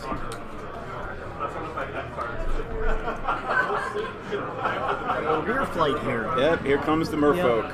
I told him he was on. 4 and 4. So this one is ending right here with your last. Planes. This one is starting with Chronicles. So Chronicles, Squeegee. Oh my goodness! What a shocker! Paper Lantern. Adam getting Pass, white mana. Silver Century. Mostly white deck. Yeah, this has been pretty crazy. Like some of these matches I've seen today are games that I haven't seen in 20 years. Like I said, it takes me back to being in high school. Yeah. Well, this game in particular, because I'm not watching people dropping Moxes and Lotuses. And like this is actually like a game I played in high school. You know? Exactly. Like we didn't realize how good those stupid factories were. Oh, those factories. We had no idea how good they were at the time. Factories weren't as good at the time. I'm so mad at myself for not putting factories into these decks. It's okay. I mean, so Factory didn't used to be able to kill a creature if it tapped by itself. Yep. So and then it became and also I mean Strip Mine. What he just did, he just unsummoned his merfolk. Yep. His own merfolk to get rid of the Spirit Link. Yes. I'll bet it'll be a land. We got 4 spikes, we got on summons, we got powers. And another land. This here. really is old school Magic. Yeah, Tyler just playing right into the land tax. I mean, He's not even killing. He's like, you know what? Let him deck himself with it. and there's Merfolk. Yep. We agreed. Yeah, we all agreed it does need them, but the question is... Oh, missed. Yeah. No, he doesn't. I did not put him in there. My bad. What are you playing? It's okay. I am playing Soldier Tribal. I'm basically playing Sarah Soldiers. It is. I played Tribal Soldiers last circuit. Okay. I played the Fall of Acacia. Unfortunately, I won 1 round. Nice. But you know what? I have won 1 round so far today, and I'm perfectly fine with it. It's dude. I haven't even played today. I'm having a blast. No. I wasn't saying. Unfortunately, I only won 1 round. I'm saying if you're doomed to if your empire's doomed to fall, you should lose all your rounds. You do have a point. You do have a point. Yeah, I got a nice disenchant from my cards. That is fantastic. I said to myself originally when I was building decks, I built a goblin deck. Is this round 4 or 5? This is round 4. Okay. I built a goblin deck. So, Cave Girl, there are 2 more rounds after this, so probably another 2 hours. Could not get a win. Could not. I just kept stalling out with it. So Maybe an hour and a half. I'll just play this white deck. I'll have more fun with it. And it's fun. I mean, it's nothing super powerful. The most powerful card in my deck is my Happy Italian land tax, because to me, land tax with the original art should always be Italian. What is it? De Tutto? Yeah, De Tutto. Let's pull it up. I have it in my deck. But that artwork, the Phil Foglio artwork on it, just looks like it needs to be an Italian. I didn't think that would work, but Let's see. There it is. Oh, they gave it to you, and still the new artwork. Japanese. Oh, I'll have to switch to the. Yeah, you have to switch to Legends. View all prints. So there it is. There's a boomerang to get rid of that factory there. Yep. And I believe Adam's above 7 cards again. So. Tassa Solitaire. Tassa Solitaire. There we go. But yeah, that artwork with the Italian, just. Yeah. Well, I remember because it was nobody wanted to pay for a foreign card, so it was easy to get a black bordered foreign card back in the day. Yes, now they're just as expensive. And another Spirit Link on that. I suspect there's 4 in the deck. Yeah. Well. Most likely. Yeah, so Adam always has some interesting idea for a deck that, you know. Last time he was on a Jacques Lebert deck, made the finals. He was undefeated going into the last round and just barely lost a squeaker. There you go, Tyler. And there's Mana Short, which notably takes care of that factory blocker. That was one of the fun little things when Tyler was looking at the deck. He's like, "What is Mana Short?" And then he reads it and he goes, "Why don't people play this? This is just." And I realize, you know, standard environment stuff, but. All right, where are we in this match? This is game 3. Can I jump in here? You certainly can. Here, I'll get out of the way for one. The Merfolk are okay. You having fun, John? I'm having a blast. Yeah, we just. This is what I wanted to see, baby. Tempo Merfolk. You can do it. A power sync force spiked. Yes. Can I drink this? When we saw the Merfolk, Tyler boomerang unsummoned his own Merfolk to get a Spirit Link off of it. So every time budget decks come up, people go back to the well of 3 decks: mono black, mono white, and sometimes the third is kind of a revolving slot, pink weenie or etc. I've long argued the first Merfolk deck I built did have some blue power and a sapphire, but I would play it unpowered with main deck Energy Flux. Shout out to our friend Jordan Boyle in the UK who finished top 8 at NoobCon this year with the mono blue Merfolk. I think I was top 24 with the blue-red Merfolk. That's in Sweden, where you can take advantage of Energy Flux, City in a Bottle, Flying Man, Lord of Atlantis, but you're missing the crucial River Merfolk. This deck that Tyler's playing is the classic tribal, like 94 white bordered Merfolk deck. I love this deck. You can scale this deck as budget, or you can scale it fully power. But I really want to encourage anyone out there watching, play Merfolk, build it. It's fun. It can be done on a budget. You don't have to play mono black every time you're on a budget. When your friends get in the format, you can tell them about other decks besides mono black and mono white. There are viable budget goblins, Merfolks, and so on decks out there. That's what I preach with Merfolk. All right, we got a book. We got a text. Letting that book into play, even though he has power sync in hand. That's crazy talk, right? Let's not be too louder, but that might be crazy talk. I'm going to leave this to you guys for a few minutes. He's got his angle, though. Maybe he knows something. He's got a Dream Power in hand, but he doesn't have anything. What was that gesture there? Is he not attacking because of the? He's not attacking because of the Soul Factory. Yeah. So I think letting that book into play was a mistake there. He could have actually countered it. We'll bring you in a little more so we get it. And it would have. He could have actually countered it and would have tapped out the factories. So he could have gotten 3 more. And that 3 more damage there is really important. That's how this deck has got to get ahead. But yeah, and I don't know if Tyler's playing Brain Geyser, but that Dream Power in his hand is going to be pretty good if he is. If he does, yeah. Has he taken advantage of Mana Short well? He used it to squeak in a few extra damage earlier, but I mean it's a tempo card and it's better when you have critical mass of creatures, which he hasn't really had in this game. And I feel like he's falling behind here, and he didn't have to as much. But let's see what happens. Well, it looks like he might have enough to power sync this gym, and that's gonna tap out Adam. He might draw a card in response, but no. Oh my. Brutal. Mana drain, book mana.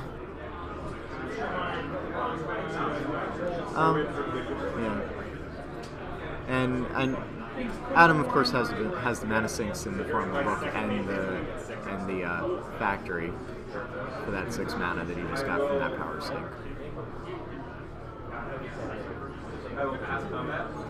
Go to my second main phase with 6 colorless. I'll use 4 of it to tap the drop. So, tome to use up 4 of the mana. And it looks like he drew a Brain Geyser, which would have been a pretty spectacular use of that extra mana. Gotta keep up letting the people know about our spoilers. Well, Vorpal, Adam actually has the factory to use up the rest of the mana. Which is where that 2 colorless just went. But there's a gym on the table, which is going to end the match pretty quickly. Although, and Adam's at a healthy enough life total that he can send it along. But there is a boomerang in Tyler's hand that can help take care of the Jin after Adam starts sacking lands. Adam ditching his strip mine to the Jin. If Adam wants to avoid taking damage, he might also. I mean, he's gonna end up sacrificing some of his white mana. He's gonna end up sacrificing some of his maybe his factory eventually. But Tyler really needs something to do with that drain power to be able to use it. It's way too much mana to just take mana burn. And another boomerang.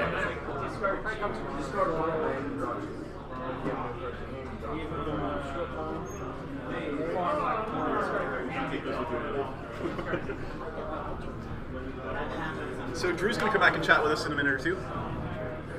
Great. Tyler a bit in the time.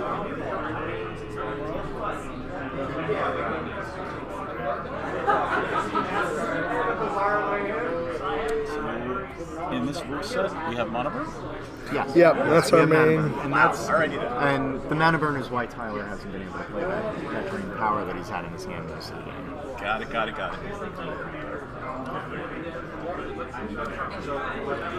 This seems like a really fun format, man. Yeah, it's a blast. So how long have you been involved in this? Myself, I've been involved basically since the beginning in the States. There was a tournament out on the West Coast that I read about while I was playing Vintage. Okay. I believe at Eudaimonia Games and a couple other very early West Coast tournaments. Jason Jaco, Stephen Benetti were involved. As soon as they announced the first East Coast tournament at Eternal Weekend, I want to say 2013, 6 years ago, I can't believe it. Maybe even earlier than that. I think it was 2013 though. I registered for that tournament. There were 18 of us registered. I couldn't play because they have very strict reprint policies. And I think I sent my deck photo to Jason Jaco the night before or something, or I found out the morning of that 5th edition City of Brass, because it had new art, wasn't legal. So I didn't actually play. Only 12 people played. And they wouldn't let you play because... No, yeah, I knew they weren't going to. I didn't even... Yeah, I knew it was bunk. But that's part of the purity of the format. That said, the next year I played, and we went from, I think, 18 registered, 12 playing the first year, to something like 56 registered the second year. That's where I met Brian Manolokos. Check out his podcast, All Things Considered. I met my buddy Famdula from Philadelphia. And Fam, a guy named Bobby Victor, who doesn't play Old School anymore, and myself put on a tournament in Philly that following year. I want to say 2014, 2015, the winner.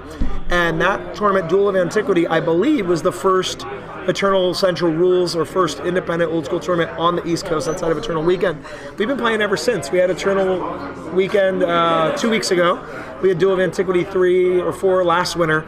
So I'm lucky to be an early adopter. And at the time, because most people were building off of the Swedish legal list that don't include Fallen Empires, no one was really playing Merfolk. And I felt like I had played the deck in 93 and 94. I was like, this is a deck. Someone should play it. They played it occasionally, just Lord of Atlantis and Clone as a blue mid-range deck. But this rule set really shows what Merfolk was like in 94. So I'm very pleased to see this guy's deck really echo what 94 Merfolk decks look like. I very, very, very clearly remember playing against Lord of Atlantis, the Merfolk, Power Sinks, Force Spikes. Like, I remember. It's so cool. He's even got the mana shorts. It's really neat. I mean, there were a few Merfolk decks floating around. It really wasn't until Tempest, though, they got a huge solidly boost. Yeah. Was it the loot Merfolk? I think Merfolk Looter was in there, and Manta Rider. What was the Portcullis symbol? Stronghold? Well, I mean, that was part of the Tempest block, but Manta Rider was another one, which was a Merfolk you could get flying to. I feel like an awful lot of the earlier Merfolk decks weren't necessarily as strong as they are now, as what people play now. But yeah, I mean, cloning. Good game, guys. Cloning your Lord of Atlantis and Island Walking. We tried, Merfolk. We tried. Nothing about this is normal. That seems good. This combo has enough family when we All right, so Drew's gonna come down. We're gonna put him in the hot seat and ask him 3 fun questions. I'm gonna put you over here. Twitch.tv/Coven, right? Coven MTG. I mean, we're also live on Facebook and YouTube under the same handle. I know. And Drew will be here momentarily.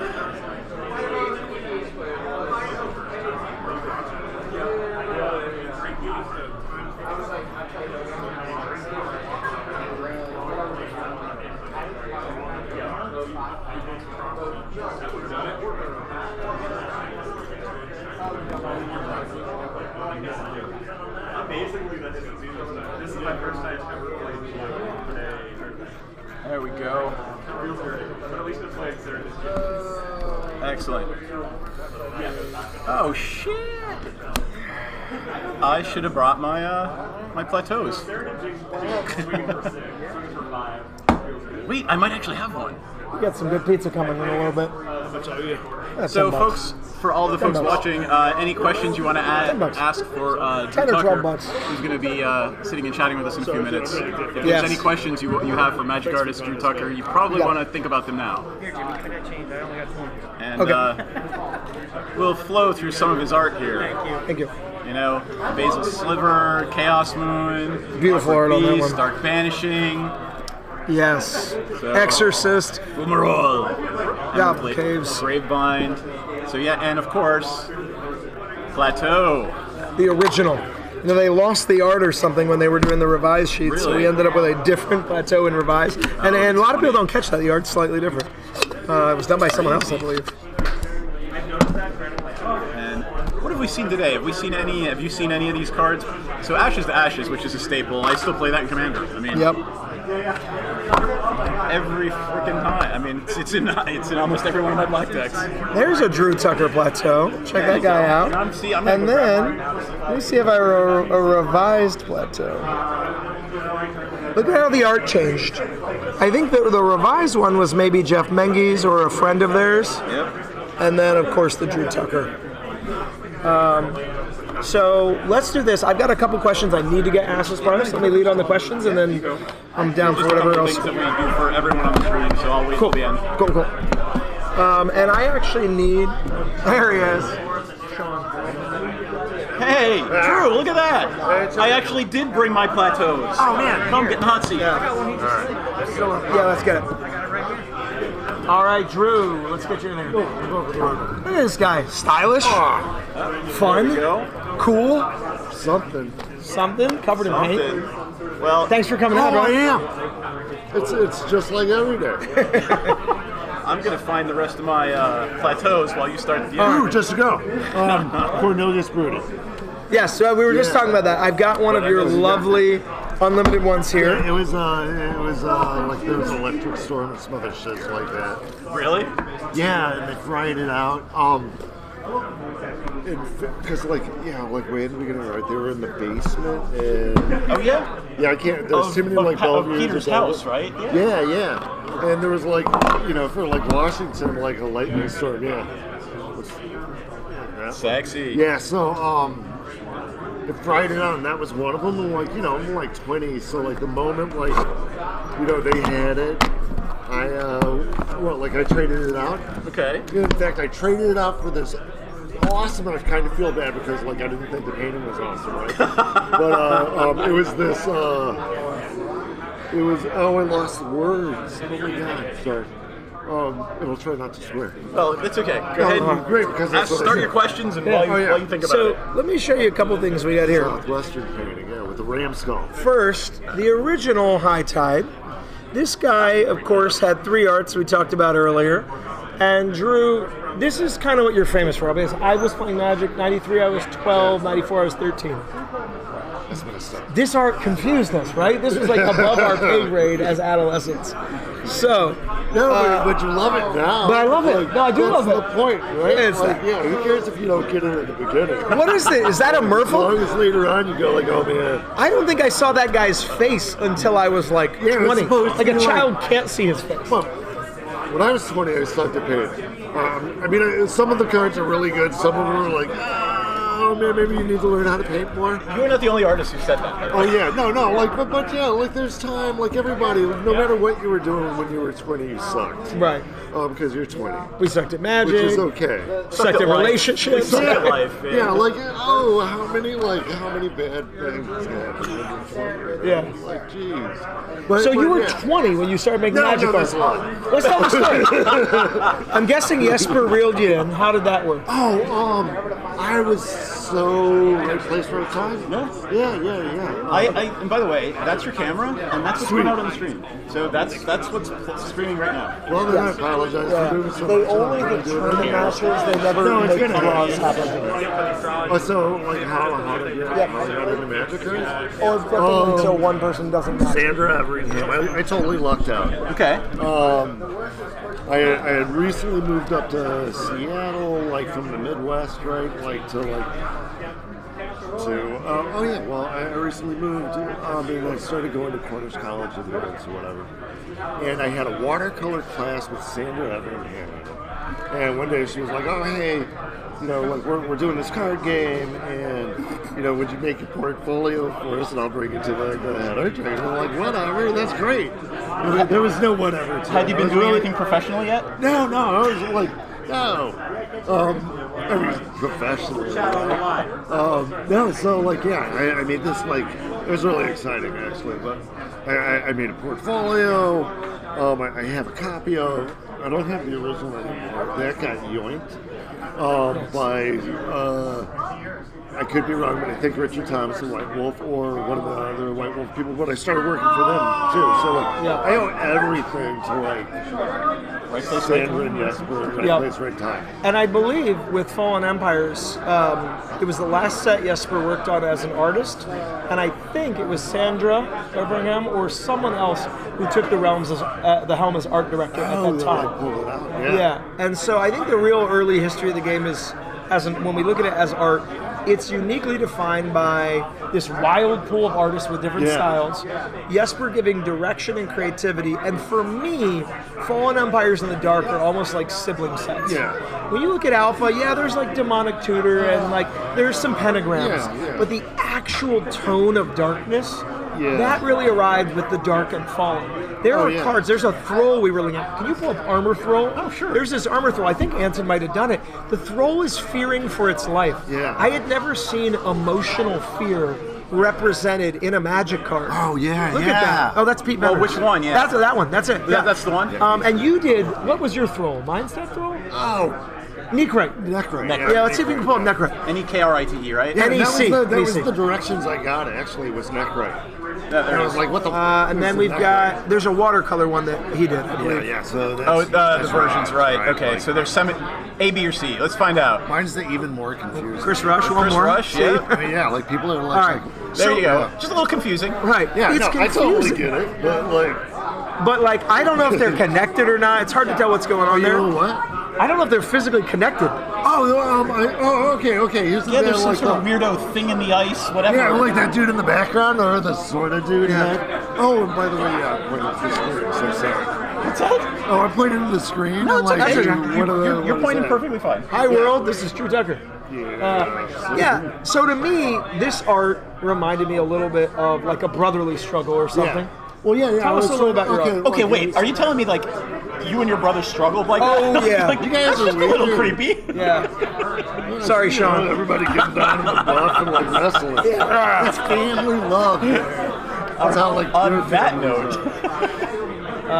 So tell us a little bit about, let's see, let me just throw out a couple cards. Murk Dwellers, Necrite, we're going to save High Tide for a minute. These cards with people on them. What's famous in my mind of Drew is, one, things are not colored in detail-wise. Two, faces aren't there in the same way they are on other Magic art. Other Magic art resonated with 12, 13-year-olds because it looked like comic books. But there's an emotion there, Here's too. the deal. Like, Tell us the deal. When I started working, right, like, and like, I played D&D.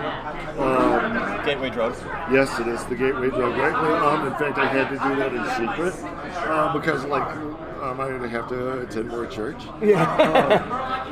Yeah, so like in the era where you got in like trouble with your right? church-going Like, family for playing D&D and Magic. Yeah, but so like when I got this stuff and I started like fantasy, like the point of that was like I grew up on the same fantasy art everybody else did, Boris and Rosetta and everything, like everything everybody got, right? And I was like, because I'm 26 when I started working. I'm not 26. I was like, I don't want to paint big-breasted lady. Right. Shout out to Boris Vallejo. Right? Which later on I do. But yeah, you're not doing the Rosetta. But that was the whole point to it, right? Like, it was like, screw that. I'm gonna take my own take, and like, so like, I always try to figure out like how I can like relate to it. Does that make sense? Yeah. Like, and I figured if I can emotionally tie it in, that will attract a viewer or be able to communicate to a viewer. I mean, because it's one thing to go like, here's everything spelled out, and I get that like, yeah, I should have spelled out some more things here and there. But this is like, and this is a great example. This holy light. There's an emotion Holy there. light, yeah. There's an emotion there. I can't see the person's face. Yeah. I don't know what they're doing, but there is an emotion that's being evoked in that painting that's just amazing, and you don't expect to see that on a 2x4 card. Yeah, for like Holy Light, the whole deal was like, because when Jesper would call us up, he'd call us up, and we were like, hey, I got, pick something, and he'd just read me a list. That was it. Of the titles? Of the titles. And you just, that's all the direction you got? Yeah, which was awesome, right? Like, it was so cool. And like when there is direction, it's really awesome too, because it gives you boundaries, and boundaries are sweet because you can get doors. So there's a boundary, Our thread is talking a little bit about the butt on this card. That was one of the things. Oh yeah, it's the first butt card. Right. They're arguing, wasn't there a butt on Wrath of God? Were you told you could or couldn't put nudity on cards? No, nobody told me any of that. But like there's a reason for this whole nakedicity, right? Like I grew up in a very strong Southern Baptist family. Okay. Right? And so when I got like, what is that, Holy Light? I was thinking into myself, like, what's Holy Light? What does it do? What is like, this eye of like God being like boy, girl, multi-armed deity or whatever you want it to be. Localized image not available. Yeah, like what would that be? But like philosophically, the light of God strips you bare. And that's the whole deal with this butt. All right, we got to go back to that now that we've seen the holy, the light of God strips you bare. Yeah, there it is. That's pretty cool. So we're naked in the eye of God. Yeah, you're naked in the eye of God. That's probably a better way of saying it. Way to use words. Now I want to talk about. Let's talk about High Tide. This card is one of the most powerful cards in Magic. It is sometimes mistaken as being junk if you see it and you don't know the context. Oh, heck yeah. But back then, in Type 1, old school, even Standard at the time, even Legacy decks to this day play it. It takes every single island, not one island, every island produces an extra blue, right? Yeah. This is our play map for today. I really wish Hold I that did with that me. back Right? You love this thing, right? Actually, here. It was Swedish. Tell us about the evolution. That's great. That's our playmat. You can see in the front the merfolk, that little wave. Is that a sandbar, Drew? I've always wondered. Yeah. What are we seeing here? So okay, like the little wave in the back. This thing, right? Like this junk. Yep. I was thinking like sandbar or. Okay, like what I was thinking, or like the front piece of the castle or grounds. Okay. So the tide comes the shore in, or something. as opposed to being the people affected by the tide. You are the creatures inside the water. Gotcha. So that's why that whole like point of view, that underwater bit. And then is that a merfolk? What is Yes. this? Yes. Yeah, this merfolk with his head like poorly rendered out of the water. Yeah, you're good. And what's so funny about that merfolk, he is not Whirlpool Rider, but that concept reminds me of this guy who came out years later. This card wasn't done by Drew, but it almost looks like your card, like in a sense. Oh, it kind of does. That's cool. So this card, he's not in what we're doing here, but he not is. the same thing, but it's not the same thing. That's cool. But this brings me to our third spoiler for the Scrying set, the set that is going to be legal at NoobCon in 2020 and select other European and American dates. High Tide. Oh, it is. We have two of the original High Tide artists in present. Drew Tucker. People are still going back to this card pool. There's a group in Sweden that doesn't play with Fallen Empires in most of their tournaments, but they're going to be playing the select Fallen Empire cards next year, and your card got selected to be a part of it. So no money, no royalties, but more signatures. That's great. That's really cool. I like that. I like that old school like didn't play. So yeah, this was, of course, to me, a big deal. You worked a little farther. You worked in Ice Age? Ice Age, I worked up to, shoot, where's the last thing I did was... I know Time Spiral you had stuff, but there was a break there, right? There was, yeah. You did... I don't know how many years break, but there was a break. Yeah, so, which is... Wait, hold on. Did you do Armor of Thorns? No, gosh, I wish I did. We probably did an older version of it. No, not at all, but that's cool. Oh, Armor. Sorry, that was me looking up Armor. Oh, yeah. There we go. Yeah. All right, so you did Greasing Kelpies. You worked all the way up to Morrowind. Oh shoot!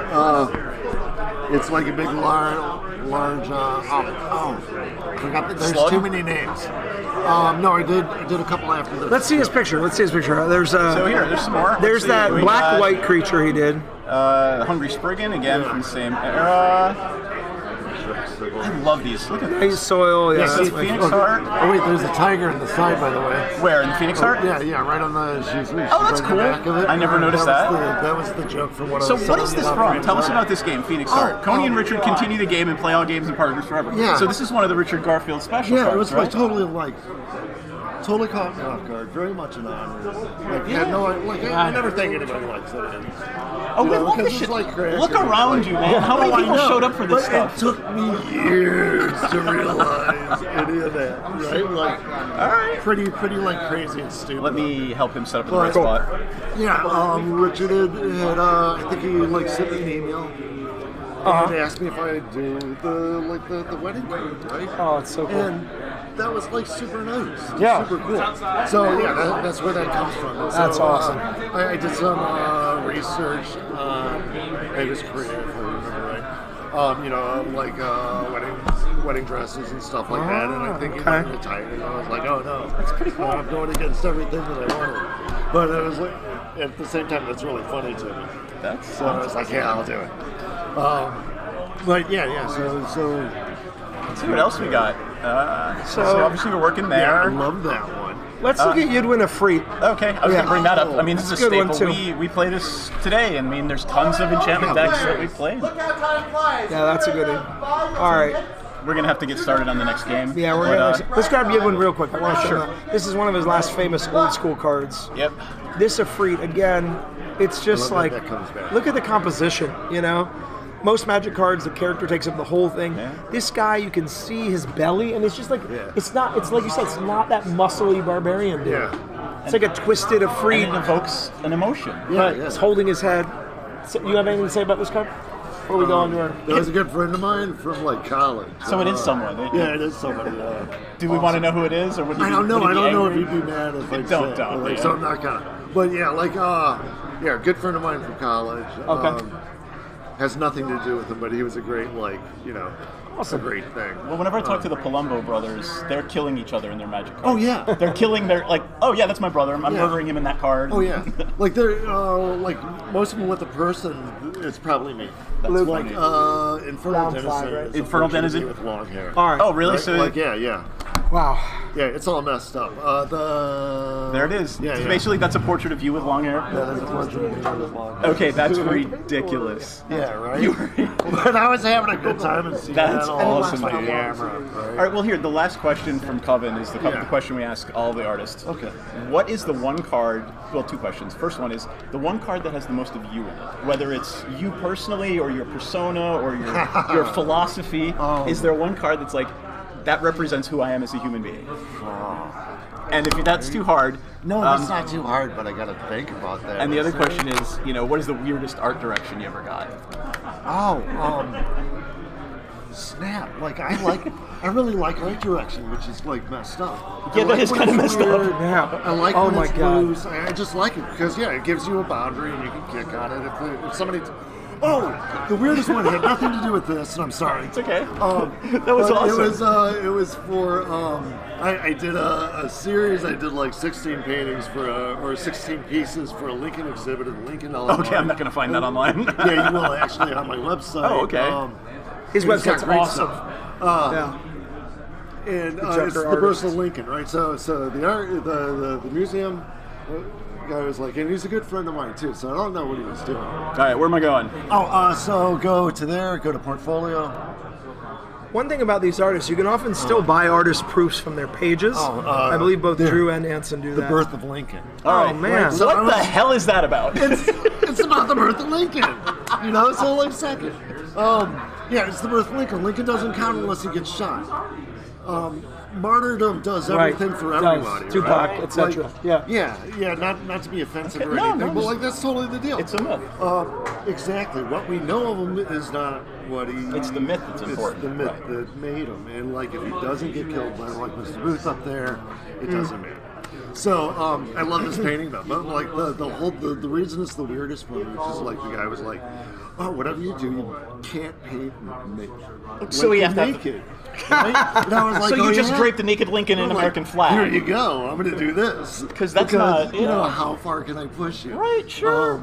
You know, he's not naked. That's He's clothed art's up. job, man. That is It art's job. It is, but you know, it's got like you know, the flag and Mary Todd. That's really and cool. The cardinal and slaves erupting as cherubs in the background. And I really like in the very far background the two armies holding hand in hand because it brings the country That is together. really cool. That's really cool. It's got all sorts of stupidness. I didn't know this little known fact that the first scene in a bottle was rejected. So Yes. that's kind And in fact, I forgot that until I saw it online. That's funny.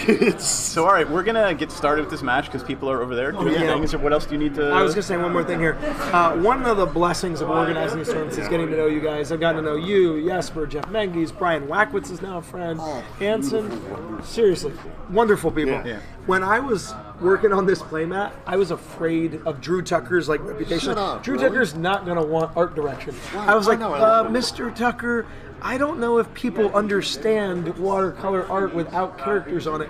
Could we put a weapon on it so they know it's for a child's card game? Man, like the weapon was important. I like weapon So we have a for trident. Yeah. Weapon for children. Yeah, exactly. This is a child's card game. We need a weapon. Yeah. And he was like, Jimmy, I'd love to do a trident. Let's do it. So thank you so much. Oh, no. You made the mat. You made the my event. pleasure. And we'll see you tomorrow at the shop. Oh, heck yeah. Yeah? Yeah. Seriously, thank you very much. Oh, no. I'm going to hand you these and don't lose them. Just can you sign them and I'll come get them in a I minute? can't. Can I sign them up there? Sign wherever you want to sign them, man. Cool. It That way is. I like when It is. The players don't even all know this. There's a top 8 Cool, version it's of the just like playmat, give so be on the lookout for that. If you get a hold of Cornelius. You know? Absolutely. So I'm saying get a hold of Cornelius. I will. Cool. I'm trying to get hold of everybody. I know. But like still. Come on, man. You know we like talking to artists. All right, so let me get into it on our game state commentary. I've got our names and everything.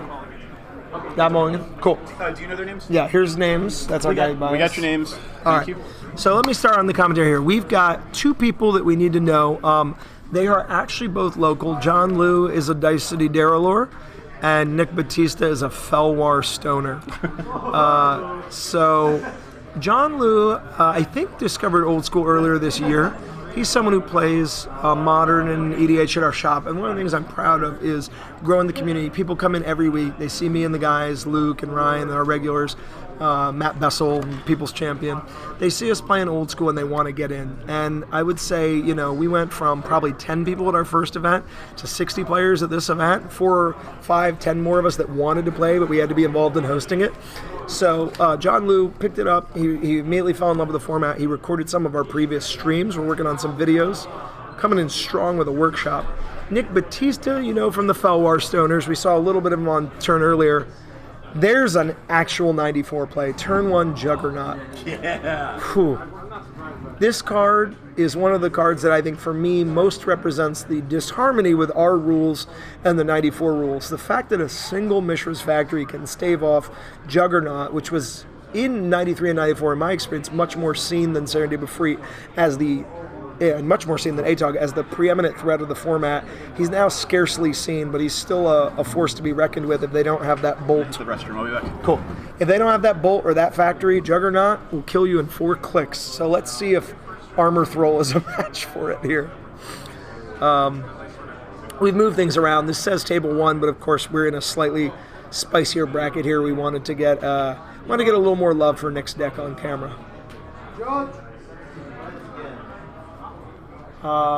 We have a judge call. Just a minute. Do you guys have a real judge call? 1 minute. Judge, can you get a judge? All right. We actually have a couple judges, not just style judges like me. Oh man, Juggernaut into Trike. This is brutal. Robots are not one of the supported tribes for our tribal prizes. We did a tournament last year at the Zerbadian Cup. We allowed any tribe defined as something really at the time with all the same creature type. Then we evolved our definition of tribes to mean something that has another card that refers to it. So for example, Fungal Bloom refers to fungus by putting spore counters on them, making fungus and thalids a tribe. Robots technically had things that referred to artifact creatures, so they also squeaked in there. This time we defined the 10 tribes as the 10 major Alpha to Fallen Empires tribes. Dwarfs, orcs, goblins, merfolk, homerids, fungus, elves, and soldiers, I believe. We skipped clerics because even though they are one of the prominent Fallen Empires and Alpha tribes, from Samite Healer to Order of Lightbearer, we felt that they didn't really have a lord, unlike everything else, and they didn't really have a card that referenced them. That said, it looks like Nick has some Thralls in his deck. We don't know. We saw a Deep Swan. We've seen Pestilence. So I'm kind of piecing together what his deck is here.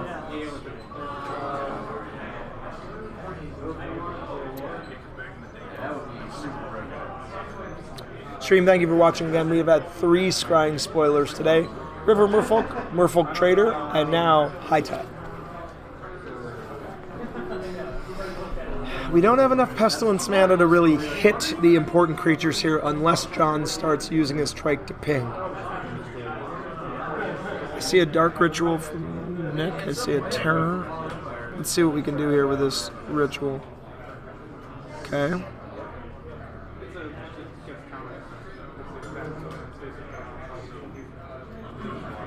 Yes.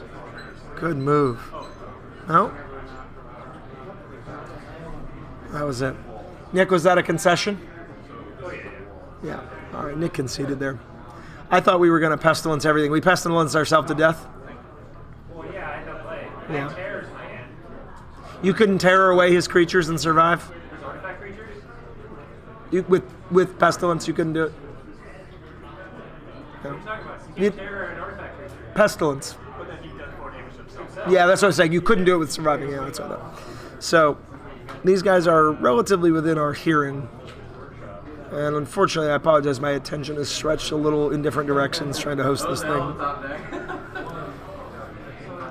Let's see what they sideboard into, and let's see if we get a Deep Spawn on the table again.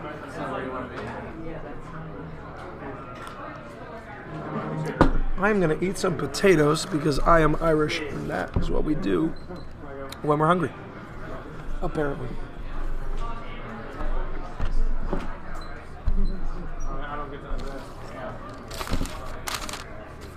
That and this.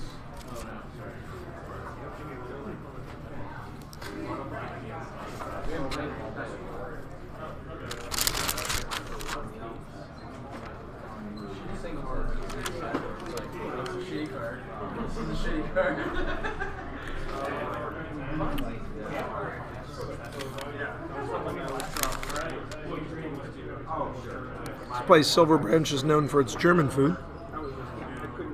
And it's German and non-German beer.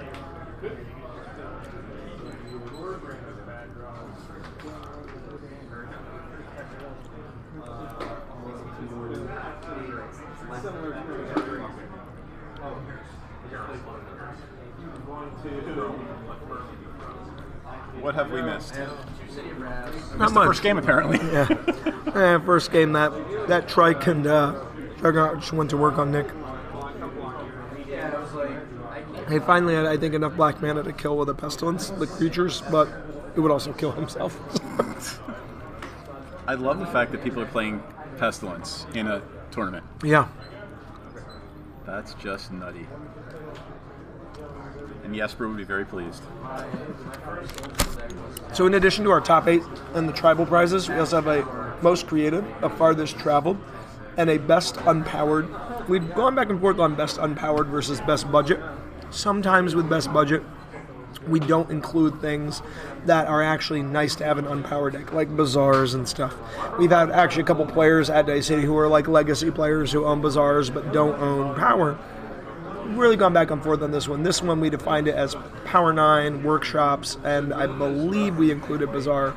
That said, we're going to have a lot of those budget decks in the room, and it will be interesting to see. Sometimes we evaluate best determined on like a panel of style judges.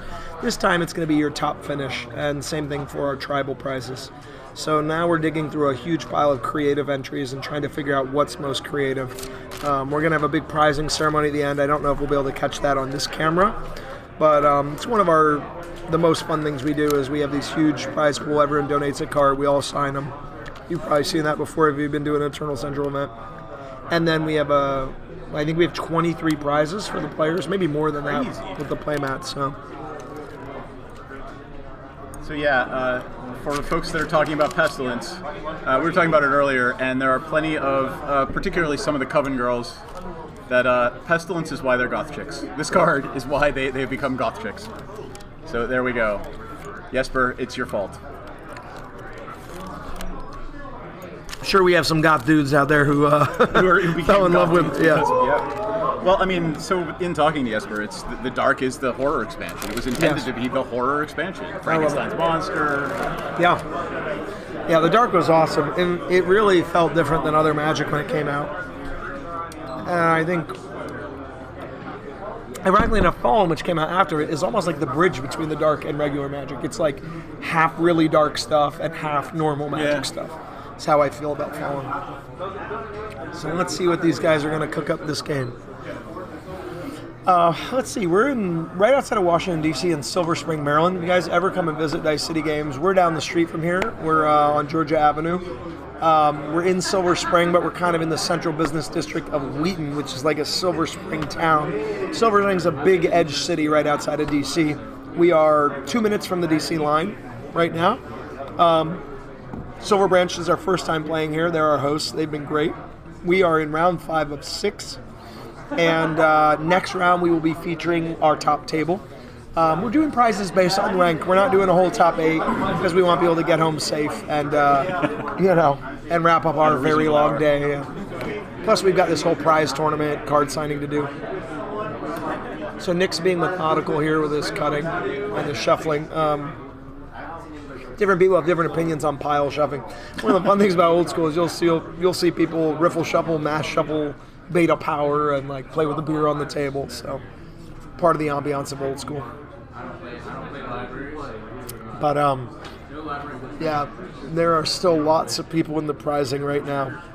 Everyone got both of these just for coming out, and they also got a little invite business card advertising GloryCon. GloryCon's coming up this winter in Pennsylvania, put on by our friend Mike France and the Old Order Old School crew.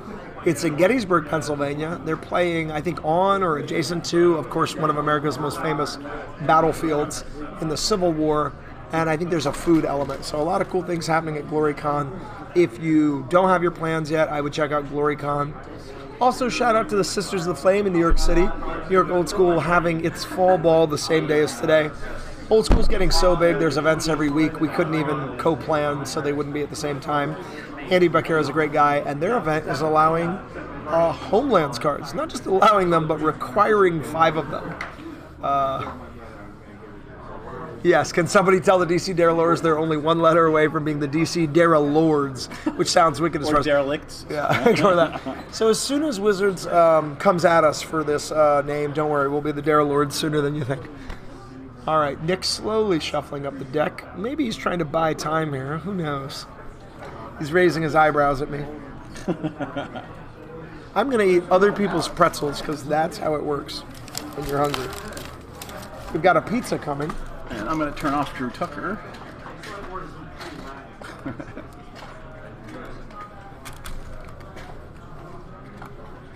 There we go. Feed the beast, indubitably. Food here is amazing, by the way. So you should, if you're ever in the area and you visit the Silver Branch Brew Pub. Gosh. It's also on the tables. Even though they've been seeing it half the time. Yep, yeah, exactly. Hey, Nate. Francis Ford, how we doing? Get some on the way. I don't want to deal with any garbage, so I'm gonna get home before garbage happens. Okay. You leaving with a? Are you leaving with the tabby? These two playmats together are strangely symmetrical. Yeah. It's like a tessellation. Just step away for 1 minute. Yep, all good, man. I'd really like to. All right. So while he's gone, I get to, spout all kinds of crap about, wrong things about Magic. Oh. So I completely missed the first game. What are we playing? I don't even know what's going on with those two decks. Oh.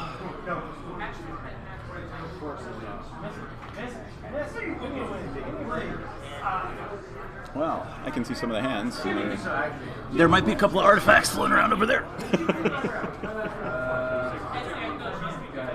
And I suspect our other partner in crime, John, is doing well this game since he hasn't been back around and he didn't die so quickly. However, ladies and gentlemen, the Hawaiian shirt is back behind us.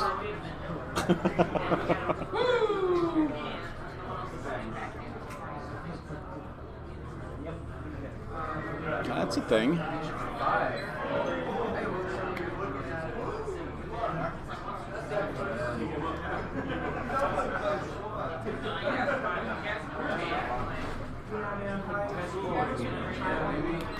Okay, make that look a little better too.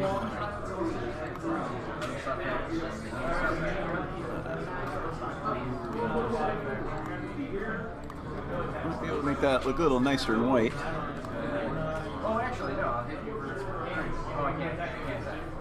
Let's see if that looks any better. Nah, not really. I'm gonna try to make it look better in black. Everything looks better in black. I have no idea what's going on over there. It was kind of amusing.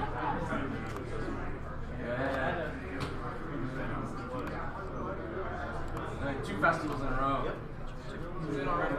Yeah, but you know what? Let me settle up.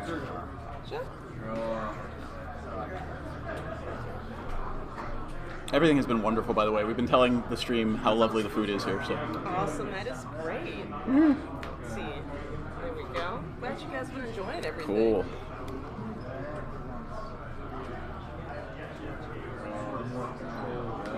Speaking of, what is your stream? Oh, here. Oh, just take the card. Just take the card. There we go. I was going to say, otherwise I will have to find it on Twitch. So every Thursday night we do women's Magic the Gathering. So it's me and 3 women doing Magic and drinking bourbon. Because if you look around, we need more women in the hobby. Hi, my name's Haley. I work at The Joy. So do you play? Yeah. That's why I You should email me because we have guest people to come play Magic with us. And that's the thing. I was hoping I would have enough sooner, but 2 other servers left before me. Okay, sit down. Come here for a second. Introduce yourself. There's your camera up there. So this is one of the staff here, and imagine that. A woman Magic the Gathering player.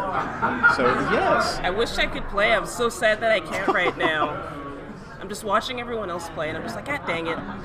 You'll be able to play soon. I know, right? For an hour, if I stay in that one. So we'll be playing all night, but unfortunately we'll be playing out in Annapolis all night. It's actually close by my parents. Well, email me. You have the Coven stuff, so you're Most local, definitely. and we might have you over some Thursday night to play with us. Awesome. Awesome. Thank you. No problem. Rock on.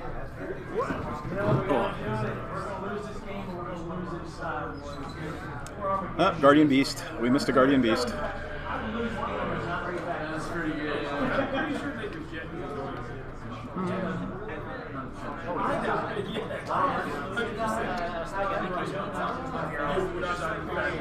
game.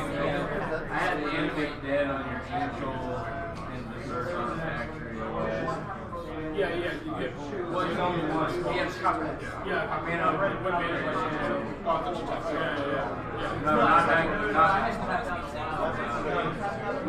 Tapped out. My God. You flip the red banner, make it pay like one. And then, then you hold it. Yeah. But you know what?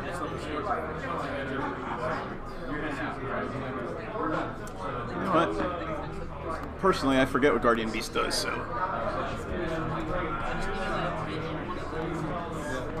There we go. That explains that. Flashback, baby. One side Armageddon. Got you. Just like pop the lid off.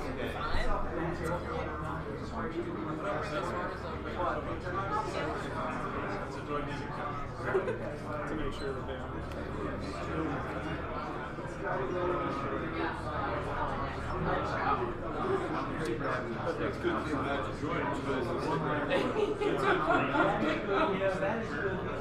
Come on, pop the orb. Pop the orb.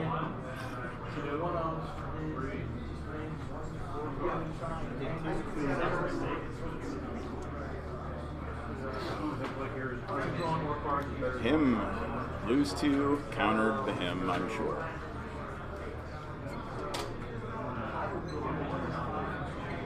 And we're still 20 to 12. Dude, I dwarven catapulted 2 sedge trolls. They can do one. Where's 3?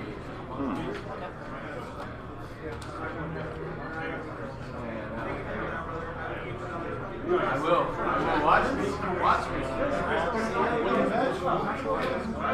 Geyser. How many was that for? 9-point geyser. That's a thing that happened.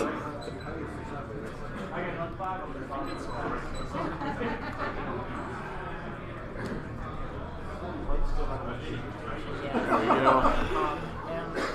You know, there's a recurring theme today, all day today, of like brains and intestines with this, the Maze of Ith, and the breeding pit. Kind of amusing. I almost slid a living wall into the deck just for, that Yep. I did get an instant sign. Oh, that's awesome. Yeah. You know, I'll bet you I have a Maze of Ith in one of those decks.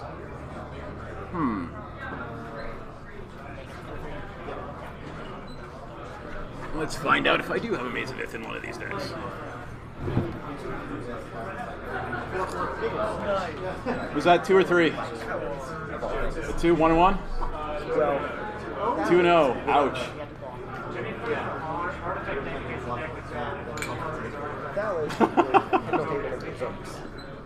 That he hates you and wants you to be unhappy? Well, that was quick. Let's see who we can chat. So we got one more round, and I suspect that's the last one of the day, right? Yes. We're on 5 now. We're on a 6-round day. It's a long day. It is. But I have at least every round that I have played, I have had people stop and look at one card. That's Same awesome. card every round. What was it? Festival. Oh, no, Festival's awesome. Festival's a fantastic card. They have stopped and looked at it all day and shocked them. What is this card? I play, that's, if you're playing Legacy-ish, so that's in my Turbo Fog deck. Turbo, It is. It has to be. Yeah. It was, I didn't want to play the Holy Days. I love the artwork on Festival. It's just... Yeah. But you do have to play it during the upkeep. That's the drawback. You do have to play it during the upkeep. But every time I play it, the first time in every round that I've played it, everybody stops and goes, what is that? Yeah. Which is what this... It's a fog. This entire thing is great for. It really so many is. cards people haven't seen in years. Well, I mean, I don't see Guardian Beast every day, so... No, Guardian Beast is great. I very rarely see Guardian Beast. I'm like, oh, right. I see it in Commander every now and again with certain decks, but... Oh. Well, I play Festival and Commander. If I play in white, it's in there. Really? I play lots of old... You like janky stuff. People don't expect. I've got a Commander deck that is nothing... There's no win conditions. There's 2 win conditions. The only 2 win conditions in the deck is an Armageddon Clock and a Pestilence. And it's junk. It's balls. Wait. Your win condition is Armageddon? Armageddon Clock. Oh, Armageddon Clock. Alrighty then. That's not going to win you a game with Commander. That's kind of silly. It's all walls. It's just so I can play the glyphs. All right, for folks still watching on the stream, my question to you all is, what is the jankiest, 93, 94 old school Magic deck that you've ever seen? Because we've got probably... How much time is left on that timer out there? Yeah, there's 23 minutes left in this round, so we're out of artists to interview. So we've got dead air for 23 minutes unless people want to chat or play games just there. You guys should sit and play a game. We'll play a game for you. I'll play my soldiers that haven't won one round against his happy thralls that have won. You should do it. Play soldiers versus thralls. Seriously. Okay. So we're going to see soldiers versus thralls, which is going to be ridiculous and silly.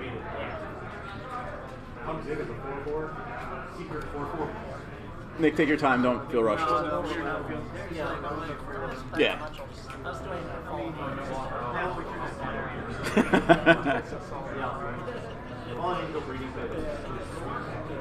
Oh.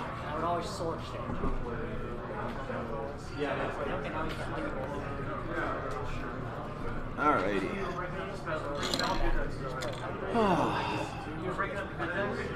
Please don't use those. They're literally holding dice up that are the size of Tic Tacs.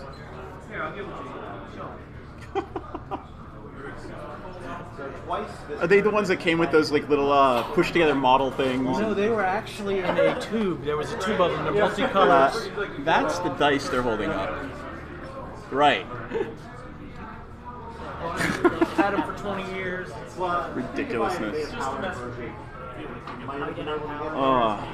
But I decided to go for budget price. Although I think it's highest placing in powered deck, so I'm already on that. I'm going to type it up now, but thanks for watching. We'll be here for probably about another hour.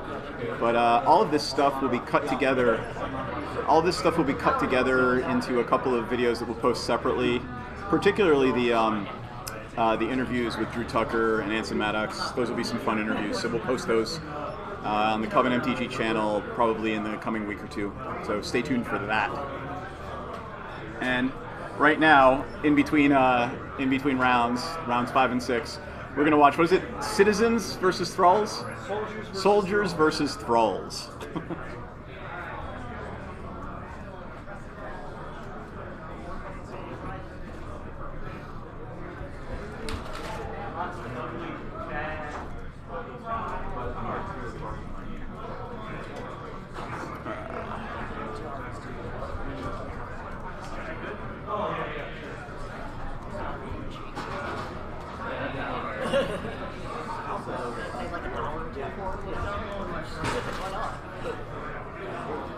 Alrighty.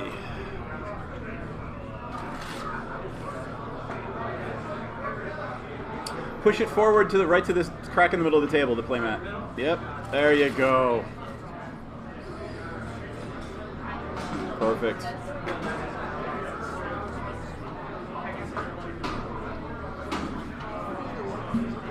Pop.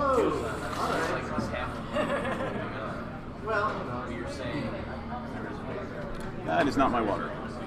This is my cider. And I should check and see what my wife is texting me about.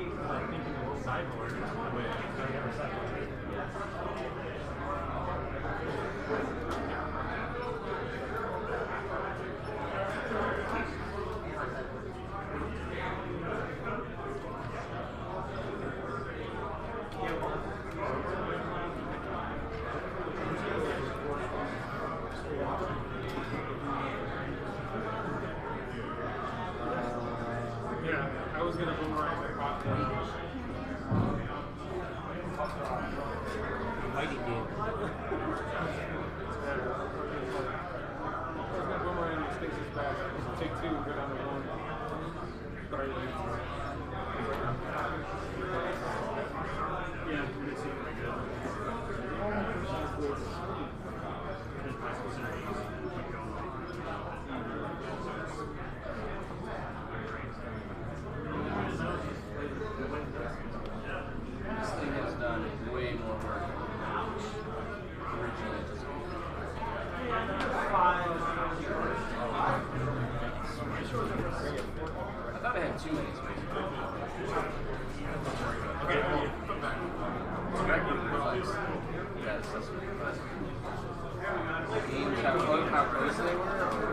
Alrighty.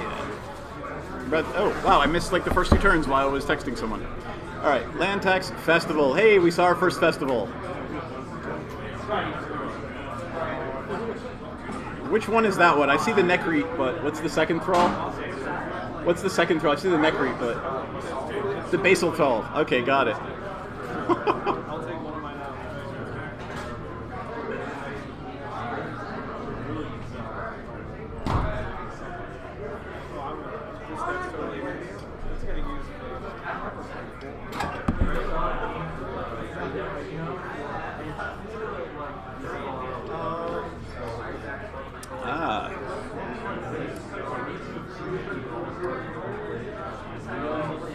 Is that a balance I saw?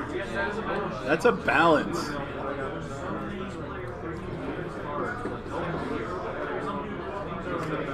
The balance should make it even it all out. Balance evens it all right back out.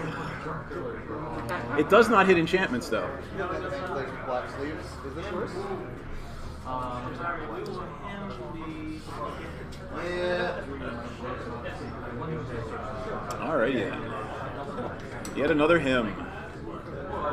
I've seen hymns fly all around today.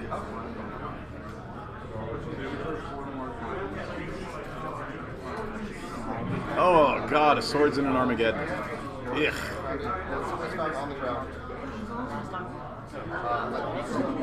God, that sucks. With a hymn for a swords and an Armageddon.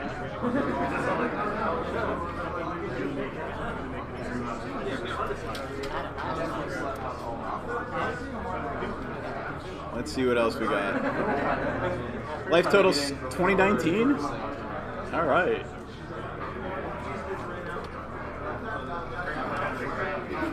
What's up, man? Come and sit and hang out. Get in the hot seat. Okay, awesome. We got Drew hanging out with us. We're watching these two fine gentlemen play soldiers versus thralls. Hey. Wait. I'm trying to think of where I put my money box. You should probably. No, I'll be right back. You should probably check. You should probably check. I was like, oh shit.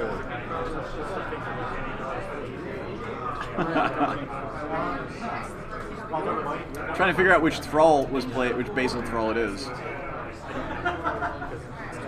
Out of the 4 of them.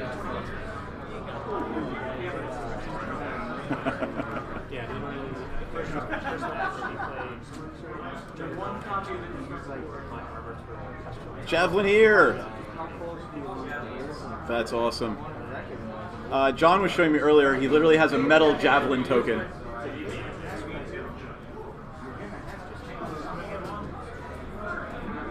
And how much was that drain life? Ooh.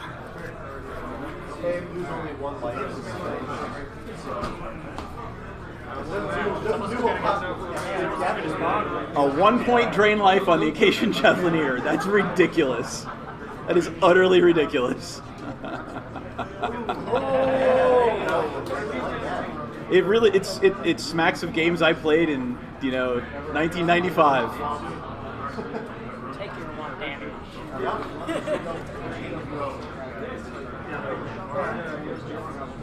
Another troll. Imagine that. Swing for 1 with the troll. 1919? No. 2219. Yeah, these are sell pieces. Okay, I've got 2 pizzas here. They're like 10 or 15 bucks each. You guys are someone who wants them. I'll set them aside. Festival, no damage. I declare a festival. I like yelling, I declare a holy day when I play Holy Day. It was, so I typed up Book of Wrath earlier instead of James Day Tome, and now of course, there it is. Vegan cheese? That's cheese. What's vegan cheese anyway? I don't know. I'm not going to make fun of vegan people because vegan people have No, vegan people cannot really eat meat if they want. It's totally okay. Okay. Yeah, I'm not going to, I want to, but Well, because we're live on the internet. So. I know, like vegan people are okay. Yep. I would say I'm vegan because like I like to eat only grass-fed animals. So I eat my vegetables vicariously through others. Yeah. There you go. Yeah, none of that injection for me, right? Kids, none of those crack cows. That's awesome. That's awesome. No, what are you I don't ouching know. about? The flying soldier? Oh yeah. Wait, did you just play? Does that soldier banned? Oh, wait. So can he do it if it's banned? Well, it loses flying. I love that. Wait, which one? Right? A, B, C, or D? I have no idea. I don't think he was playing that one. No. Wait, which one? What's the flying one? All right, let me get in here. Oh yeah. Oh. So what's up with the? It's the scout. I thought it was the infantry. Vegan cheese? Yeah. Different people make it. Different like soy milk and stuff. Scout. This one is actually made with tapioca, which when you cook tapioca pudding, it kind of melts together. Yeah, you yeah, really yeah. cook it. It makes a great. Yeah. You want to try it? No, I don't. But there it is. There's too Look, much. I'm gonna eat some salads here. Yeah, no, you can just tell me all about it. Like, there's not enough crying that goes into that pizza. Not enough crying. Yeah. Can you guys scoot over? I want to get back in here and get on the commentary. Here, you take. We switch. No, we just switch. Take this. Just switch. No, hang out, dude. Oh my God, he actually has the Igations. The scouts. All right. Book of Rats. I told the other side of the table, Jesse and Julian, our judges, to get me some tribal decks and some flavor decks, and boy, did we do it here. It's literally thralls and soldiers. Cool. Amazing. I've been watching him play festivals too. What? I've never seen Festival Cast So in wait, the non-EDH thrall game. that he was playing, was that a bad thrall? Or They're all it was a kind soul. They're all kind of bad thralls. All thralls are bad. Bad boy throw. They're all kind of crappy. But well, I mean, if you're playing in this format, Yeah. you could probably do it. In some Okay, that's funny. Yeah. No. You said like one of the cards was an illegal card, didn't you? Like, or not illegal, but banned, no word. Banned or restricted? Yeah. Restricted, maybe. But not so here. Yeah. So here, these cards are banned in Sweden. That said, I love the Swedes, but they're amazing. wrong. Yeah, they might be wrong on one numbers, right? On We love you this. guys, but hey, we love Fallen here. You heard it from Drew Tucker. That said, they're unbanning some of the cards, including your high tide. Which is why I'm like back on board with the Swedes. He's back on board with the Swedes right here. Get in here, Drew. Get in here. Get in here. I was never against. No, he was never against the Swedes. But this is the beauty of old school. We've got this international scene. Every fucking scene. I mean, really, everywhere. People don't understand. This is in Japan. This is in Brazil. We've got a bunch of Brazilians here. We should have done a Brazilian feature match. We've got New Zealanders, Kiwis, as I call them. Canucks. Is that a bad word? Can you say Canuck? I don't know if you can say it. Shout out to the Canucks. We're just joking. We love you guys. Correct us if we're wrong, yeah. please. I mean, we're not above being corrected when we're wrong. I played with old school guys from China, mainland People's Republic of China. What? Yeah, old school's everywhere now. It's crazy. Here's That's a fun, awesome. interesting Chinese story. So I was speaking we interviewed Scott Fisher at Yeah. WorldCon, right? Love Scott. So, Diabolic, what is it? Servitude, right? One may not depict zombies on art. Yeah. So like the zombies zombie and, like, is the missing. Skeletons. Head off, end decapitation. So this card, when it was printed for the Chinese market, the zombie is missing. It's just a guy in the back with a controller box. Yeah, and it's just a guy in the back with a little box, and there's no zombie, so you have no idea what he's diabolically serving. What if they just put a pupil in the zombie's eye? Will then like take him out of zombie? No, because it's obviously a depiction of a zombie. But if he has pupils.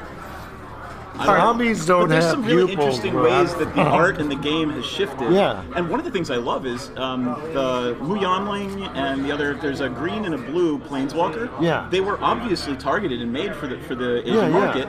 And I mean, some of them are not playable. Yeah. Right. But some of them are becoming staples, and That's cool. And they actually got, for those two planeswalker decks, they got all Asian artists to do the art for the new cards, which I is think that's wonderful. awesome. Like they're trying to get a global reach. Now, there's also the other argument. They're trying to, the lowest bidder because it's easier to pay artists lower wages in certain countries. Oh, it's but pretty easy. they are still. It's been done here. Yeah. All right, bring me back to the game. I want to get in here, get juicy. So let's talk about this. Hey, The white deck. Angel dropped. The white deck is interesting. It's playing a good card because you still need to do that sometimes.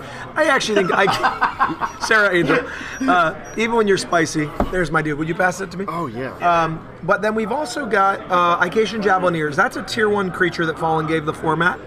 Icatian, I believe it's Soldier there. Can we see that guy? Yeah. Icatian. Is it the soldier or scout on the far right? Still like you played it. Was it? Infantry. Infantry is really spicy. We got banding. I don't know if his opponent's gonna. gonna. But that's the card. I think we have the Chris Rush art. Who knows how? Beard. Oh, that Beard. Oh, but the other art. I think he is playing the Chris Rush art. The other art. This card's actually better than it looks. You know, white is loaded with good 1-drops in old school.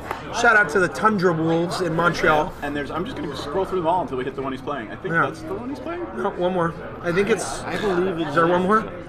Like, That's no, Drew it's Tucker. not that. It's not mine. He's not playing mine, so he's wrong. Anyways, let me say a couple things about the Icatian cards. So Icacia is like the human world in southern Dominaria. People get confused by this. Sarpedia is in the Dominarian plane. It's a southern continent, and it had a global climate change effect. Sounds really familiar. Yeah. And it was I believe triggered by the Brothers' War and the explosion of the Golgothian Silex in Magic lore. But what's fascinating is... remember that? Because I've studied... The Golgothian Silex exploded. The brother Vishra versus... You go, man. I like that you're on climate change, too. But yeah, no, they were on climate change back in '94, dude. Which is, of course, no, it's crazy. And the freaking, that's the waters were warming. Yeah. And the hominids, all these things. This is true. If you look at nutrient-rich waters, you get algal blooms, you get growth, right? Oh, yeah. So that's the idea of Fallen Empires, is that there are these empires, and they're very tentative, just like empires in our real world often are. You have Icacia, you have the dwarves, I'm forgetting the name of their stronghold. You had the elves of Lorraine. Yeah. You had Thalon, who was a human or elvish druid. He was breeding thalids. And all that. Yeah, then the thalids had these side effects. They had these spore counters that made saprolings. The breeding program was, everyone was breeding something, man. Everyone wanted slaves. Thalids were, Thalids were almost slaves to the elves. Thralls were slaves to the Ebon Hands clerics. I don't know, hominids were never slaves to the Vodalian merfolk, but they fought. Yeah. And the dwarfs had orcs and goblins coming for them. Like, they get too wet. They get too wet? Yeah, so any deck playing these Icatian cards, I think this is hopefully what the Sarpadian Cup does, besides have a big goofy fun tournament with tribes, is show you guys more cards that we played. We don't have to play the same cards all the time. Icatian Infantry can get banding or first strike. On a 1/1, that's very powerful, being modal. You can do both in one turn. Exactly. And a lot of Fallen Empires cards, this is another thing I want to do. Can we pull up Icatian Lieutenant? Yeah. One of the prizes here is the top soldier deck. This card, a lot of people don't know, basically made soldiers a tribe.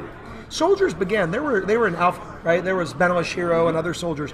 But this guy, that ability late game, +1/+0 to target soldier himself, any other soldier. He can even bump Vodalian soldiers. He can bump Dwarven soldiers. Yep. So people forget that Fallen had this really interesting cross-color tribal mechanic. Clerics were black and white, soldiers were red and white and blue. And I think if people dig in and mess around with soldiers. I think I've seen Dave Bard do a soldier deck. Shout out to New England. We look at the original Fallen Empires one. Summon Soldier. Yep. And the other one is, it is now a human soldier. Human soldier, So yeah. I like how they're going back and actually clarifying things. The lords are no longer lords. Well, they're lords, but they're a merfolk lord, zombie lord. Right, the goblins. Those were such a pain back in the day because they didn't trigger off each other. And some people ask me, why wasn't humans the tribe in your thing? Humans wasn't the tribe back then. They had citizens and they had soldiers. There were two types of humans in that cruel Sarpadian world. And what was the... what's the one where you tap 3 and kill a creature? It's Hand of Justice? Oh my god, let's bring up Hand of Justice. Yeah, we played that. Chase card, 25 years ago yesterday, Fallen Embers went on sale. There it is. 25 years ago today, most of us were picking up our cards. I played that card with those occasions back in the day. That guy is amazing. And I love the art on that one. That's just a little... And it was going to be like that harkens to the whole what they did with the white conquistador vampires in the most recent, some of the most recent expansions. It harkens to that. Yes, we are of white mana, but we're dicks. long as you know. And let's see what's going on in this game. They're literally halfway through while we were talking. Thomas is going to like that one. Wow, those are 2 racks in play? 2 racks and a him and a mind twist. That's brutal. And 2 in hand. Though the white deck still has. It's alive. Yeah. Oh my God, Mind Step Roll. We have to bring this one up. Oh, Mind Step Roll. As soon as it hits. One of my favorite cards. I think this has long been underplayed. Chat, do you know what Mind Step Roll does before we pull it up? Most people think when it connects, you can sacrifice it to have your opponent discard 2 cards. Oh yeah, that one's awesome. Right? Yeah. But it's 3 cards! Yeah. You think Him to Turok's good? If you have a deck with bolts or paralyzed, you can get this guy to connect? He's insane. I play him not as Him to Turok copies 4 through 8. I play him as basically Mind Twist copies 2 through 5. I mean, he's good. Cast him off a Dark Ritual. Did you die to the thrall? You're gonna die to the thrall. Yeah. I think he's formed a band. That's pretty dope. Look at that. Ooh, that old spicy playmat too. What is that? Enchantment alteration? No, Indestructible Aura. Indestructible Aura. Wow, I didn't even know they made a playmat that. So, play Mind Step Roll, people. Good card. Yeah, there it is. I wish you had a Mind Step Roll. So I know, right? Like, your neck ray could have been a Mind Step Roll. But it could have, you're right. Wow. I haven't seen one of those. All right, the handshake. All right. Mono Black, a strong deck, even with Mind Step How much Rolls. time's left on that timer in there? Well, you could probably get another in, but... Thank you, guys. Seriously, appreciate it. And it was just very strange to watch soldiers and thralls fight it out. So Acacian Trout tried him in a Dwarven Soldier build that never managed to connect. The Dwarven Warriors, got it. That's spicy. Warriors has gotten a huge boost over the last couple of expansions. This might actually be a good time for me to pull, show off some of the prize pool. Yeah, you should do that. I'm going to grab the prizes, some of them. That was kind of cool. Come on, well, we got you while we're waiting. Any other interesting art direction or cards you want to talk Sure, about? there's some art live. I don't know. No, I just want to sit here next to you. I know, I'm pretty sexy. Oh no, I'm so jealous of your hair. I hate it. Aww. I know, like.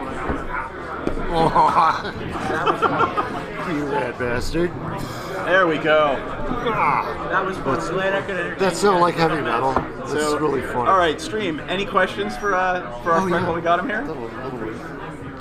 Oh wait, I searched on Maddox. Oh yeah, no, it's awesome though.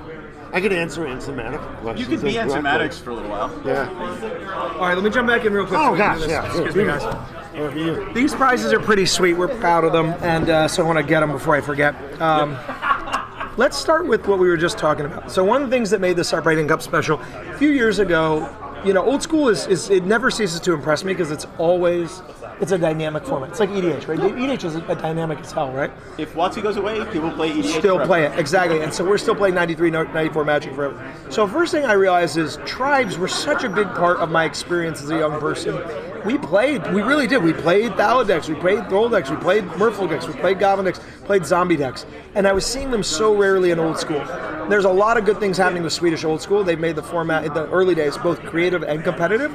But I think when we started in the US with the Eternal Central rule set and now Atlantic and other rule sets that include Fallen, we opened up the floodgates for this set design that existed from Alpha through Fallen. So talking about dwarves, this is our first prize. This is for the Dwarven top finishing deck. I didn't play in the tournament with my Dwarven Darrelor deck. I had it all ready to go. I took out the Sedge Trolls. It does play Sedge Trolls and discs. People often accuse that deck of just being a troll disco deck. It's not. Doesn't play blue power, doesn't play counter magic, different threat suite. So this guy is one of our prizes if we have a top placing dwarf deck. That's Alpha, by the way, and calligraphied by a local artist. Then, since we just had soldiers on screen, our top finishing soldiers player gets one of the original soldiers, Benelish Hero. Beautiful beta art there.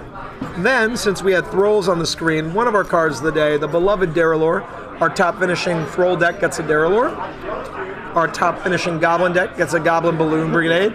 Each one of these things says Sarpadian Cup 2019, Lord of the Goblins, or Lord of the Fungus in this case. Maybe we'll, I think I said Lord of the Thalids. So fungus, saprolings, fungusaur, you count, thalids, they're all kind of together in one tribe. Fungal Bloom, of course, puts spore counters on any of them. Lord of the Homerids. I really hope there's more Homerid decks in this room. I've seen a few. You're going to get an Altered Deep Spawn. This one I haven't seen as many today, but we've had them in the past. We had them at our Halloween tournament last month. Lord of the Zombies gets a nice Zombie Master. A little unlimited Llanowar Elf, again with Ansematic's art for our Lord of the Elves. Elves are crazy. They were in Alpha, they were in Fawn, but they didn't have a Lord back then. And they went away for a long time. Yeah. So it's really weird. They were a heavy tribe, and then they got less love than they should have. We were actually talking about dwarves the other night. Lord of the Merfolk. Put together a dwarf deck, and Yes. dwarves were out of Magic. Oh, Like for 15 so years, they long. It's didn't so print a dwarf. sad. I know. And I love what they're doing with them now. The 7 dwarves is awesome. Yeah, I actually have a so 7 good. dwarves deck. So the rule is you can't have more than 4 of any card. Lord of But the you Orcs. just printed a dwarf called 7 dwarves, and you can have 7 of them in your deck. You should always be able to have 7. This is a prize from Matt View. Also for the Orcs. Yeah, a little Spy vs. Spy. And then let me introduce our farthest traveled prize. We like to reward people who come out to Dice City events from all over. This was donated by local player Abe Clayman, and another one by, we have Jeff Menge's art on a Swords to Plowshares original mat. This guy bought our winter Swords to Plowshares mat, didn't need that anymore. Then our top 8 prizes. Top 8 is going to be getting, of course, the beautiful playmat, thanks to Drew Tucker. Encourage you guys to get them signed. And each one is going to draft out of these prizes. So we have an Earthquake, and these are all altered. They all say top 8 Sarpadian Cup. We have a Copy Artifact. We have a Fast Bond that's heavily inked unlimited. We have a beautiful minty Lightning Bolt. Chris Resch, rest in peace. We have an Armageddon. Yeah, and we have a Balance in Italian. Beautiful one. We have a Black Knight. We tried to get cards people would play and that fit into different archetypes. And of course, we couldn't do without you, old girl. Darylore, happy birthday, Fallen Empire's 25th. This one will probably be one of our runner-ups. Thanks, Josh Bergoa. I'm hoping to win that one. I don't know if I'll somehow win it. Everyone who showed up got their prizes. And of course, the champion gets these 2 as well. So the very rare Llanowar Elf Artist Proof and the Darylore translucent trophy card. We've got. Who did we put at table 1 for this last round? It looks like we have the chef himself, Michael Scheffenecker, Baltimore, Annapolis, DC vintage ringer. He has played alternately super spiky decks and spicy builds. He tries to optimize decks. I loved it when he built goblins for one of our events. So Mike's a great guy, and he's a fierce player. I've tried to get him to soften his edges playing old school with him and make sure he knows we're playing for fun. But you know, you need to have competitive players who come in to win, and Mike means business. Finally, our most creative prize right here, this one-of-a-kind deck box we might have showed off earlier. And there's a couple other little prizes for the people. Come in here, Drew. Come in here, Drew. Tell us about Jeff Menge's. How do you know that guy? Oh gosh. Get in here, get in here. I met everybody because of conventions, right? Really? Yeah. And we worked together forever, and then I know him from meeting. Where were we? I don't. It wasn't the Jersey one. I can't remember which event it was. But Jeff maybe. Michael.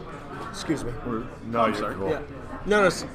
We got 2 stories going on here. Yeah, Can you get the spelling for Michael Scheffenecker written down, please? Thank you. All right, old school players. 3 things to know. 1, there is still room on the cards to sign them. Please do. 2, stick around for prizes when we're done with this round. And 3, this round now begins. Good luck. And what's your hometown? That's the 4th thing to know. Okay. Seymour. Is that so you can track got him a down? Brazilian. Look. That's your Let's hope. Oh, nothing. I was going to be in Rio, that's awesome. And I'm going to be able to spell your name properly. So I have him write his name down too. Isn't misspelling's part of it though? You just take it, yeah, right? Oh no. No, it's okay. My soldiers. Do you win? Wait, is Rio's in Brazil? Today? Brazil? I think, yeah, right? Yes. I'm like- I'm an American. I'm an ugly American because I can't remember where Rio de Janeiro is. Ugly. Yeah, no, it's in Brazil. Ugly American. Oh, it's so sad that like we live up to that so well. I know, and you know, like, I mean, I do international law. Yeah. Oh no. Yeah, like wait, you should know. Like, so DFAL 7 wants to hear the story before you cut off. oh, which one? I don't know which one. Oh yeah. Come on, DFAL. Is it a Which real one? story or a fake story? I have Like, no. I've got both. Yes. Yes, right? Like, no, like if it was the Jeff Mingus question, but you didn't ask me that. Jimmy asked me that. Like I think I met Jeff like literally like physically met him like maybe 3 years ago. Okay. And he's awesome. And it's at one of these events, and like I always end up like because I'm always by myself, so I think I latch on to somebody. I gotta tell you, IllexCon is the best place to go. IllexCon is awesome. Yeah. It's literally just like coming home and hanging out with your buddies. It is. It's pretty crazy. I mean, that's why I like these things. Is I get to see people. I If you have to them see. spelled.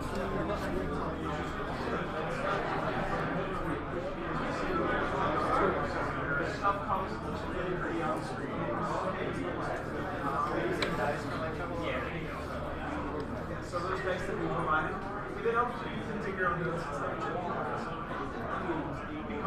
You're here to have fun. Here is more of the surprise. He's tempting them with prizes. Yeah, he's tempting them with prizes. He's like, well, you might have this. It is old school. It's super duper old school. I've been one of the hands I saw played earlier today was literally Mox, Soul Ring, Lotus, Mind Twist for like 5, destroy the other guy's hand. Oh, it was wow. ridiculous. It was the first turn. It was like, oh, alrighty then. Man, that's kind of sweet. It was nutty. I still haven't seen it. Like very sad. I still haven't seen a Channel Fireball. I'm waiting to see Channel Fireball. Yeah. And let me get his name down. Oh yeah. Yeah. Did he write it? Like.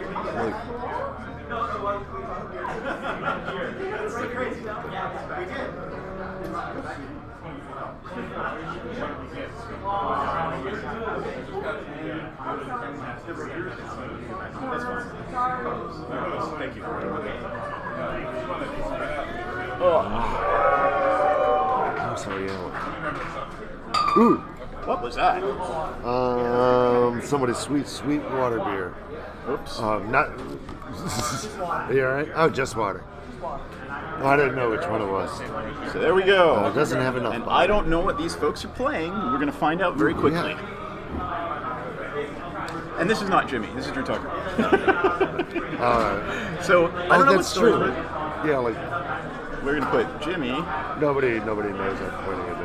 Oh, we know who you are. If they watch the stream, they know who you are. Oh yeah. Like, You're on for a half hour earlier. Oh, that's true. Yeah. Silly me. All right, guys. All right. Oh, this is more prize We're getting our package. finals, but I have to show you this here. This is so cool. We were talking about Jeff Menges. Oh yeah. This guy, we befriended him for the Winter Ball. We got both of our home addresses on there. Oops. Let's see what we got in this package. So Jeff sends me this thing. Jeff The is camera awesome. has to see this. I don't know. It says something like "Thank you, Jimmy. Have a good Fallen Empires event" or something. He has been sending us packages for these events. It says, "Hey Jimmy, hope this gets you in good time. Something for you to pass out as you see fit. 25 copies, recognizing 25 years of Fallen Empires of Goblin War Drums, my original print from Fallen, and some Fallen Empires duelist counters." All right, come on. That's so cool. Yeah. So this is the duelist counters. If you don't remember these, this is what we're paying homage to. These are done by Jeff, Anson, and other people. And they're the ones you cut so out in cool. the- You got pop it. them out They're of the insane. duelist? Yeah. Yeah. And all the counters we had, Evan Oh, Prater that's counters, credit and stuff for the Ication Javelin, Ication Dude. And hold this for The me, money Drew. changer? All right, check the money changer. Exactly. These are the numbered, signed, canvas printed original sexy. prints. Okay. Oh, those are sexy as This hell. is part of the prize pool too, on top of everything else Dice City and the community Rock created. on, So, dude. That's yeah. awesome. I'm so That's proud of this, cool. and I'm so appreciative. Thank you, Jeff, and thank you all the artists in the community, and the designers like Barry Reich for making this the game that we still play today. And thank you to all the TOs worldwide, New England, Alamo, Beasts of the Bay, Lords of the Pit, everyone putting on good old school events. Avrica, Stockholm in a bottle. There's too many to name. Gothenburg, obviously. And here goes Boston. Round one. So Here, I got it. Thank you. If you give, okay. All right, let me. The Stockholm Bottle. You heard of those guys? Yeah, I have. There's so many old school crews. We can't name you all, but you guys are amazing. All right, so we don't want them to hear us too loud. We got our names. We got Carlos. Yeah, Carlos is from Rio. His last name's like Gallardo. I can spell it probably. I asked him to write it down. He just wrote Carlos on the paper. And Michael S. from Baltimore. Yeah, their last names aren't the easy ones. I believe we spell it this way. Put them inside and no carpeting. You'll have to forgive me if that H isn't real. I think it's Gallardo. Something like that. Okay, right there. Yeah, so we'll fix that later if it's wrong. And he's from Rio. All right. Ooh, look at this. Some players' power sticks to their hands. I got to tell you, I've played Michael Scheffnegger many times. Power sticks to that dude's hand. We've had 4 pieces in the first 1.5 turns. We had That's crazy. Ancestral Time Walk. Yeah. That was an interesting little This turn. is, yeah, looking tough if you're on the Brazilian side of the match. And that's turn 1, is it not?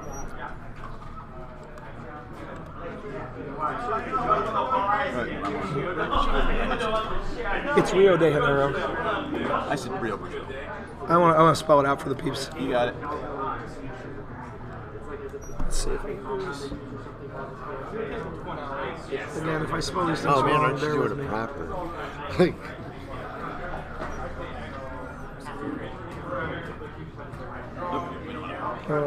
Cool. Send it down on the line. There we go. Cool. Oh man. All right. Oh, hey, a black vice is something. We're on that vice mirror. This looks like the earlier game we had, the blue power decks. Yep. Interesting though. Let's note one thing. Carlos played a mountain, a basic land. So even though we've seen some powerful starts on that blue-red control type side of the board earlier in this event, we could be seeing goblins here, making it all the way to the finals, which would be pretty dope. I'm just trying to find that set of rules that we posted earlier. For one of our regular viewers who isn't an old school player, who has a question. What are we playing? Yeah. And here are the rules that we are playing by this afternoon. All right. I'm really glad to see these guys. They both play locally, both great players. Carlos recently discovered us. Yes. Which means there might be an land. Yeah. There's land. Punishes the lands, and when you're ahead on mana, that's brutal. Yep. We could see ATOGs coming. Usually Ankh means that. Mike has been playing Ankh decks since I first met him in old school. Really? We were both talking about like what decks are good in this format. Land Destructo Ankh. Yeah, no, he doesn't even destroy the land so much as he. Gets it out early. Yeah, he uses almost as a burn spell, like a recurring damage. Yeah.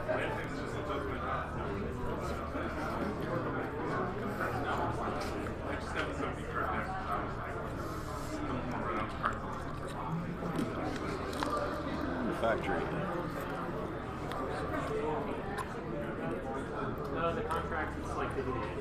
Now, Mono Red should be more favored here in the sideboard than it is in the first game.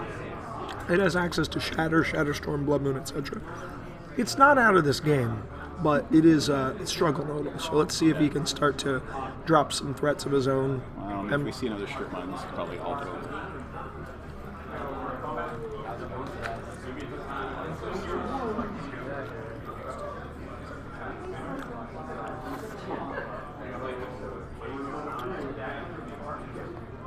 Mike, can you maintain dice for us too? Yeah. Okay, thanks. And that is indeed game 1. All right. Well, sideboard. I don't want to be too loud here. You know, Mike has a hint of what his opponent's on, obviously, by the Balloon Brigade. It's possible to play a red slide deck that's not all goblins. It's possible to play all goblins.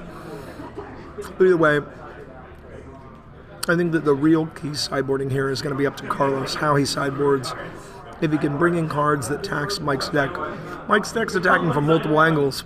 Burn, power and recursion, and of course, artifacts.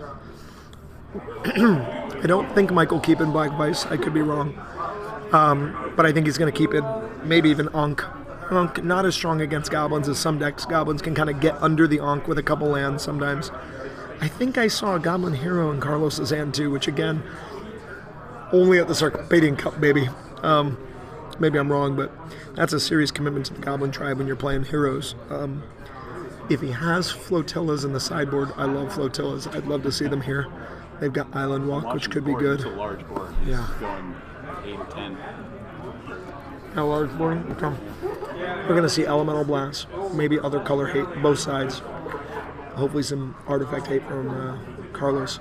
But I know this playing tribal decks. I play Goblins, Merfolk, Thralls, Alads, Dwarves.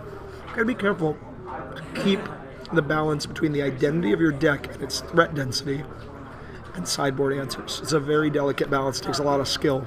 Luckily, Carlos, a good player. So let's see what happens here. What's our last round? It's been a long day. A long day. Long day here at the Hippodrome. There you go. You just missed it. It's not on camera. I just Swords of Plowshare to Living Wall. Off camera, Swords of Plowshare's Living Wall. That's the spice table. You guys have never met these guys. We've got Sean Smith and we've got Merle Zimmerman. Merle Zimmerman won Most Creative last year at Eternal Weekend. Unfortunately, couldn't make it this year. Merle's a force to be reckoned with. You'll see him in the Dice City playmat. He has done things that are both legal and illegal in his effort to make his decks awesome. He brought a Jester's Cap that he never cast. He just wanted it flavor-wise. It was literally a dead card just for his deck design. He designed decks around stories. He sometimes literally published a zine with his deck. He made a Kobold deck with a zine storybook about Kobold's lives and the fall of Kerkit. Excellent. Incredible. A few of those are leaking around the world, and they're very special. So we got to get a picture of Merle's stuff later. While we're loading up for this game, they're shuffling. I just want to also give one more shout out to GloryCon. If you haven't seen this, it's pinned to announcements in North American Old School Magic. That would be good to pull up the North American Old School Magic Facebook page. There are many old school groups in this world. They're all good. One that's the most prolific, I think, is Old School Magic for Life. It's international. In theory, it's based in Scandinavian old school rules. Admins are in the US, UK, and in Europe. But our group, North American Old School, is designed to be, that's it, an umbrella old school group for all the clubs in the US. No, it's not going to be the greatest, but... Yeah, but it gives you an idea. This group... Seth joined recently, in fact. I did. Yeah. I just joined. Hopefully we've got some commentary. I don't know if they've been watching our stream, but I suggest all of you join this group. It is private, so you have to answer some questions. Yep. See our event today. Exactly. But pinned in those announcements, we've got GloryCon coming up. This is, I believe, January 25th in Gettysburg, Pennsylvania. So we're about 10 weeks away. Jesse posted. And there you There. Hey, look, there's the Sarpadian Cup advertisement. Yeah. Who we've So got it's a that lovely poster to page. give away, yeah. I've been hosting heavily. There's Merle. Let's pull him up. And actually, this is a great, this is what that actual... Yeah. We were talking about, it's a hat. It's not a hat. It's a little, what is it? A zombie? It's a cleric that looks like a zombie. There you go. And there's Merle. There's Merle. For the people. All right. All right, let's get into this game. Hands look like they are being resolved here. This is the last match. Is it? I got it. And it is the lovely Cape Girl. Stick your head to the left a little bit. Have you guys seen that documentary on the art of Dungeons & Dragons? These are the people behind it. Kelly's the director. And editor. It's on Netflix now, right? No, it's on Amazon Prime. Amazon Prime. And there might be another documentary coming about Magic the Gathering. We might have actually signed that distribution agreement already. Yes. All right, here we go. I'm gonna do my best to commentate for you people. We've got the Turn 1 Balloon Brigade. Mike, debating it looked like a factory there. Went with the Bolt, which is interesting. Both can stop a brigade, but the Mountain, of course, the red-black mana, exposing himself to a possible strip. But then again, he could be kind of fishing it out. He might want his factories in this game. They're good defenders. Chain Lightning can't hit them, but Bolts can. Ooh. I love it when people have to pick up the card. Yes. Which one is that? That is. All right, that's Orcish Captain. Let's pull that guy up. Amazing Mark Tadine art. Orcish Captain is one of the cards that makes orcs and goblins a thing. It's a coin flip. It is. It's a coin flipper. That's awesome. Yeah, I like this aggressive one-drop strategy. We offered people to make, so the chain has to happen on Mike's turn as a sorcery.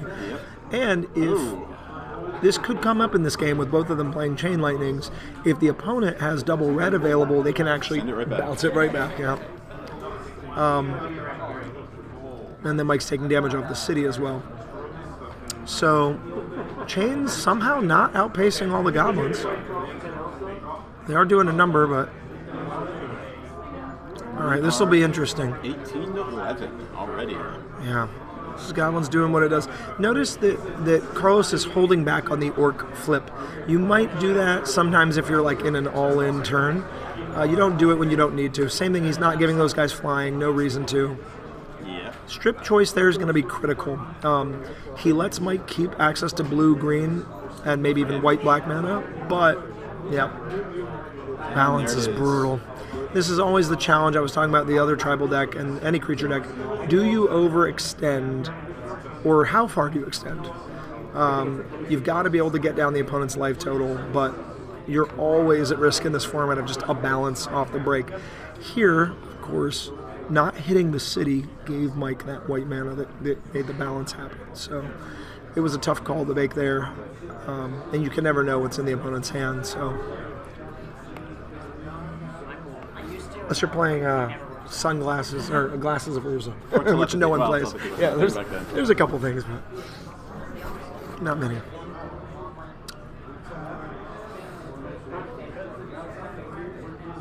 Oh, sure, yeah. 1 for 2. We'll make it 3. Let's see what we're doing here. Yep, good move. Now Carlos is in the awkward position of having to both stabilize and regain his momentum.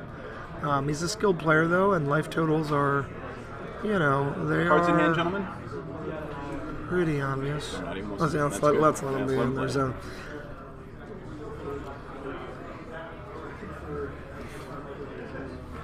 Ooh, and there's the ATOG, the namesake card of this deck. Let's pull up ATOG for the people. Speaking of yes remembers. Is the Pestilence guy just a zombie ATOG? That's interesting. I had not ever thought of that. That's kind of amusing. Yeah, I think they're technically different, but they look so similar. And there's a Chaos Orb on the table. All right. Something we need.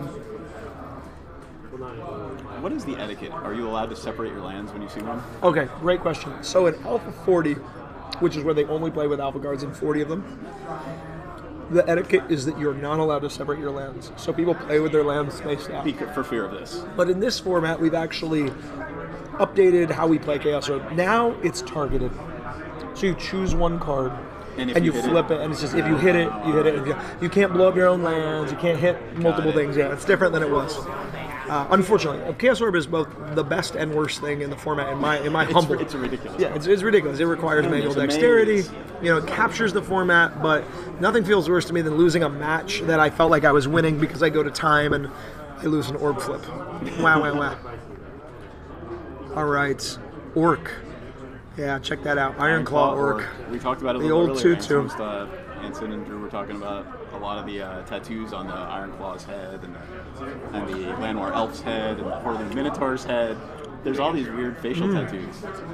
So here we go. It looks like Carlos might be on tribal orcs. Just with lacking in good one-drops, wind up a good Sly Curvy, putting Goblin Balloon Brigade. I don't know if we've seen Goblin Grenade yet. This might be an orc. No, we haven't seen a grenade yet. ATOG, a tricky one. Out of nowhere, he can activate a factory, make an artifact, sacrifice it to ATOG. Then he has the mana to do so. They're going back and forth. Life totals are favoring Schevenecker right now. We're going to find out if Carlos is a good orb flipper. Yes, we are. So the rule here is one target. Mm-hmm. Okay. 1 foot. There are all these flipping techniques people use these days that weren't used back in the day. Flipping techniques? Yeah, they really have techniques now. Oh, that's ridiculous. So it feels a little less random. It's like, are you a good flipper or not? So there's a flipping technique. Awesome. And I don't know how good his techniques are. All right, here we go. You can move. Yep.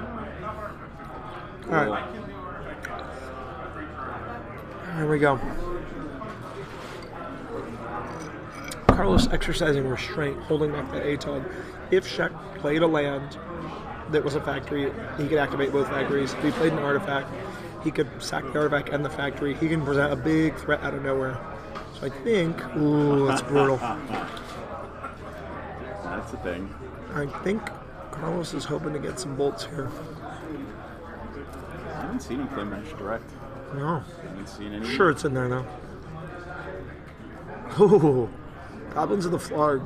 Of the Flarg. This is so Tolkien. You know, this is the classic D&D stuff. Orcs and goblins. Yeah, I love it. What is the ATOG?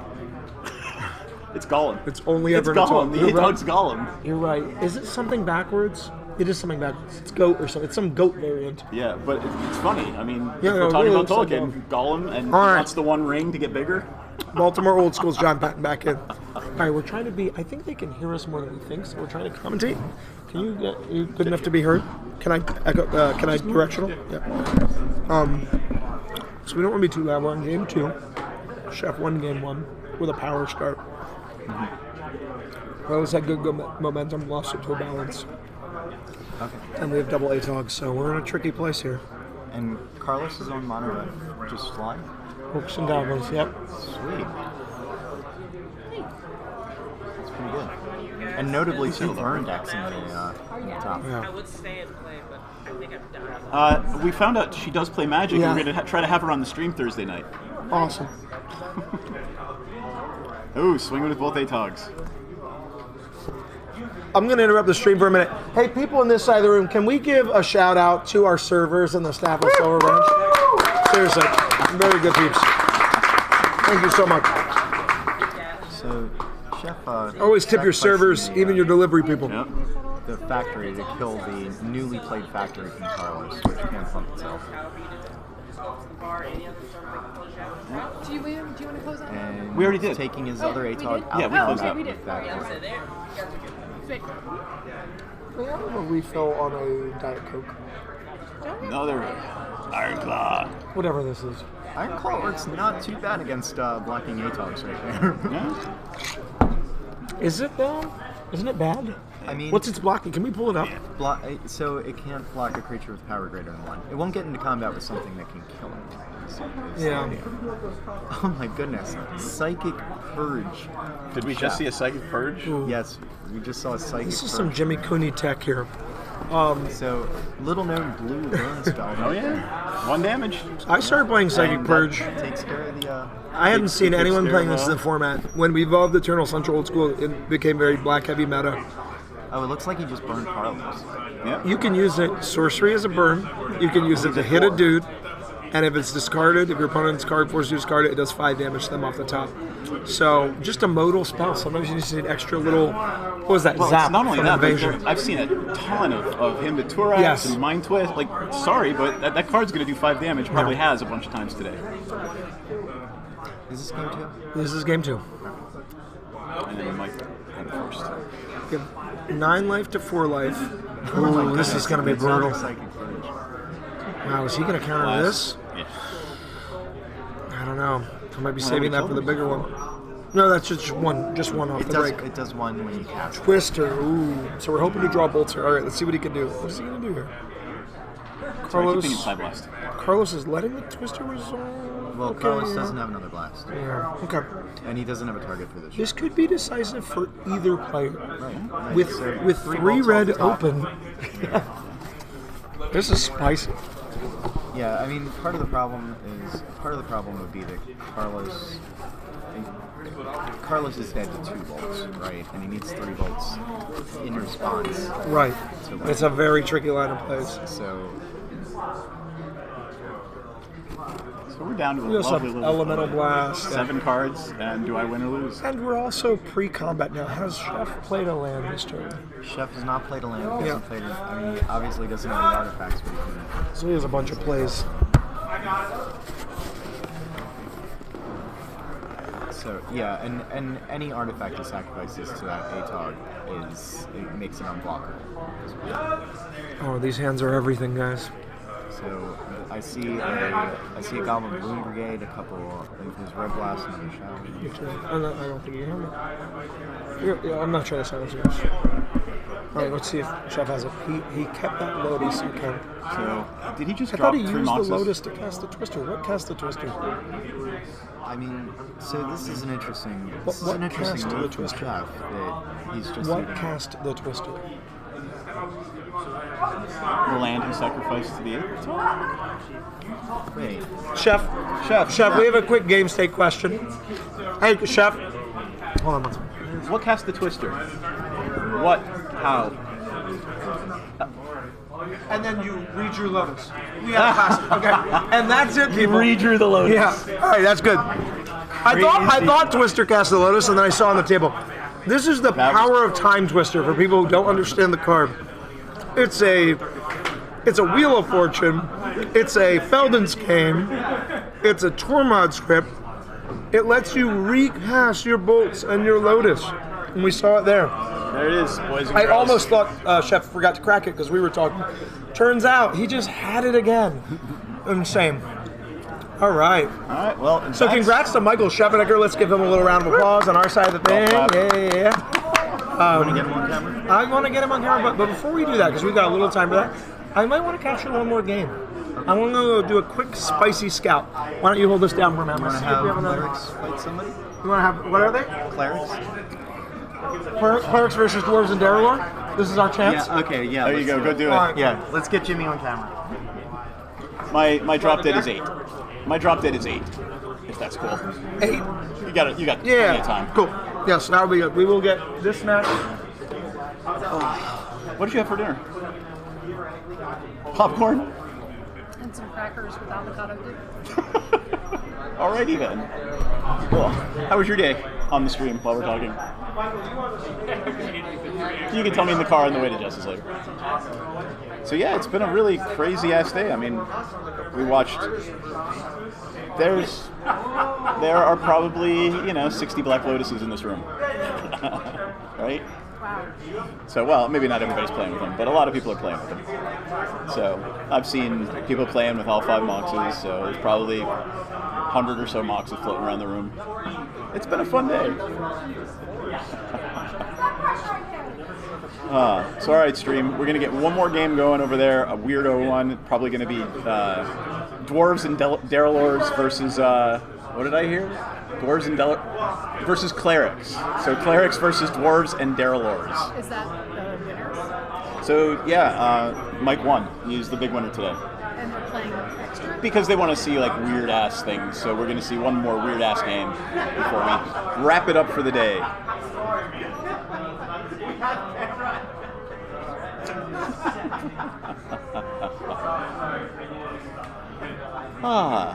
Any questions? Anybody on the stream want to comment or anything before we do one last game before we shut off for the day? Is there any prizes? Tons. Yeah, you missed a bunch of them. Good. Jimmy took it with him. But Jeff Menjish sent some original prints. There's the playmat that Drew painted is the original arts, one of the prizes. So yeah, lots of cool prizes. Drew's doing it. He is doing it. You should go introduce yourself to him, actually. Funnily enough. When Jimmy comes back, I'll take you over. All right. It's okay. So guys, I'm going to bring on 2 guests for the next one. I'm going to introduce them I'm real going to quick. take a moment, so go Yeah, ahead okay, and do your super. thing. Cool, okay. I'm going to introduce my lovely wife to Drew, who's doing a demon token for her. Awesome. Could you do one thing for us? Could you do the titles for me, Jimmy Cooney, and John Patton, Jon Patton? All right, so we got Jason Bupre. These guys are old order, old school. And we got Andrew Callahan. So we got the Irish here. Big True. Yeah, Big True. All right, so these guys are going to commentate your Spice Corner exhibition match. Did I spell that wrong? Right? No R. Jimmy Conroy. Cooney. And then I believe John's on Unsleeved, Revised for Fallen Soldiers. What's John's last name? Patton, P-A-T-T-O-N, like the general. And then I'm on my Dwarves and Darrelor deck. So I'm familiar with John's. I sat by John a couple times today, so. we got a couple variants of this deck. I think we're going to play the, and I think this is Sean's. Hey, Sean. Is this yours? Yes, it was. Cool. Thank you. John, move down to your left a little bit. Awesome. All right, thanks, guys. Sure.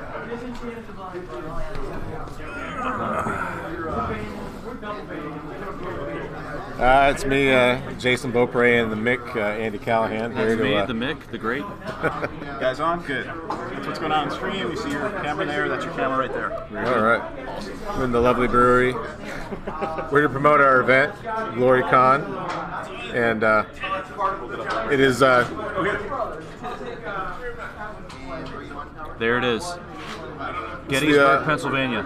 Yes. End of January. Go on Eventbrite, look for Glory Con, Blaze of Glory Con, at the lovely Dobbin House in Gettysburg, Pennsylvania. Atlantic rules with a gentleman's twist. No mind twist. No library. And with the entry, you get a buffet dinner after round 3. Everybody stops, everybody eats. So three rounds, much like the. We're very out of focus. Hopefully they're on camera, not us.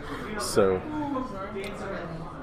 Jimmy's on his famous Dwarves and Derelore deck, a top 8, top 10 finisher at multiple tournaments in the recent year. It's a pretty solid deck. Yes. I've seen it run many times. I've beaten it once.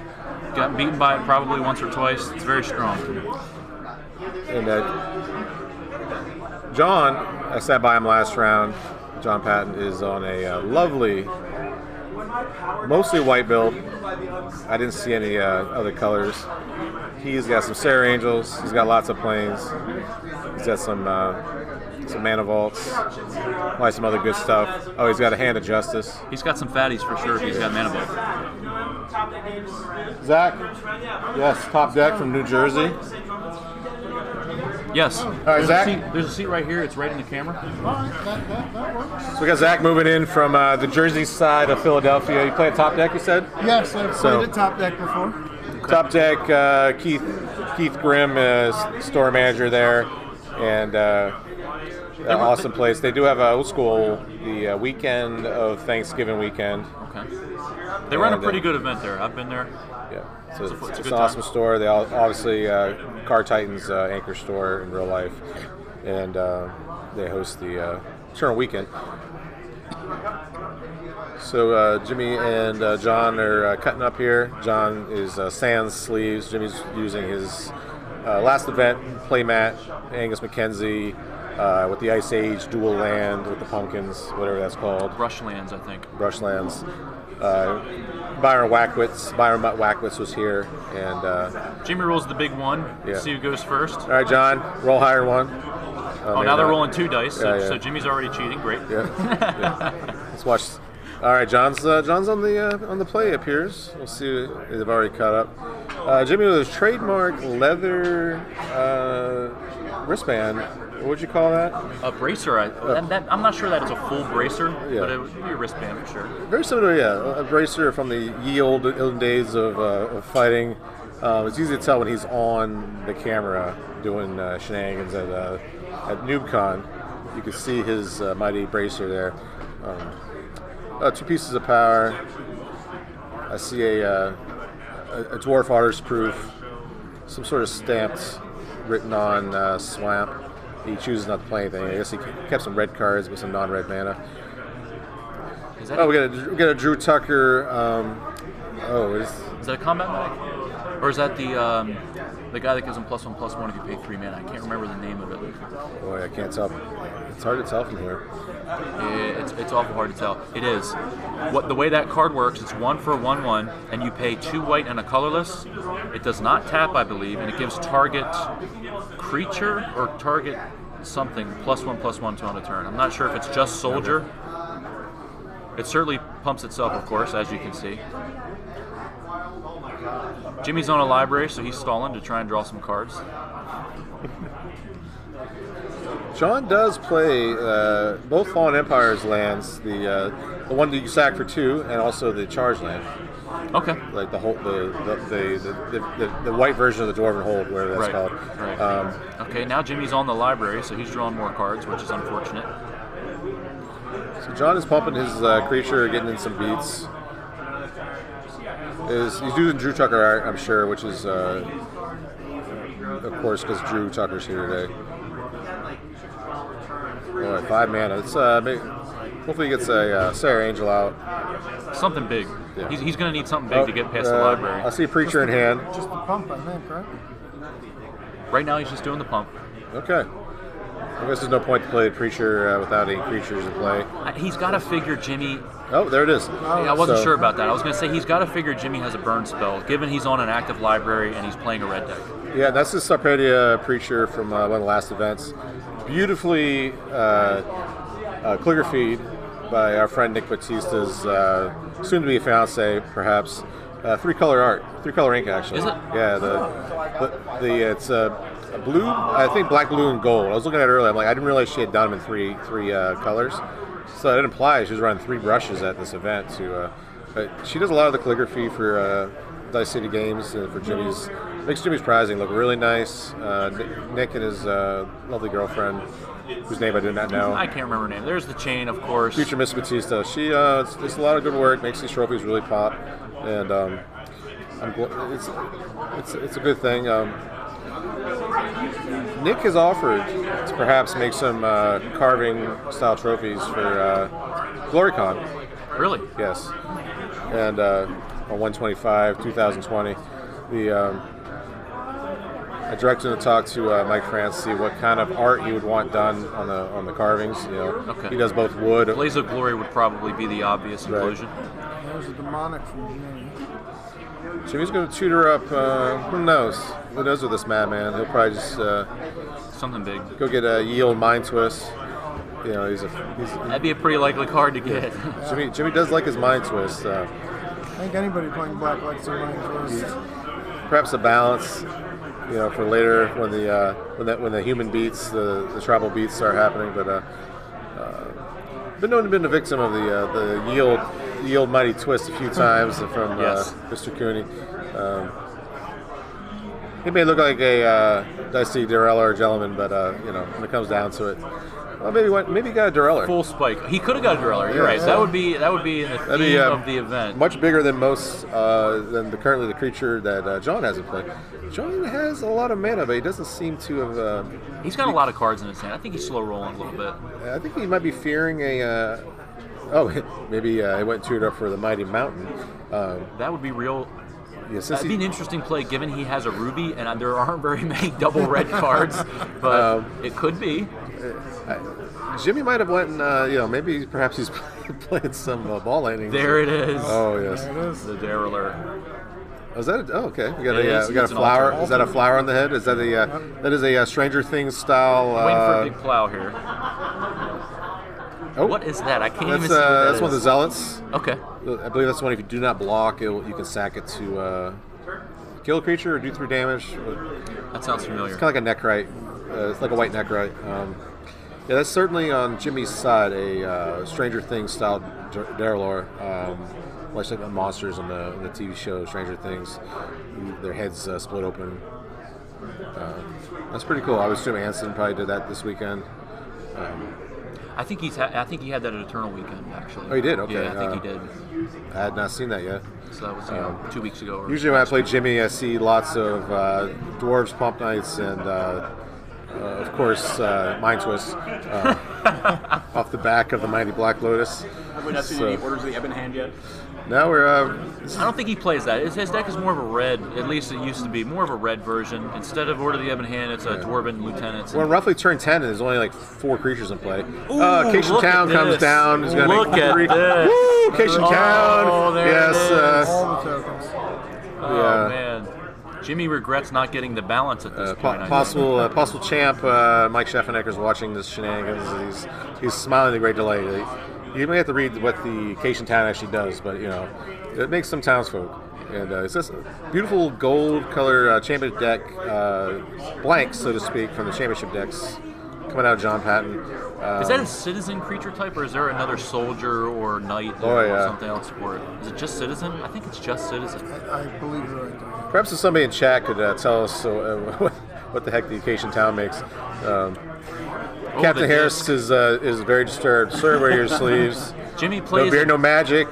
Quebec City, Quebecois. Bonjour, comment ça va? Glad to see you today. Quebec City, of course, active players at the LobsterCon event the Canadians come out in strong runs, and I do love the Quebec guys with their moat style shirts. No beer, no magic. Gum God's giving us the answer. 4 citizen creature tokens. So now Jimmy plays the disc, which is pretty strong. He does have a lot of Mox, Soul Ring, and other shenanigans out, but he has 3 Mistress Factories. So City of Shadows? it is a City of City Shadows. of Shadows. We're gonna have some mana here, mana shenanigans. He's obviously on the ancient old combo of Preacher, City of Shadows. So he cannot attack. No, the Preacher died. No, yeah. Yeah, but in his deck. Okay.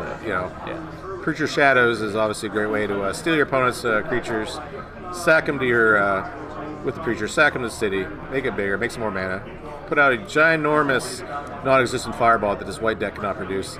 But perhaps Blessing will come down or some other shenanigans. Blaze of Glory. Blaze of Glory. Glory Con. 125, 2020. John is showing his on his deck box there the mighty circular Xylon Sword coaster that is made out of metal. I didn't even see that. It's been out. It's been around for quite a while now. It's a beautiful piece that Nick made. I don't know if it was a prize or it was a giveaway. Lightning Bolt. Yes, the Quebecois. Come on down to the mighty Glory Con. Gettysburg, Pennsylvania, 12520. I'll speak some more Francais for you.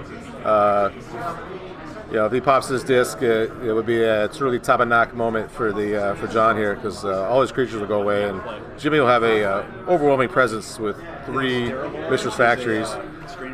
In case you missed it, the man speaking French, his name is Jason Beaupierre or something like that. So people who know French can probably pronounce his name. Jimmy's investigating the tokens. I think he just stole his tokens. Okay. No. He's reading the tokens. Very good. Hey, hands off those tokens. Apparently, this is a pretty popular feed up north of the border. This post Eternal Weekend debauchery of the Fallen Empire's 25th anniversary. Largest tournament here held ever by Jimmy. It's Silver Spring. Yeah, that's certainly the biggest one held by Jimmy. The biggest one in Silver Spring. It was 64 players, right? Yes. I think he said 64 That's players. impressive. Yeah. That's a lot. It's a nice number. 64 is a good square number. We could have done 8 pods, 6 pods, 8 pods, 8.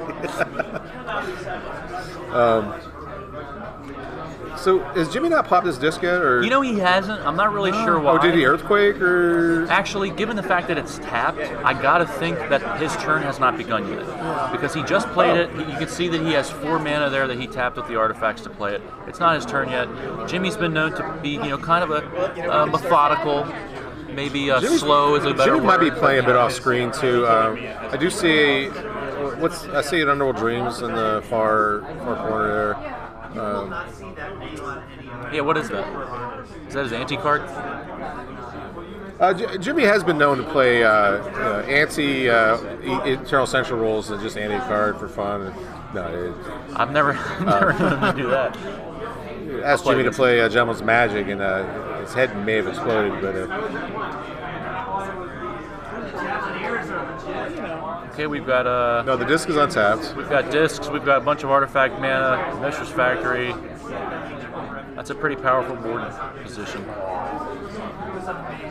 Is he still in the library? I don't think he is on the library anymore. I think he has 5 cards in hand. I can't quite tell. There's a counter on the City of Shadows, so... I think he sacrificed the creature that Jimmy bolted in response. Okay, good. I mean, best thing you can Makes do. Makes sense. So, is this John's turn? He's attacking with these citizens? Or? No. This is Jimmy's turn. Oh, okay. Jimmy's turn, yeah. He untapped the disc. Why is Deuce tapped? Oh, you attacked with him last turn. Jimmy didn't block or anything with his... No, but he tried to confiscate them. He picked them up, looked at them all. Yeah, I was confused. They're not 1/1s, and he's got an army of 2/2s potentially. It was a confusing minute. Maybe if we were paying attention. Yeah. Jimmy is partially off screen. Okay, this is a big swing here. Okay. Ooh, look at this big swing. I hope he pops his disc in response and kills all his creatures. That'd be I hope he pretty cool. does. That would be a hilarious play for sure. Clean out the stairwell first. As soon as I full grab, I see a Dwarven Lieutenant in there. I think there's another disc in there too. So it's pretty strong. We're not saying this is an uneven matchup, but go John, because he's certainly playing the Citizen Tribal, which is was offered up a prize for tribalness. Okay, Jimmy's just going to go ahead and pop the disc, I guess, during the upkeep. So he does lose a considerable amount of Jimmy also loses the ruby, which he has not lost yet. Okay, there it goes. All right. You may have been right. Maybe he did tutor for the mountain, anticipating the disc. Yeah, that's a 200 IQ move right there. Big brain. Yeah. Very big. Big brain move. The Badlands is there, but Well, that was we got ex post facto. We got Strip Mine, which is probably fairly useless in this matchup with his mono white. Matching planes from John, which is pretty good. Yes. I'll tell you a little story about John I heard earlier. The reason he's playing the fancy calligraphy creature is because his other creature, his fifth creature, which implies he's playing 4, was in better shape and did not match the wear of the deck. Okay. So be a marked card. Yeah, so Jimmy's prizes traditionally have a slight patina on them, and this would fit into any sort of played card. Jimmy's flipping. So Jimmy removed the Dwarven Lieutenant, I think it is. To show a Dwarven Lieutenant. To show a Dwarven Lieutenant. Artists playtest cards, including artist cards that are drawn by the artist as power, are happily welcome here at Dice City Games. So if you have a Amy Weber Time Walk, Fraser Moxes done on artist proofs, Jimmy allows them in his tournaments. Okay. He does not allow, sadly, he does not allow Neos Black Lotus. But Jason has one, by the way. Yes. So Stephen Hartford hooked me up with a Neos Black Lotus at the last event, and I was happy. I would happily rock that, but free card. So the strip mine comes down on the ruins of Trollcar, something like that. Tricare. There's the troll. Oh yes. If you call it Troll Disco, he will get mad at you. He will get very upset, despite the fact that he has 3 Nevinyrral's discs and 4 Sedge Trolls through the 75. Do not call it Troll Disco. We have both made that mistake. He prefers what? Dwarves and Derelers? Dwarves and Derelers, correct. Yes, so Raduf on chat, you ever make it down to the nation's capital, the other nation, we'd love to have you.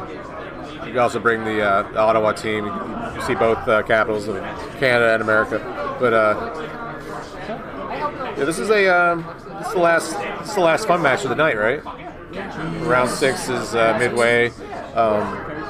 Okay, so John's attacking with the Order of Leaper. Oh, what happened? He did not pump it up, which is unusual to me, but not now. Oh, yes.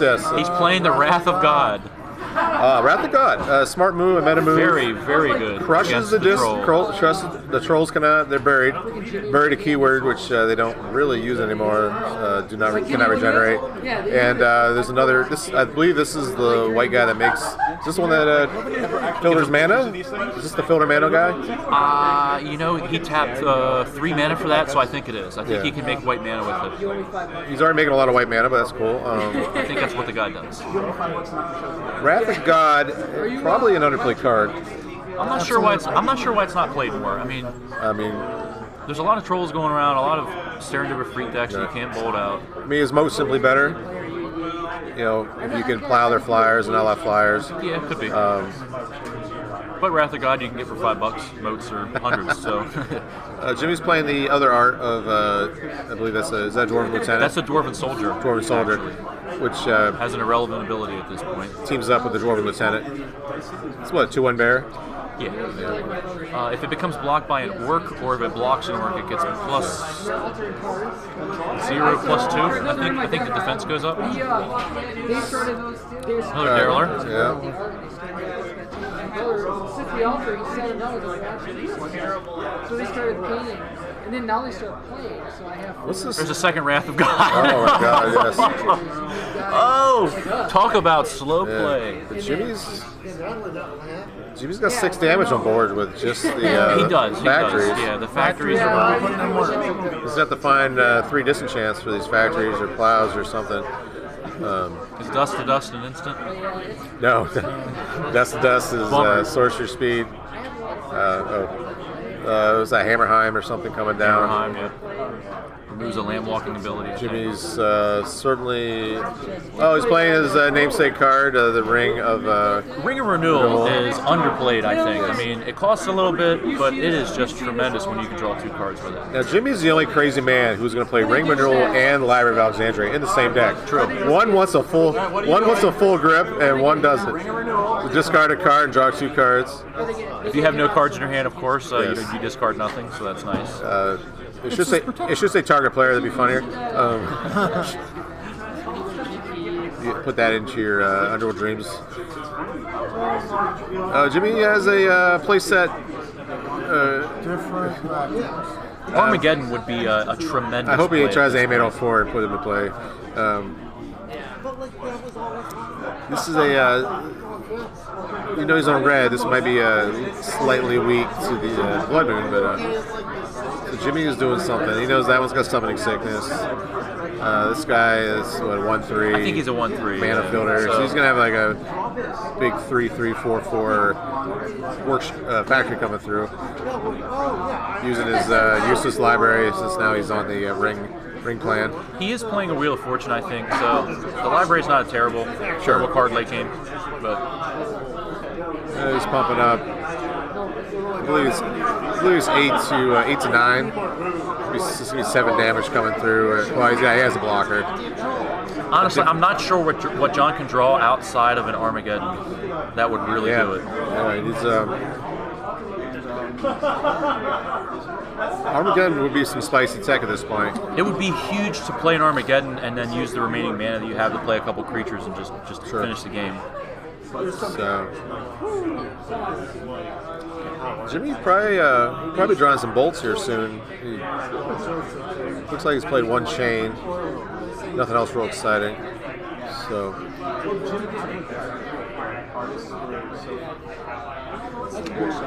Okay, I think we're wrong. I think that's the guy that pumps him up. Is this the same art? Yeah, I guess you're right. I thought it was different. It looked different in the blur.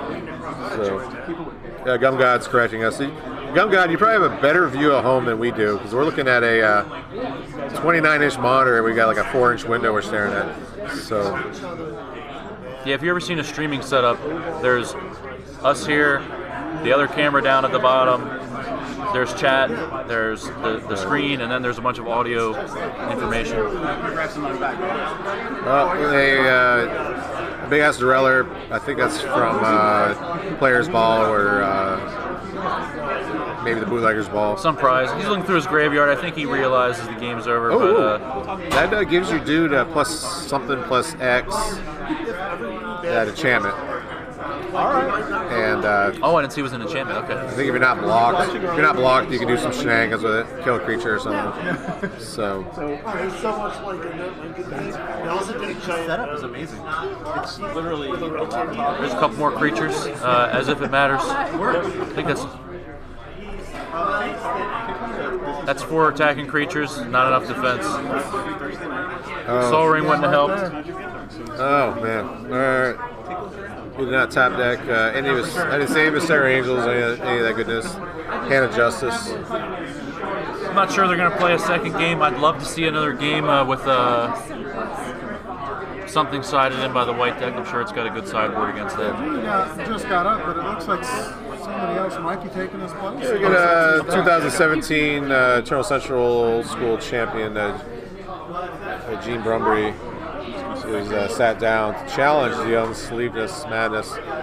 So, John showing off his key card in his deck, the coolest card in Fallen Empires, Hand of Justice. One of the best. So, underrated. Especially with the town. Yeah, the game is over. Alright, I'm going to shut it down because I got to get out of here. Alright. Say who you are and why you're here and you sign off. And here, give me that. I'll hold it up in front of the video. Cool.